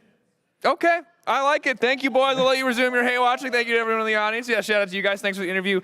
We got to get over the cashers, but a quick reminder, as much fun as we're having, as much as we're talking about hate watching, etc., this is an elimination game. It is big stakes, not for BDS, but for Team Heretics and SK. So remember, for the players on stage, as goofy as it is, as messy as it might be, this is like their world finals. Let's treat it like one. Fight to live another day. Casters, let's kick this shit off. Let's get it going. It's Game 3. We can't say that. We can't say that. Thank you very much from Willy Wonka from Portland. Yo, I'm Asterix. This is Finn. We're going to get right into Game 3. That guy, by the way, he doesn't actually work here anymore. We got rid of him weeks ago. He just keeps coming in and selling us chocolate and stuff. Yeah, he just sits down and he starts talking to these guys. A big shout out, by the way, Loopy and Dundun. Their English is insane. Immaculate. Like, Dundun has also been here for 2 seconds, and the guy speaks better English, I think, than I do halftime on the cast. So, yeah, big shout out to the guys. That's kind of crazy. Those guys obviously want a BDS win. A lot of people in the crowd. I mean, we've got some Heretics fans out here. I know for BDS, it has been slow going, and especially in that second game, the hardest thing to watch was, as they said on desk, was like how BDS tried to acclimatize that win. It was very messy. It was very back and forth. Yeah, but I feel like we're kind of seeing a little bit of pattern here this series. We're really it's important to have that early pressure, get those drakes going early, and then the game just simplifies. When you get that dragon win condition, you just gotta be there and be ready for the fight, man. And I feel like this is kind of what it's important, because coming into this game 3, I want to see them put more emphasis on pushing bot lane and a strong jungler to fight around those dragons, because I feel like the Fielders last game was kind of the reason why those early dragons went so well for BDS, because he constantly had to push in that lane. I mean, it was those 3 pushing lanes that gave BDS a lot of merit to stand on in its entirety. So let's see if they can draft something similar. Now, it's going to be a very different kind of game because a lot of those go button junglers are gone. Maokai and Trundle now sit among them as well. Sejuani, Vi, Wukong, Xin, you can see those are like S to A tier junglers. Yeah, Ice on the Pantheon as well is going to come up a little bit more. That's an important one, That's a champion that has kind of went under the radar these draft phases. Priors globally right now are a little bit up and about. Some people really think it's the best jungler. Some people think it's more of a game 3, game 4 jungle globally. So we're going to see if it's going to come out here for either Heretics or BDS. I would think that is one of the high priority picks, and I would like to see it at least. What is the Victor setup for you? Like Victor fishing for what here, Finn, if you've got any ideas on the mid lane ban? Because that's an unusual early ban. I mean, to me, that's just a comfort pick for Nuke. Nuke has great team fights on the Victor. Also, there's Seer being taken away, as Ernest has highlighted. That is a strong pick here in Europe. And we're going to see that with a Cassante first pick from Heretics. This is a champion Carlsen has played a lot, but it also allows yourself to be a little bit more vulnerable. This is the pick you pick when your mid laner doesn't want a first pick, your jungle doesn't want a first pick, your AD doesn't want a first pick. So the top laner has to take the bullet, pick that champion, pick that tank to make sure the draft flows nice. And if we've been talking about swaps all this series, we know that Cassante might feel like one of the strongest swappers left. Now, Skarner's been picked up here by Bukata. A lot of the time there's been pairings of things like Orianna. That's not available. And Azir has been taken off as well. So the biggest question will be, how do they help facilitate this jungler? As Ambessa, something else that can rely on the setup of Skarner, would be nice here. And I do like this Ambessa pick if it comes through for Rooster. I feel like Rooster once again is that guy. He is him for BDS. He is that guy. He's putting out a lot of damage, and into the Cassante, once you get those CGR breakpoints, especially at level 11, when you get that extra armor pen on your ult, 1 to 2 items, you start shredding that Cassante. And crucially, it's really difficult for the Cassante to land the Entofo strikes on the Ambessa, hard to run her down, hard to catch her in the same way it can do in many other bruisers. So really like that pick for Rooster. And his answer with the Leona. Long range. And I feel like this is one of those champions that, in Fearless, is like a game 3-4 champion because the engage becomes quite difficult to come by. Rel is out, Nautilus is out, as Alistar and Rakana are out. So taking that Leona early is one of those crucial picks that are kind of left in that pool of engage champions. I like the thought process here from Team Heretics, and now I'm just wondering, like, do they get a jungler here? Do they get a solo laner here? What's their direction? They go for Yone. Okay, we are back to AP junglers. It's time for AP jungle for Sheo. They're picking the Yone mid, they're picking Cassante top. They're setting up for something like a Brand. I want to say an Ivan, but like Brand Lily is what I'm looking at for Sheo in that 4-5. Didn't really work for them last week against SK. They're going back to it. They're going back saying we can still do this, we can still execute on this. I am cautious. I love to see Sheo with a lot of agency. And I feel like when you're playing those kind of AP junglers, you're kind of stuck farming a lot and your windows kind of dwindle a little bit. You don't have as many of them. So will it be something like the Ivan instead that is a little bit more supplementary? I like that you raised that. We saw it hovered before. Or is it something like the Lily? Let's get into those questions in a little bit, because for now, for BDS, they have options. They can ban ADs here, go for AD on 4, slap it because they've already got their support. Or they start banning like some of these AP junglers that you were talking about. Zyra starts first, Brand, Lilia also on the agenda. But I feel like banning these AP junglers is like pouring your cup of water into the ocean. I feel like there's so many of them. You can't ban out all of them. That's true. I feel like there's Zyra, there's Brand, there's Lilia. Does it really matter that you ban these AP junglers? Where do you come up with this stuff? Like, pouring a cup of water in the ocean. I mean, it's true, no? Because like, it is. Because now he's just going to pick Brand or Lily anyway. I don't think he cared which one they got. I feel like you're better off banning those AD carries that Flacker are comfortable on, because I really think Ice being on a carry is crucial for BDS. I think Ice is, to me, still the star player together with Nuke. Those two carries in tandem is what gives BDS their teamfight presence, and I want to see him being put in the best position possible from draft. Oh, well, Jinx being targeted. I love that ban for Heretics. I feel like Jinx, game 3 Fearless is just such a menace. So what do you have left? Like, Kai'Sa's already been big, Zai's already been big, no Aphelios, no Corki. There's double AD carry ban plus Yunara plus Varus. I think Sivir, Seri maybe. I don't know if Seri is still that Sivir's good. gone. Sivir is taken out. That's you. Zeri? I mean, you can pick Seri here, but Senna? I mean, it's not a bad idea to counterpick your AD carry because you could pick your mid laner here. You don't already carry. You see the Yon already. Why would you pick your AD carry unless you think there's one really crucial one? Like the MF together with the Nico would be a good pairing, I think. But yeah, they pick the AD carry. They wait and see a little bit what Flucket is gonna pick, and they go for a really rare last pick AD carry counterpick. And the question is, what is going to be left up and available? Because Flacket and Stend are going to show us how they're going to pair that Leona. Normally it's Ziggs, right? You know, you also want to see AP jungler. What if we get a Ziggs bot? Or is it too much AP if you have something like a Brand, have something like a Lilia? I mean, you can choose. You could go tank jungle and 6 bot. I think that's a valid approach to take. But I think they really want these AP junglers. It does seem like from the beginning of this draft, with that Cassandra, it's going to be the Brand back in the jungle. Into the Skarner. It is a quite nice interaction with the Esther. I mean, Esther being picked there, but Brand into Skarner. It's really hard for Skarner to engage with your E because you can just EQ him, stun him, and then walk away. Put him on fire. Pour a cup of water into the ocean and nothing can extinguish that fire. Yeah, as we've seen, that's not always the wisest approach. So, Team Heretics, interesting draft. You brought up the Zeri before. Finn, that's locked in, and a wise choice, I guess. We were really getting down to the Caitlins of the draft, the Neelas, the Sennas. Zeri's the last option. Yeah, I mean, look, your Mbessa is diving, your Nico is diving, your Skarner is diving. You dive too. Your Ryze is maybe on the side end. You want an AD carry that can kind of self-peel a little bit because there's going to be a Leona, Yon, Cassandra looking to get onto your buttocks. Fights. And you really want some AD carry that can kind of self-peel, kind of play on her own, kind of create space for herself. And I feel like most AD carries that are out, or most AD carries that are in, are kind of these immobile AD carries that kind of just stand there and just allow themselves to get went on. So you can't follow the play. Yeah.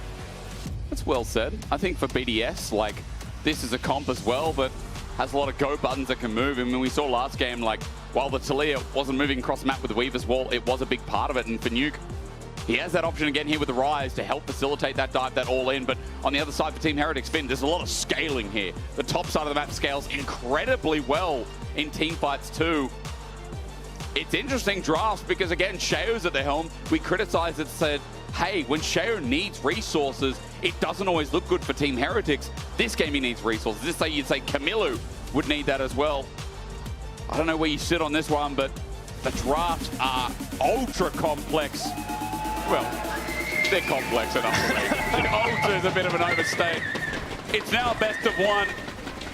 The loser of this has serious ramifications. Team Heretics, their life on the line. SK sitting in our VIP booth, waiting to see if BDS can carry them through, or their year will come to an end. It's a single game that decides how long of a vacation SK or Team Heretics have.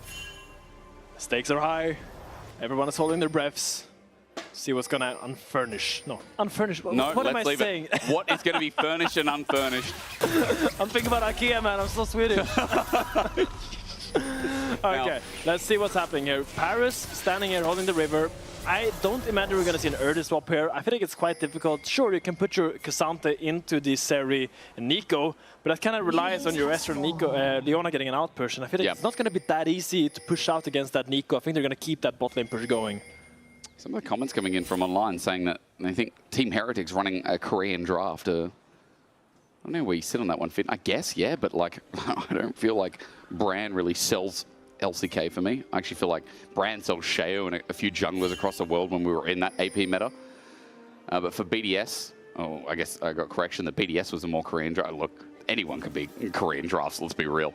I think the biggest takeaway, Finn, is that... How much English are we speaking in this game? Yeah. I guess that is the real question, isn't it?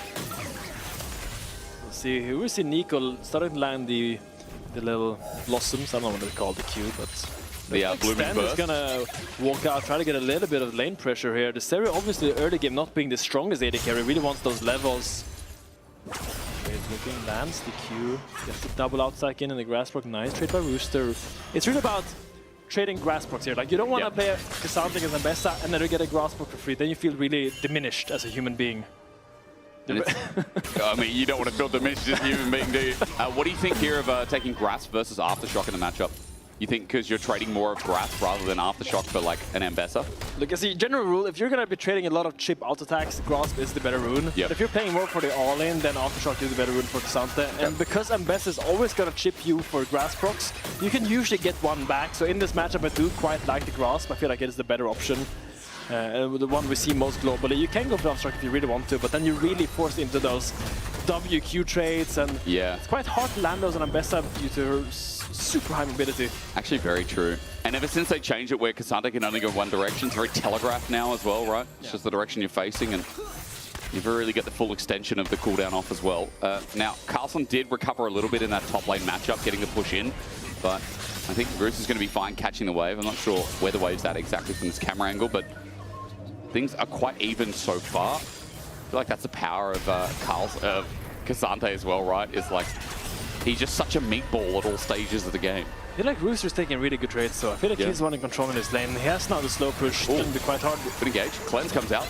And Sten does go in deep for this, but the Blooming Burst won't be enough of a trade, and that is one summoner down on Ice. It's quite nice by Sten to find that cleanse summoner spell. Suddenly Ice is way more vulnerable to a flash Q by the Leona. Also, you cannot cleanse the Ignite anymore, so that gets a lot more damage value as well.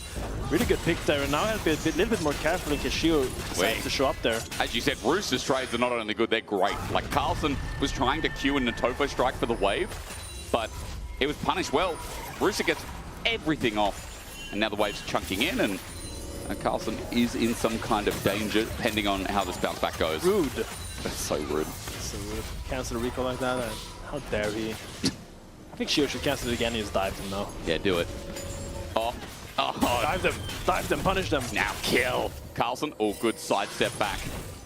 Shio's recall got cancelled 2 times there. He lost 15 seconds in total. That's really sad. That's not good, is it? What do you do in 15 seconds, Hysterics? 15 seconds, I reckon I could go to the kitchen, press my coffee machine, and get it cracking, put a bit of stevia in, and walk back.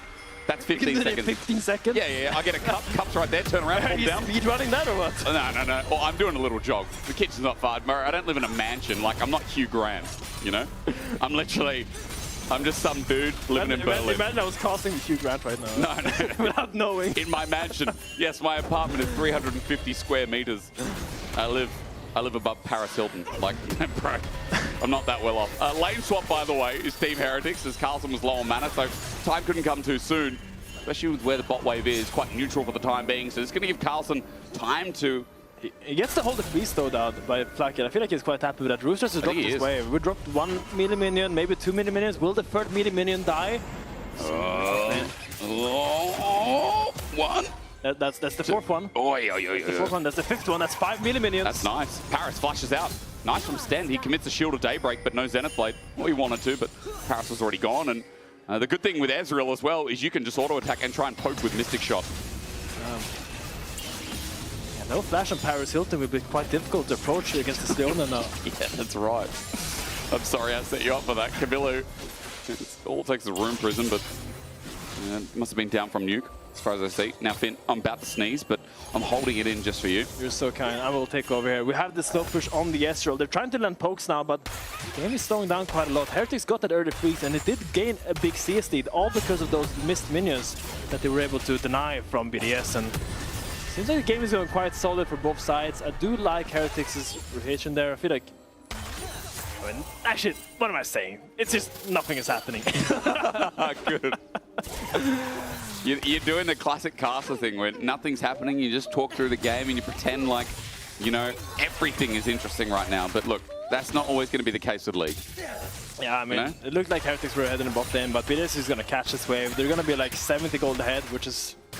it's exciting. There 70 gold, you can do that. What can you do with 70 gold, Jake? I can buy another pod. I think they're about 40 cents each, so if we convert it into Euro cents, I could buy almost 2 pods of coffee. I could probably buy some milk. Milk here is cheap. It's actually a lot cheaper than Australia. Man, milk in Australia is very expensive.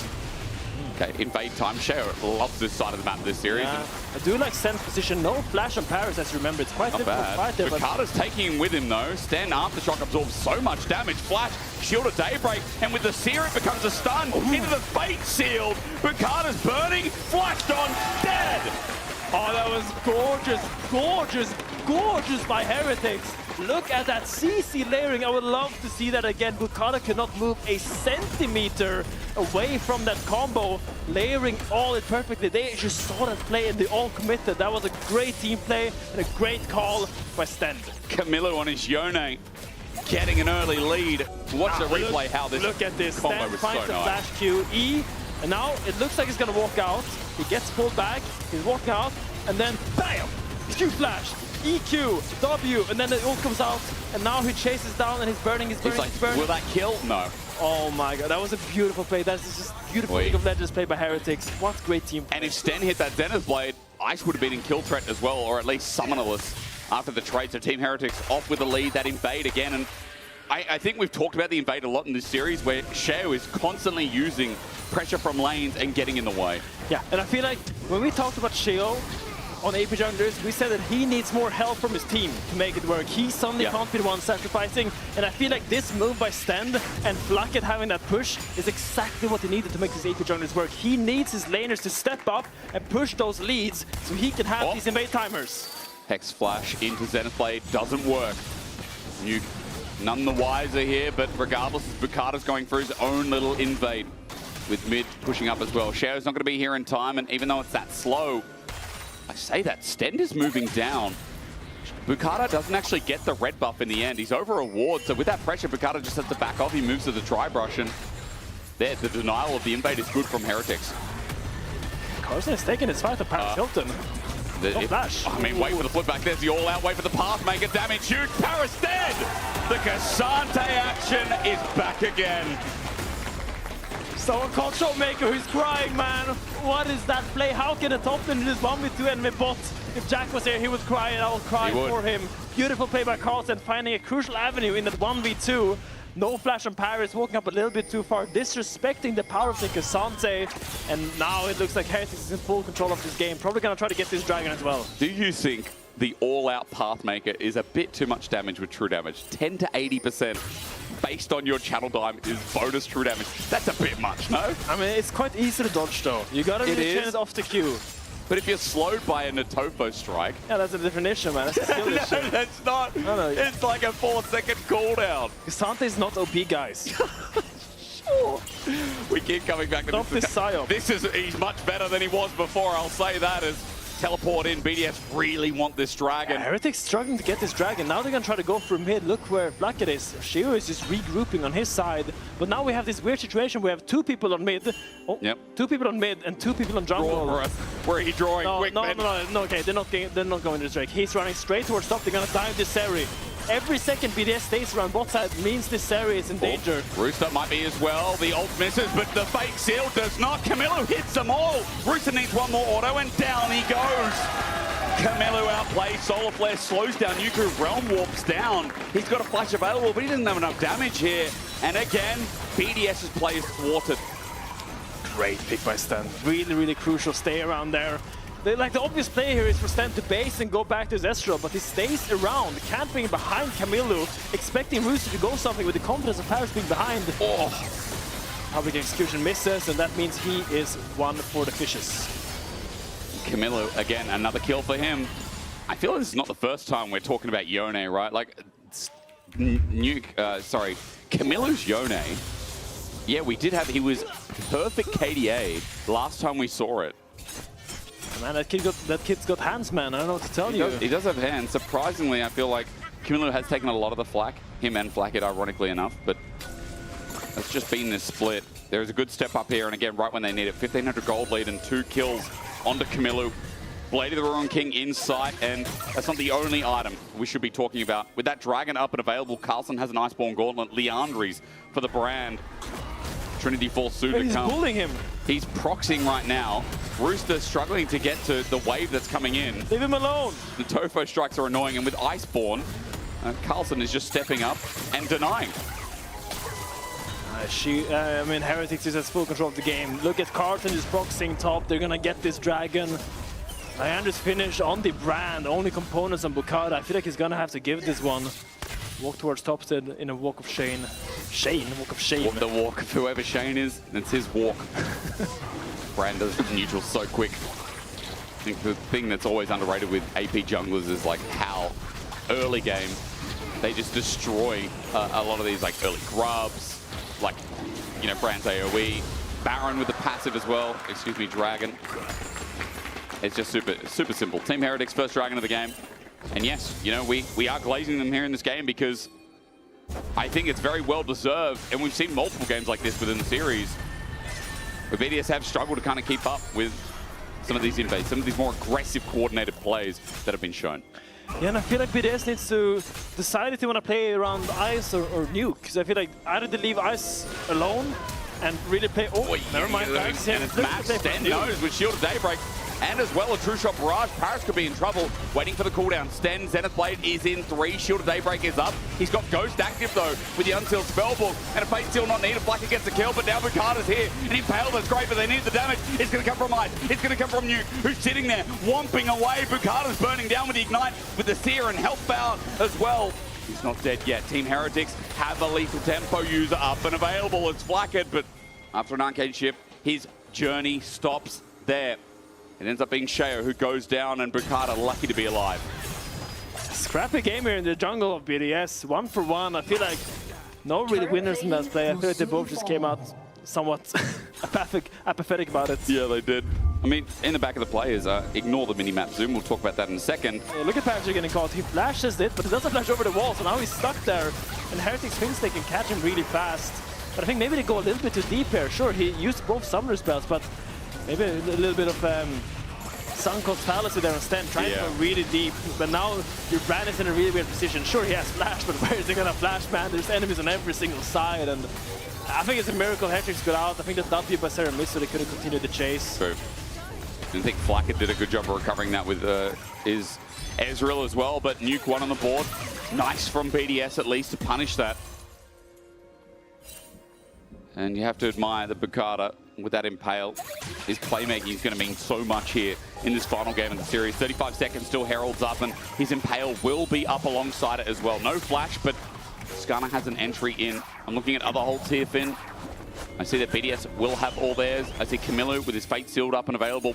This should be a big fight with those first items well and truly on the board, just pending on whether Ice can catch up as well. I mean, Ice on this Herald, definitely. I feel like this is the where the fight's gonna be. Yep. I feel like right now he's waiting. Does BDS want to cross-map this Herald, or does BDS want to contest? Because I know where Heretics wants to be. They want to be on that Herald, and now BDS has to make the call. But these constant plays by Shio makes it really difficult for BDS to find a footing in this game. Shio is constantly living in this jungle. And with the Pyroclasm as well, even though that's a good Impale, look at the damage. The burn is unreal. Sheo at full HP. Bukata can't say the same, and Paris is now low.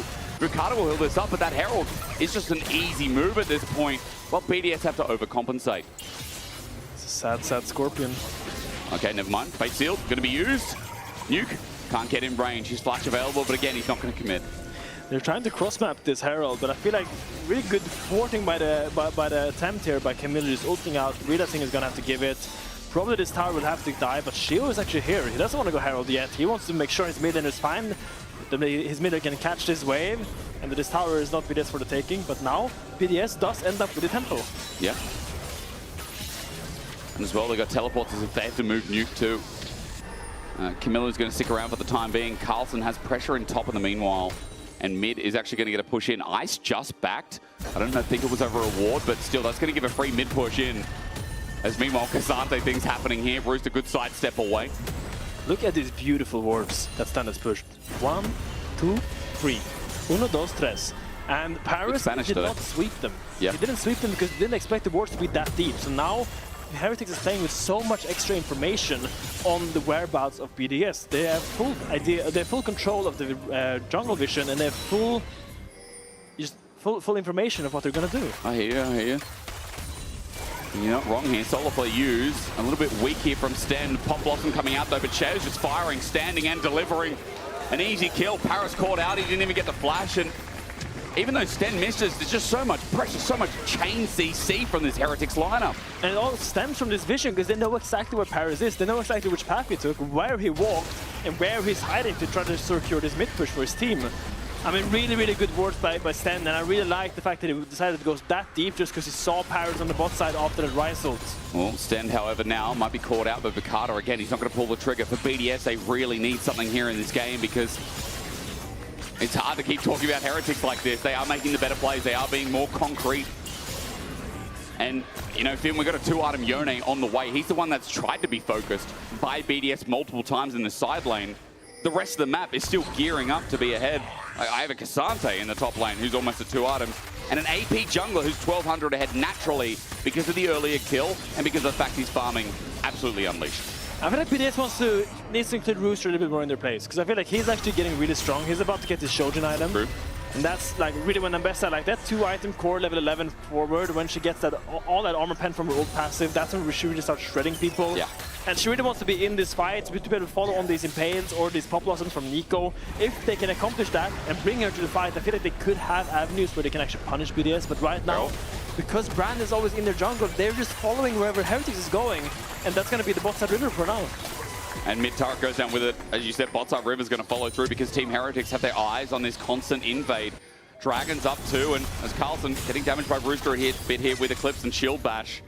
It's nice, but Carlson is going to accept this wave. Might be able to TP in himself, but the problem is Dragon's going down so fast. And with mid going down in the chain, Finn, it's double Dragon for Heretics. I mean, it's just too late. You can't walk in now. Despite having this nice top lane state, you can't use this Ambessa right now. Skarner really wants to get his camps. He's really sad this game. He just wants to get his top set camps. True. Like, please. He wants Give me a crump. Give me a crump of gold. He wants heart steal as well, bro. Yeah. Like, what can he do? You know, right now he's not eating good. Tries to defend his bot side tower. Camilla hits it a little bit. Will end up standing for now.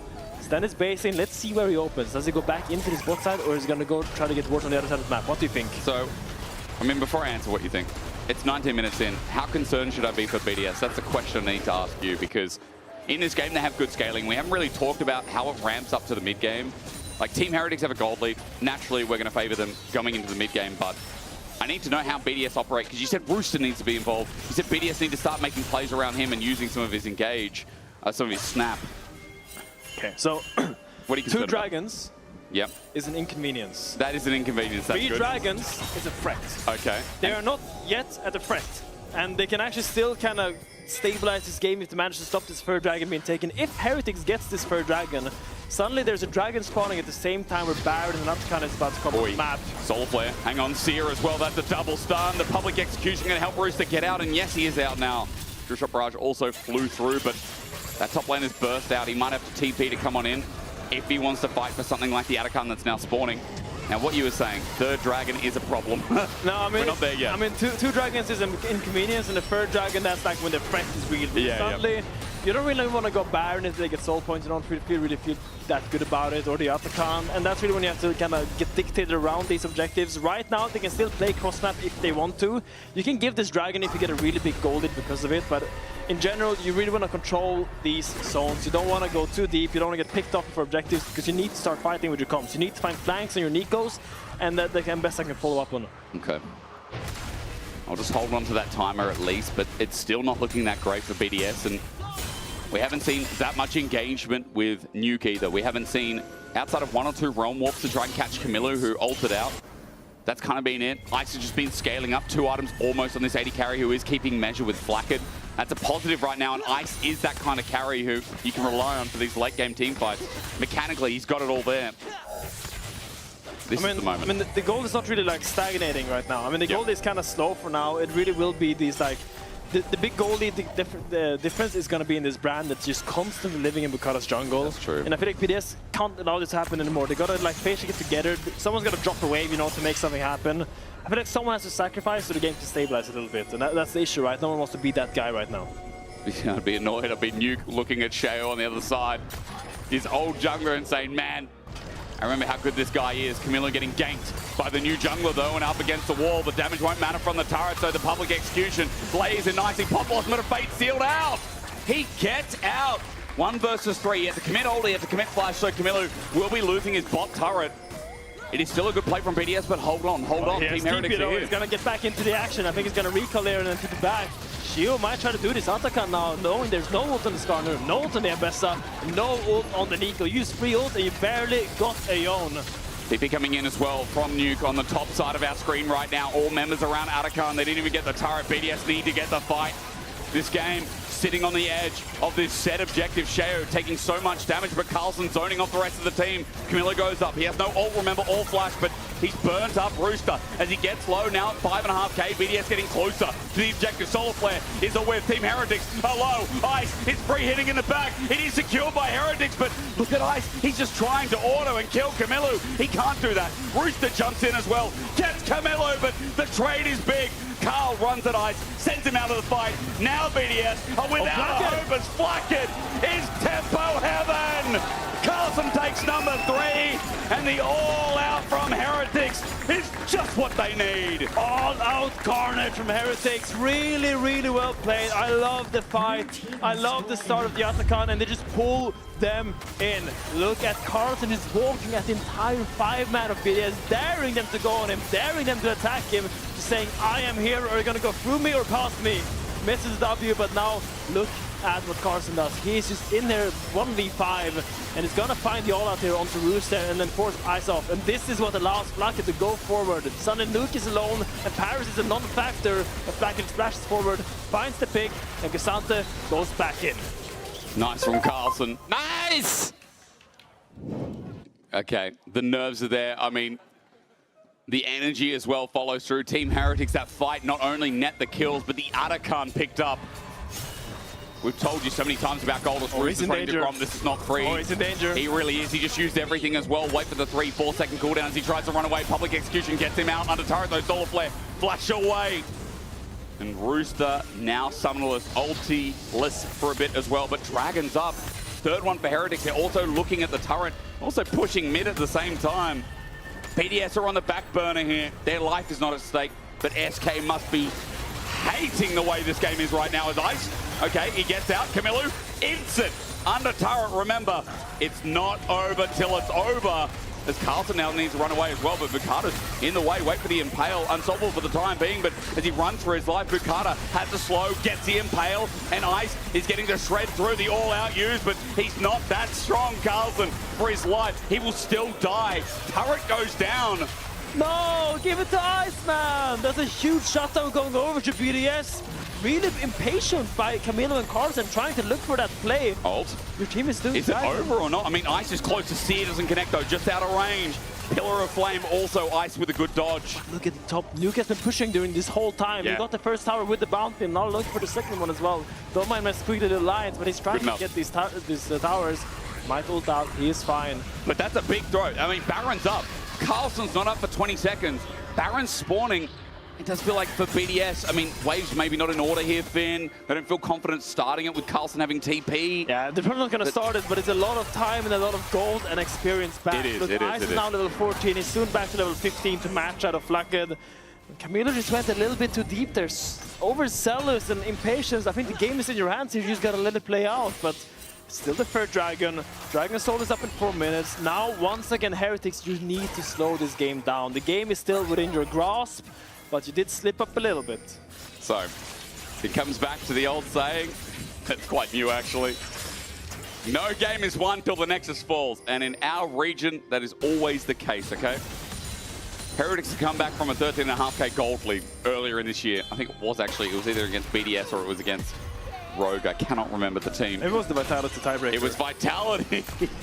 So, it's always possible. As Baron spawns, I could say this will make or break the game, but it depends what happens in the following events after. Just gotta do your steps, dot your T's, cross your I's, or whatever you say. Yeah, that's right. That's what you gotta do. You gotta dot your T's, cross your I's. Perfect. That's exactly how this series has gone. This is how it will end as well. Camilo's going to take top turret. They got 3 grubs, super easy. BDS will not step up for this one. Instead, it's trying to get vision around Baron that is completely controlled by Heretics. They are still in the driver's seat in this game. They are on Soul Point. They've got 3 minutes to play for that. If they delay the Baron, Soul for Baron is also something they have in their wheelhouse. Yeah, I mean, you can see how tense everyone is. No one wants to be the one that makes a mistake. Right now, one mistake will make or break this game. They have thrown the line, and no one wants to be that guy. So you really feel the tension in this game. You really feel like they're all a little bit on knife's edge right now. Ice trying to push in this wave, trying to get a little bit of control back into the topside river. But look at Sten and Camilo. They're looking for someone. If they go too deep, there might be danger. Carlson level 16 for the all-out. True shot barrage doesn't do too much. Hits Paris on a whim. He takes a little bit of damage. Carlson still not afraid. Double buffs available for all of BDS for worth mentioning. There is defensive vision here for Team Heretics around Baron, but BDS finally get control around River as the next wave channels in. 2 minutes till the Dragon corresponds. And this is the hallmark of a tense game where both teams are really nervous. When neither top lane goes down to push out. Solar Flare, hold up. There's a Zen's blade as well. Bukato's only got Sten for the time being. Camilo ulties into a Skarner, and it doesn't hit. Talk about nerves here. That's 2 ulties down from Heretics. Now BDS will try to take a little bit more space. They realize now they can maybe pounce on this mistake by Heretics. Once again, Heretics getting a little bit overzealous, trying to get a little bit too much. Can BDS punish? Can they get something out of this, or will it just be another stagnation? Do you feel like Carlson should be in a side lane here, Fearon? I mean, like, he's covering around mid. They're sticking around for the 5v5. He doesn't want to be late for the TP. Waves are being ignored, but now Nuke finally goes and responds to bot. And it looks like Camilo will respond to top. I mean, the thing is, like, in these games, you're really scared that your team will be picked up. So as a top laner, like, if I go bot lane now, my team would really struggle to retake these areas, because either your support Leona goes in that's not that tanky, or your Brand, right? Right, okay. So I feel like either Rooster or Nuke should realize that, like, okay, this Cassandra needs to be with his team, and the Leona's not really pushing out of bot lane. We should go there, and just like that, Nuke did that. He went bot. Yep. I think he didn't even ult pro dot. He just went bot and got that free tower. And as Dragon is coming out, bot lane push is really important. If you have the push, just really set up all the flanks for your teams, or at least put pressure on them to really retake more fast, more rapidly. Now Carlson is trying to be here, trying to match, and it's all gonna come down to this Dragon. Now, BDS can choose to give this Dragon and cross-map it for the Baron. Do you think that's worth though, No, Soul? I think they really want to be there fast now. You see already Rooster's coming down to be there early. He doesn't care about this top lane wave. He wants to be there for the retake when the Skarner walks in. That Impale public execution combo, that is what we're looking for, followed by the Pop Blossom. That is your avenue for BDS. That is exactly what you need to do. And they find it. Look at Carlson, he's on the flank, taking space in River. TP going to be used from Nuke to get into the lane. Carlson going to walk into a clone. Flack at Arcane Shift out of there immediately, fearing Rooster. A public execution that could change the game here. Carlson runs in immediately into Nuke. The flip back doesn't work, so now he's in harm's way. There is the Pyroclasm. It spreads, it's good, and there's a bit of damage. However, it's not game defining. BDS are up in Baron area. You have to go Baron here. BDS has to go Baron, but does Heretics allow it? No, they're gonna send Camilo to solo the Dragon and then retake. Really clever by Heretics, leaving their mid laner alone on Dragon so they can actually kind of contest this still. But look at the Nico. The Nico is on the flank. He's trying to find it. He's walking around, he's looking, he's pouncing. I mean, will it matter? Stand, Solar Flares in, Zenith's Blade, it doesn't matter. There's the smite. They get out with the Realm War, but they abandon 2. Baron and 1 down. In the meantime, Heretics almost take Rooster thanks to the burn. Camilo has found his way over into Nuke. He's going to disapparate. Really confusing by BDS. Are we getting out or are we getting in? Yeah. Like, half the team stays to do it and half the team just ults out to safety. And now there's suddenly 30 minutes where the Skarner's down. Sure, you got the Baron, but you're not really going to allow it to got Soul. I'm telling you, Sterix, this game is going to drag on because they're not going to siege with this. It definitely will, because Soul now picked up. Yes, Baron is there. As you said, no Skarner, no engage, no pick, no setup. And Camilo found his target, ults, whiffs. Okay, that's my Yone. Camilo, he gets through the shield, and rather the zap does, but he gets out regardless. Camilo definitely likes bananas here in this game, but I won't put it past him. He still had some impressive combos otherwise. There's the fact that he's alive, I think, is the big takeaway. Bukata's now also up and available, as BDS is going to try and show us what they can do with this Baron. And now BDS is going to get the siege opportunity. Camilo has the base, the sides were pushed in, but now they kind of have to give up some control. 1 tower already for BDS. Can they get 1 more? Top lane tier 2 is really low on HP. They could look to make a short rotation over there. It's corner back on the map. And, this game is really tense. Hysterics. All the players, I think, are shaking their boots a little bit. They don't want to lose this. Their boots must be getting loose. Good Mystic shot. Flackett knows. Bukata into a wall. He finds Camilo, who is motionless. Kept in the middle. Nuke gets the kill. Okay, BDS is Baron now getting more and more valuable. Next wave coming in through top. It's a 4 versus 5 as Camilo getting caught out there is not what you want to see. Zenith Blade. Sten going in. Dangerous. Nuke beside him. Sten running for his life. Paris looking for the follow-up to flash away. Meanwhile, this fight with Pyroclasm out again. It bounces, it sears, it helps. The flip back is good, but Team Heretics struggling just to get the defense here. Wave clear minimal, but Carter sets up for the ulti. They get one, looking for two. Stender's up next with a Realm Warp, with Ice, electrifying. Nuke out of range of Carlos, but he gets the Rune Prism regardless. Blacket's still alive. BDS with 4, and Team Heretics hit the dirt. Blacket's trying because BDS are low, but he's run out of juice, he's run out of steam. BDS get their siege alive. I can't imagine. I want the Heartbeat monitor for SK backstage right now. They must be scrambling for anything. BDS are finding these plays where I don't think they should exist. Why are you trying to defend the top lane tier 2 that is clearly dead? You don't have your mid laner, you gotta give this tower. Shield gets engaged on Ascend, ends up falling. This could have been terrible for Heretics. They do end up defending together with Blackett and Carson. They do end up stopping the siege here, but wow. If gold is even and we get to an Elder, I would say BDS don't give a crap about Cloud Soul. And they'll say, well, if we get Elder, if we can flip the game for Elder, then we can win a fight with Ice. We saw Ice in that last fight, Finn, 4 items strong. He pulls his ulti out, he surges them, and he electrifies them all. I mean, the thing is, BDS, Heretics Comps is really good at killing tanks. It is. He can go on the Skarner or the Nico. Nico's not a tank, but he can go on the Skarner with the Leona and force them out together with the Yon. But if they try to dive the Zeri, he's so... Oh, Hex Flash, Ice is deep! Xana's Blade, Shield of Daybreak, the sun comes down, but Ice flashes out. He's alive for now, he has to pop the ulti in the meantime. True Shot Barrage tags him on the outro. Nothing's up for 2 minutes 30, but Ice is now flashless for the next big fight. No flash on Elder Soul, and look at this. Baron and Elder, they're spawning at the exact same time. It's gonna be a tense moment. And you know what matters most? Of both spawn at the same time? Mid lane push. That is where all the teams is gonna end up, and we're gonna see a crucial battle. I would love to see some Rise mind games next fight, because I feel like that is your best avenue for BDS. BDS also have to keep note of this cooldown here on the bottom of your screen. That was also plunged into its CD in the last fight. Team Heretics get River nice and early here. Minute 53 before this game seems to be decided. Before Heretics can lock in their cross-play opportunity, or otherwise BDS save a brother in SK. It comes down to potentially one fight, and Stend has been good at trying to pick off elements. He does it again, Hex Flash, but Rooster is very wise. Stend has been ferocious this series. He's constantly finding these flanks, constantly looking. Oh, Ice stepping up.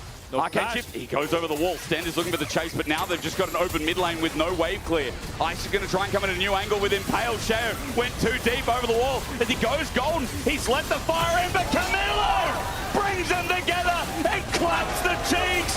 The all-out pop down from Kasane to Pop Blossom is just too late.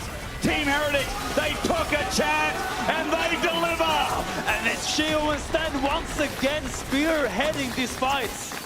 Finn, Team Heretics had one chance, one series, one game.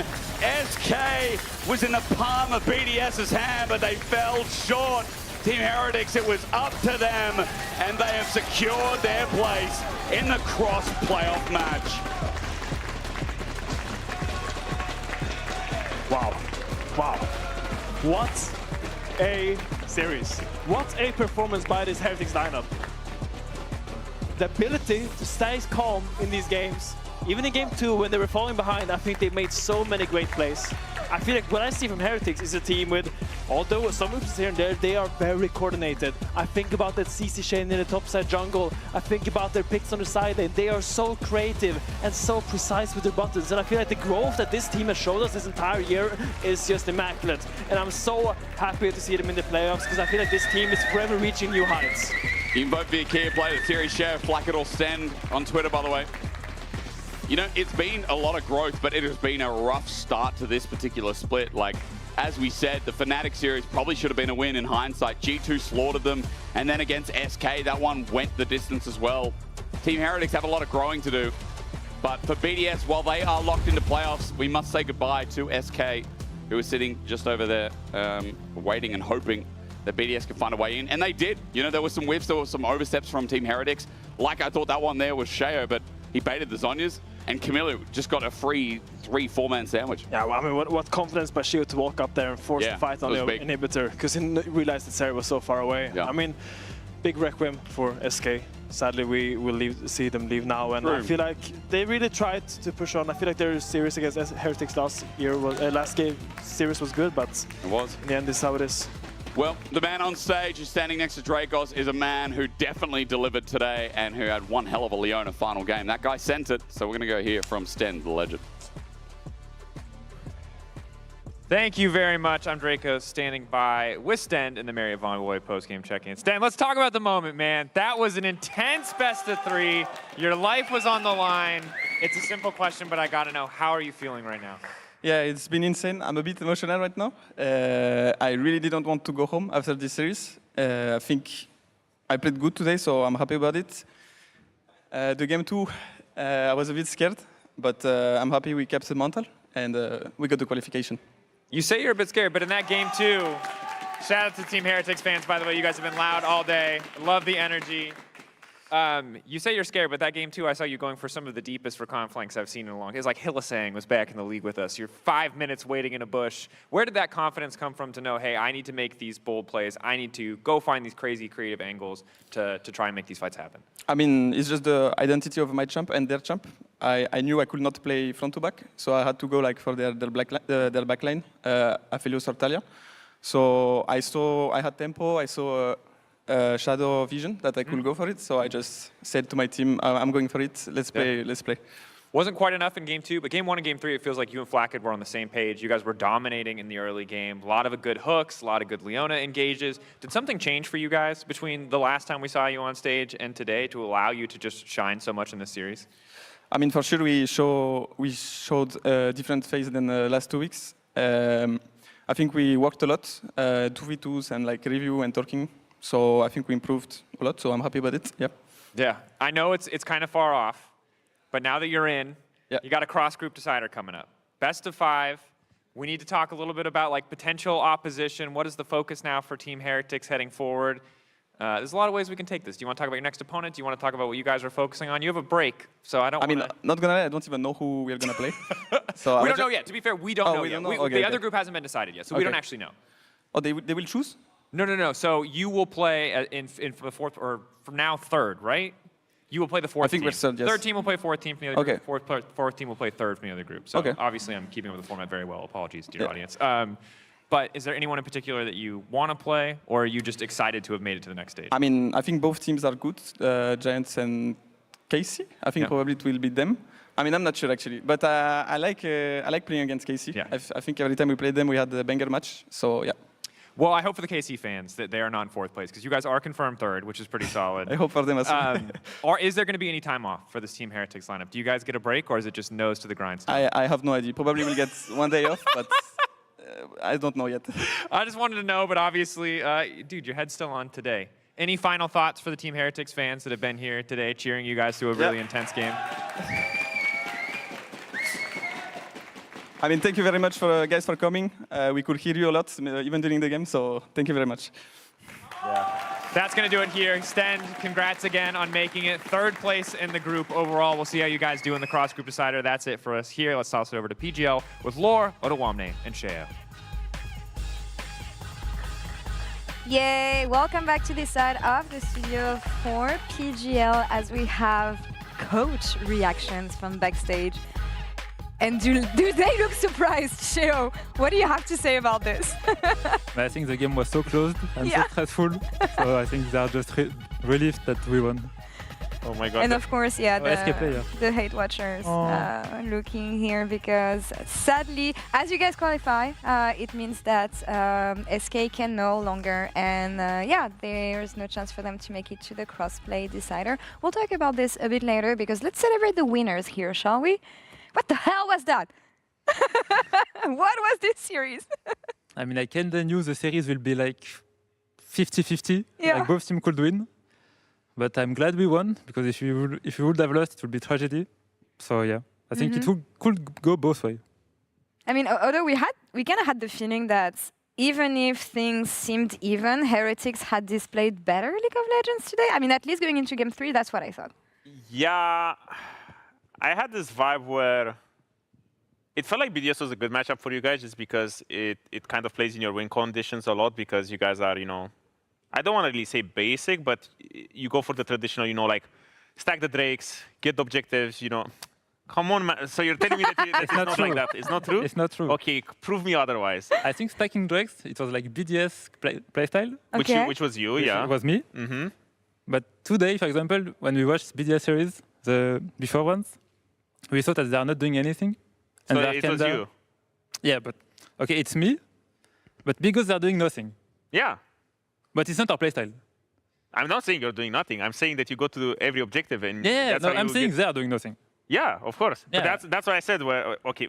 It's okay, we are saying the same thing. Go ahead. Yeah, I think you're on the same board here. So my point was that the matchup is good because BDS has the style of kind of, you know, not really being proactive or doing anything while you guys are just stacking the drakes, and it just makes it so much easier for you guys to just be like, oh, okay, well, we're just going to go set up this drake. We're going to, you know, get our setup better, win the team fight, stack the drake, you know, force a soul at 25, 30 minutes, and then the game is won. So that's why I felt like even though you guys would maybe like fall behind or something, it just felt so easy because every time it was minute 15 or 20, you guys would have 3 drakes, you know, some grubbies, and then the game would feel super easy. So that's why I was like, I was on the Team Heretics hype train. Sheo in the early game. That's what we talk about. Often when we describe not BDS, oh my god, lapsus, I'm sorry. We're going to come to that later though. But when we talk about Team Heretics, what's the case for BDS as well, actually?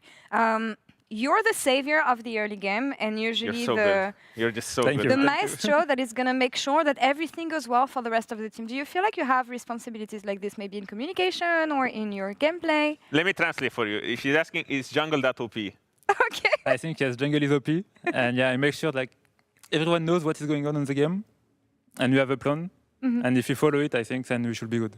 Like if the lanes are stable and the plan is like followed, then I think we are doing good. All right.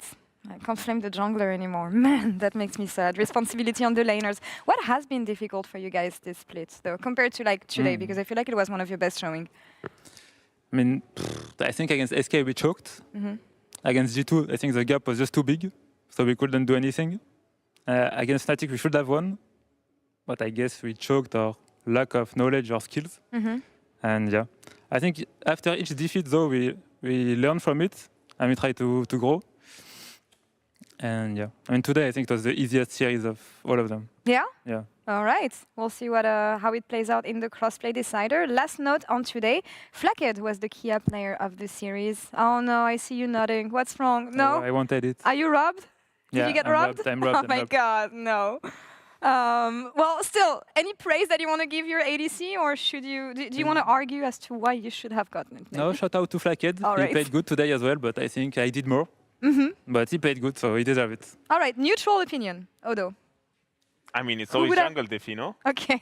I mean, the guy sits there on his little helicopter in game 1 or whatever. He played game 2 and 3. I even forgot because it's just ADC role. He does the same thing. And he's just collecting kills that his jungler is setting up for him. That's right. Yeah, that's right. Junglers are victims now. Oh my god. As a top laner, of course, you would say. Oh, I'm the biggest victim. That's clear.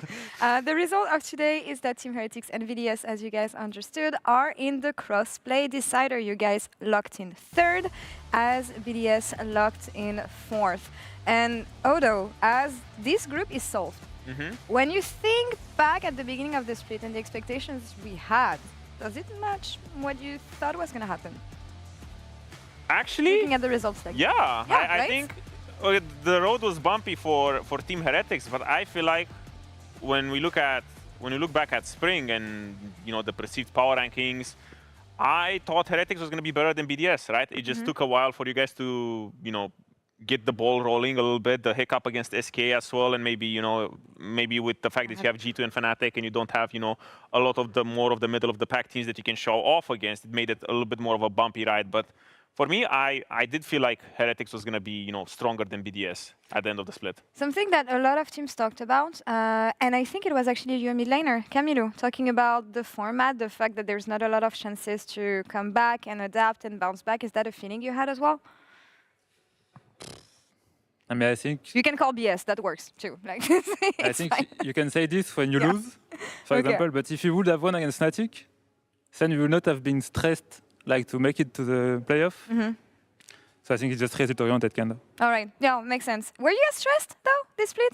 Overall, when you think about everything, how did you guys keep it together? No? Yeah. Sorry to No, please. But I think after SK loses, Like it was like a lot of stress because it was the most important match to win, kinda. Yeah. And we throw it. So before, I think we were like, first week, we show off good against Fnatic, it was good. Second week, G2 reality check. Then third week should win, we choke. So it's like, the stress is like climbing, and now everything is relief, kinda. Everything is relief? Like how do you feel for the... Yeah, I feel like Heretics is a mood-based team, kinda. When you guys feel confident, you can do anything. Is that true? I agree, yeah. I think when Flackhead and Camilo especially are confident, I think they play way better than where they're not. So I think for sure when like, if you have a good week of Scrim and then we go on stage, we should perform good. Are you back on the Heretics hype train then? Well, it depends on who they play next in the crossplay decider, because on the groups I feel like there's this dang scenario where I think MKOI can end up fourth, if I'm not mistaken. I'm not really sure how the whole mumbo jumbo goes with the thing. Yeah, I just know we'll talk about it later. Yeah. Oh, later. So I completely okay, fine. But no, it just depends on the seeding. I feel like and the opponent they have, because when you guys played, you know, someone who's maybe a little bit more like, you know, equal power level, like, you know, when I think of like GX, Vitality, the teams that you guys did traditionally do like well into, I feel like it's a close series where I can put a lot of stonks on Heretics. But I felt like it was kind of like how you said it, when you have, you know, maybe like G2 or someone who's like, you know, traditionally the top dog or whatever, it becomes a little bit harder to go for that style. Yeah. So for me, it's a little bit on the seeding, but I feel like Heretics, for me, is still always like a top 5 team. Honestly, when I see Heretics play, it's not so much what is happening in-game that I like, it's the whole lore, the whole story around Heretics, around BDS, everything that's going on. And yes, I'm going to pull a tweet right now, because this morning, or yesterday rather, Striker, head coach of BDS, tweeted that he was very much looking forward to sending you on holidays, Sheo, joining your former top laner, Adam. Is there anything you want to share? I mean, I'm sad that BDS is locked in the group. I would have been happy if they were out or doing a tiebreaker against SK. I think it would have been fun to see that. But yeah, I mean... Always feels good to beat them, I guess. Yeah, always good to beat BDS, and he's tweeting, I'm winning. The story continues until the next tweets. Honestly, if you guys haven't followed up on this and caught up on this, go on his Twitter, look at the interactions between him, Nuke, Adam, Striker, Sheo. It is a banger, but not as much as a banger as we're going to have tomorrow, because it is going to be match of the week between Vitality and MKOI. And guys, if this series ends 2-0, the winner team gets first in the group. Vitality first in the group is not something that I could have thought possible. Yeah, I feel like walking into this week or even previous week, when you think a team or like a group that has, you know, winter champion with spring champion, Vitality with the curse that they always have most of the time to live in a timeline where they can just go 2-0 and win the group is a little bit insane. It's actually insane. Like if they win, if they win 2-0 tomorrow, they end up first. If MKOI wins 2-0, MKOI is going to be first. Any 2-1 results will give the first place to KC. Now, Sheo, we saw Vitality beating KC last week. Do you think they can do it against MKOI again? I would say if Vitality plays their style, they can win. But I would say MKOI is favorite still. All right. What is their style then? What do you expect from them? From Vitality? Yeah. It feels... I don't know, it feels like a copy-paste a little bit of Team Heretics. I feel like they haven't really shown more than just, you know, good drafts, you know, Chayek and Linsas enable each other well as well with Fleshy when they get the sort of champions they like. They are, let's say, I guess, a little bit more proactive when it comes to the phases between, you know, the objective setups, and they have a little bit more proactivity there.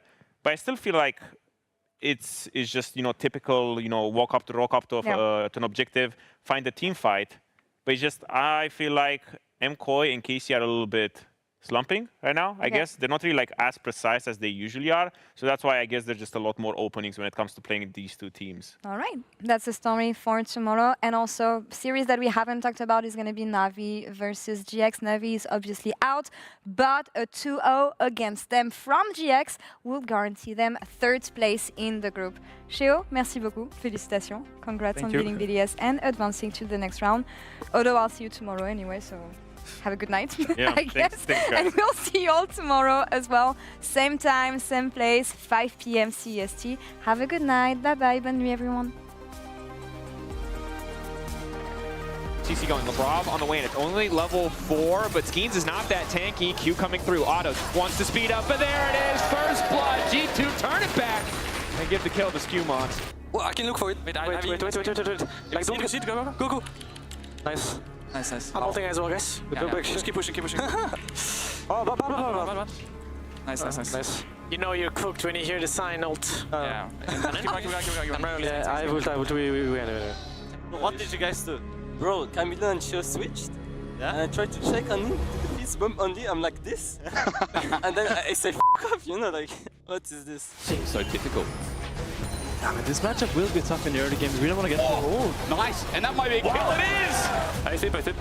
On me, ultim. Run flash. Okay, you win. Run flash, come go. Hook in 6. No flash on the re. No flash on both. Look, Kaisa. I go. You go. Maybe. Nice, boys. Well played. Nice, good job. They had a mega choking, by the way. Well played, guys. We play with confidence, with balls, and we cook them. I full team fight. Go inside, yeah. We can look now. I'm looking there.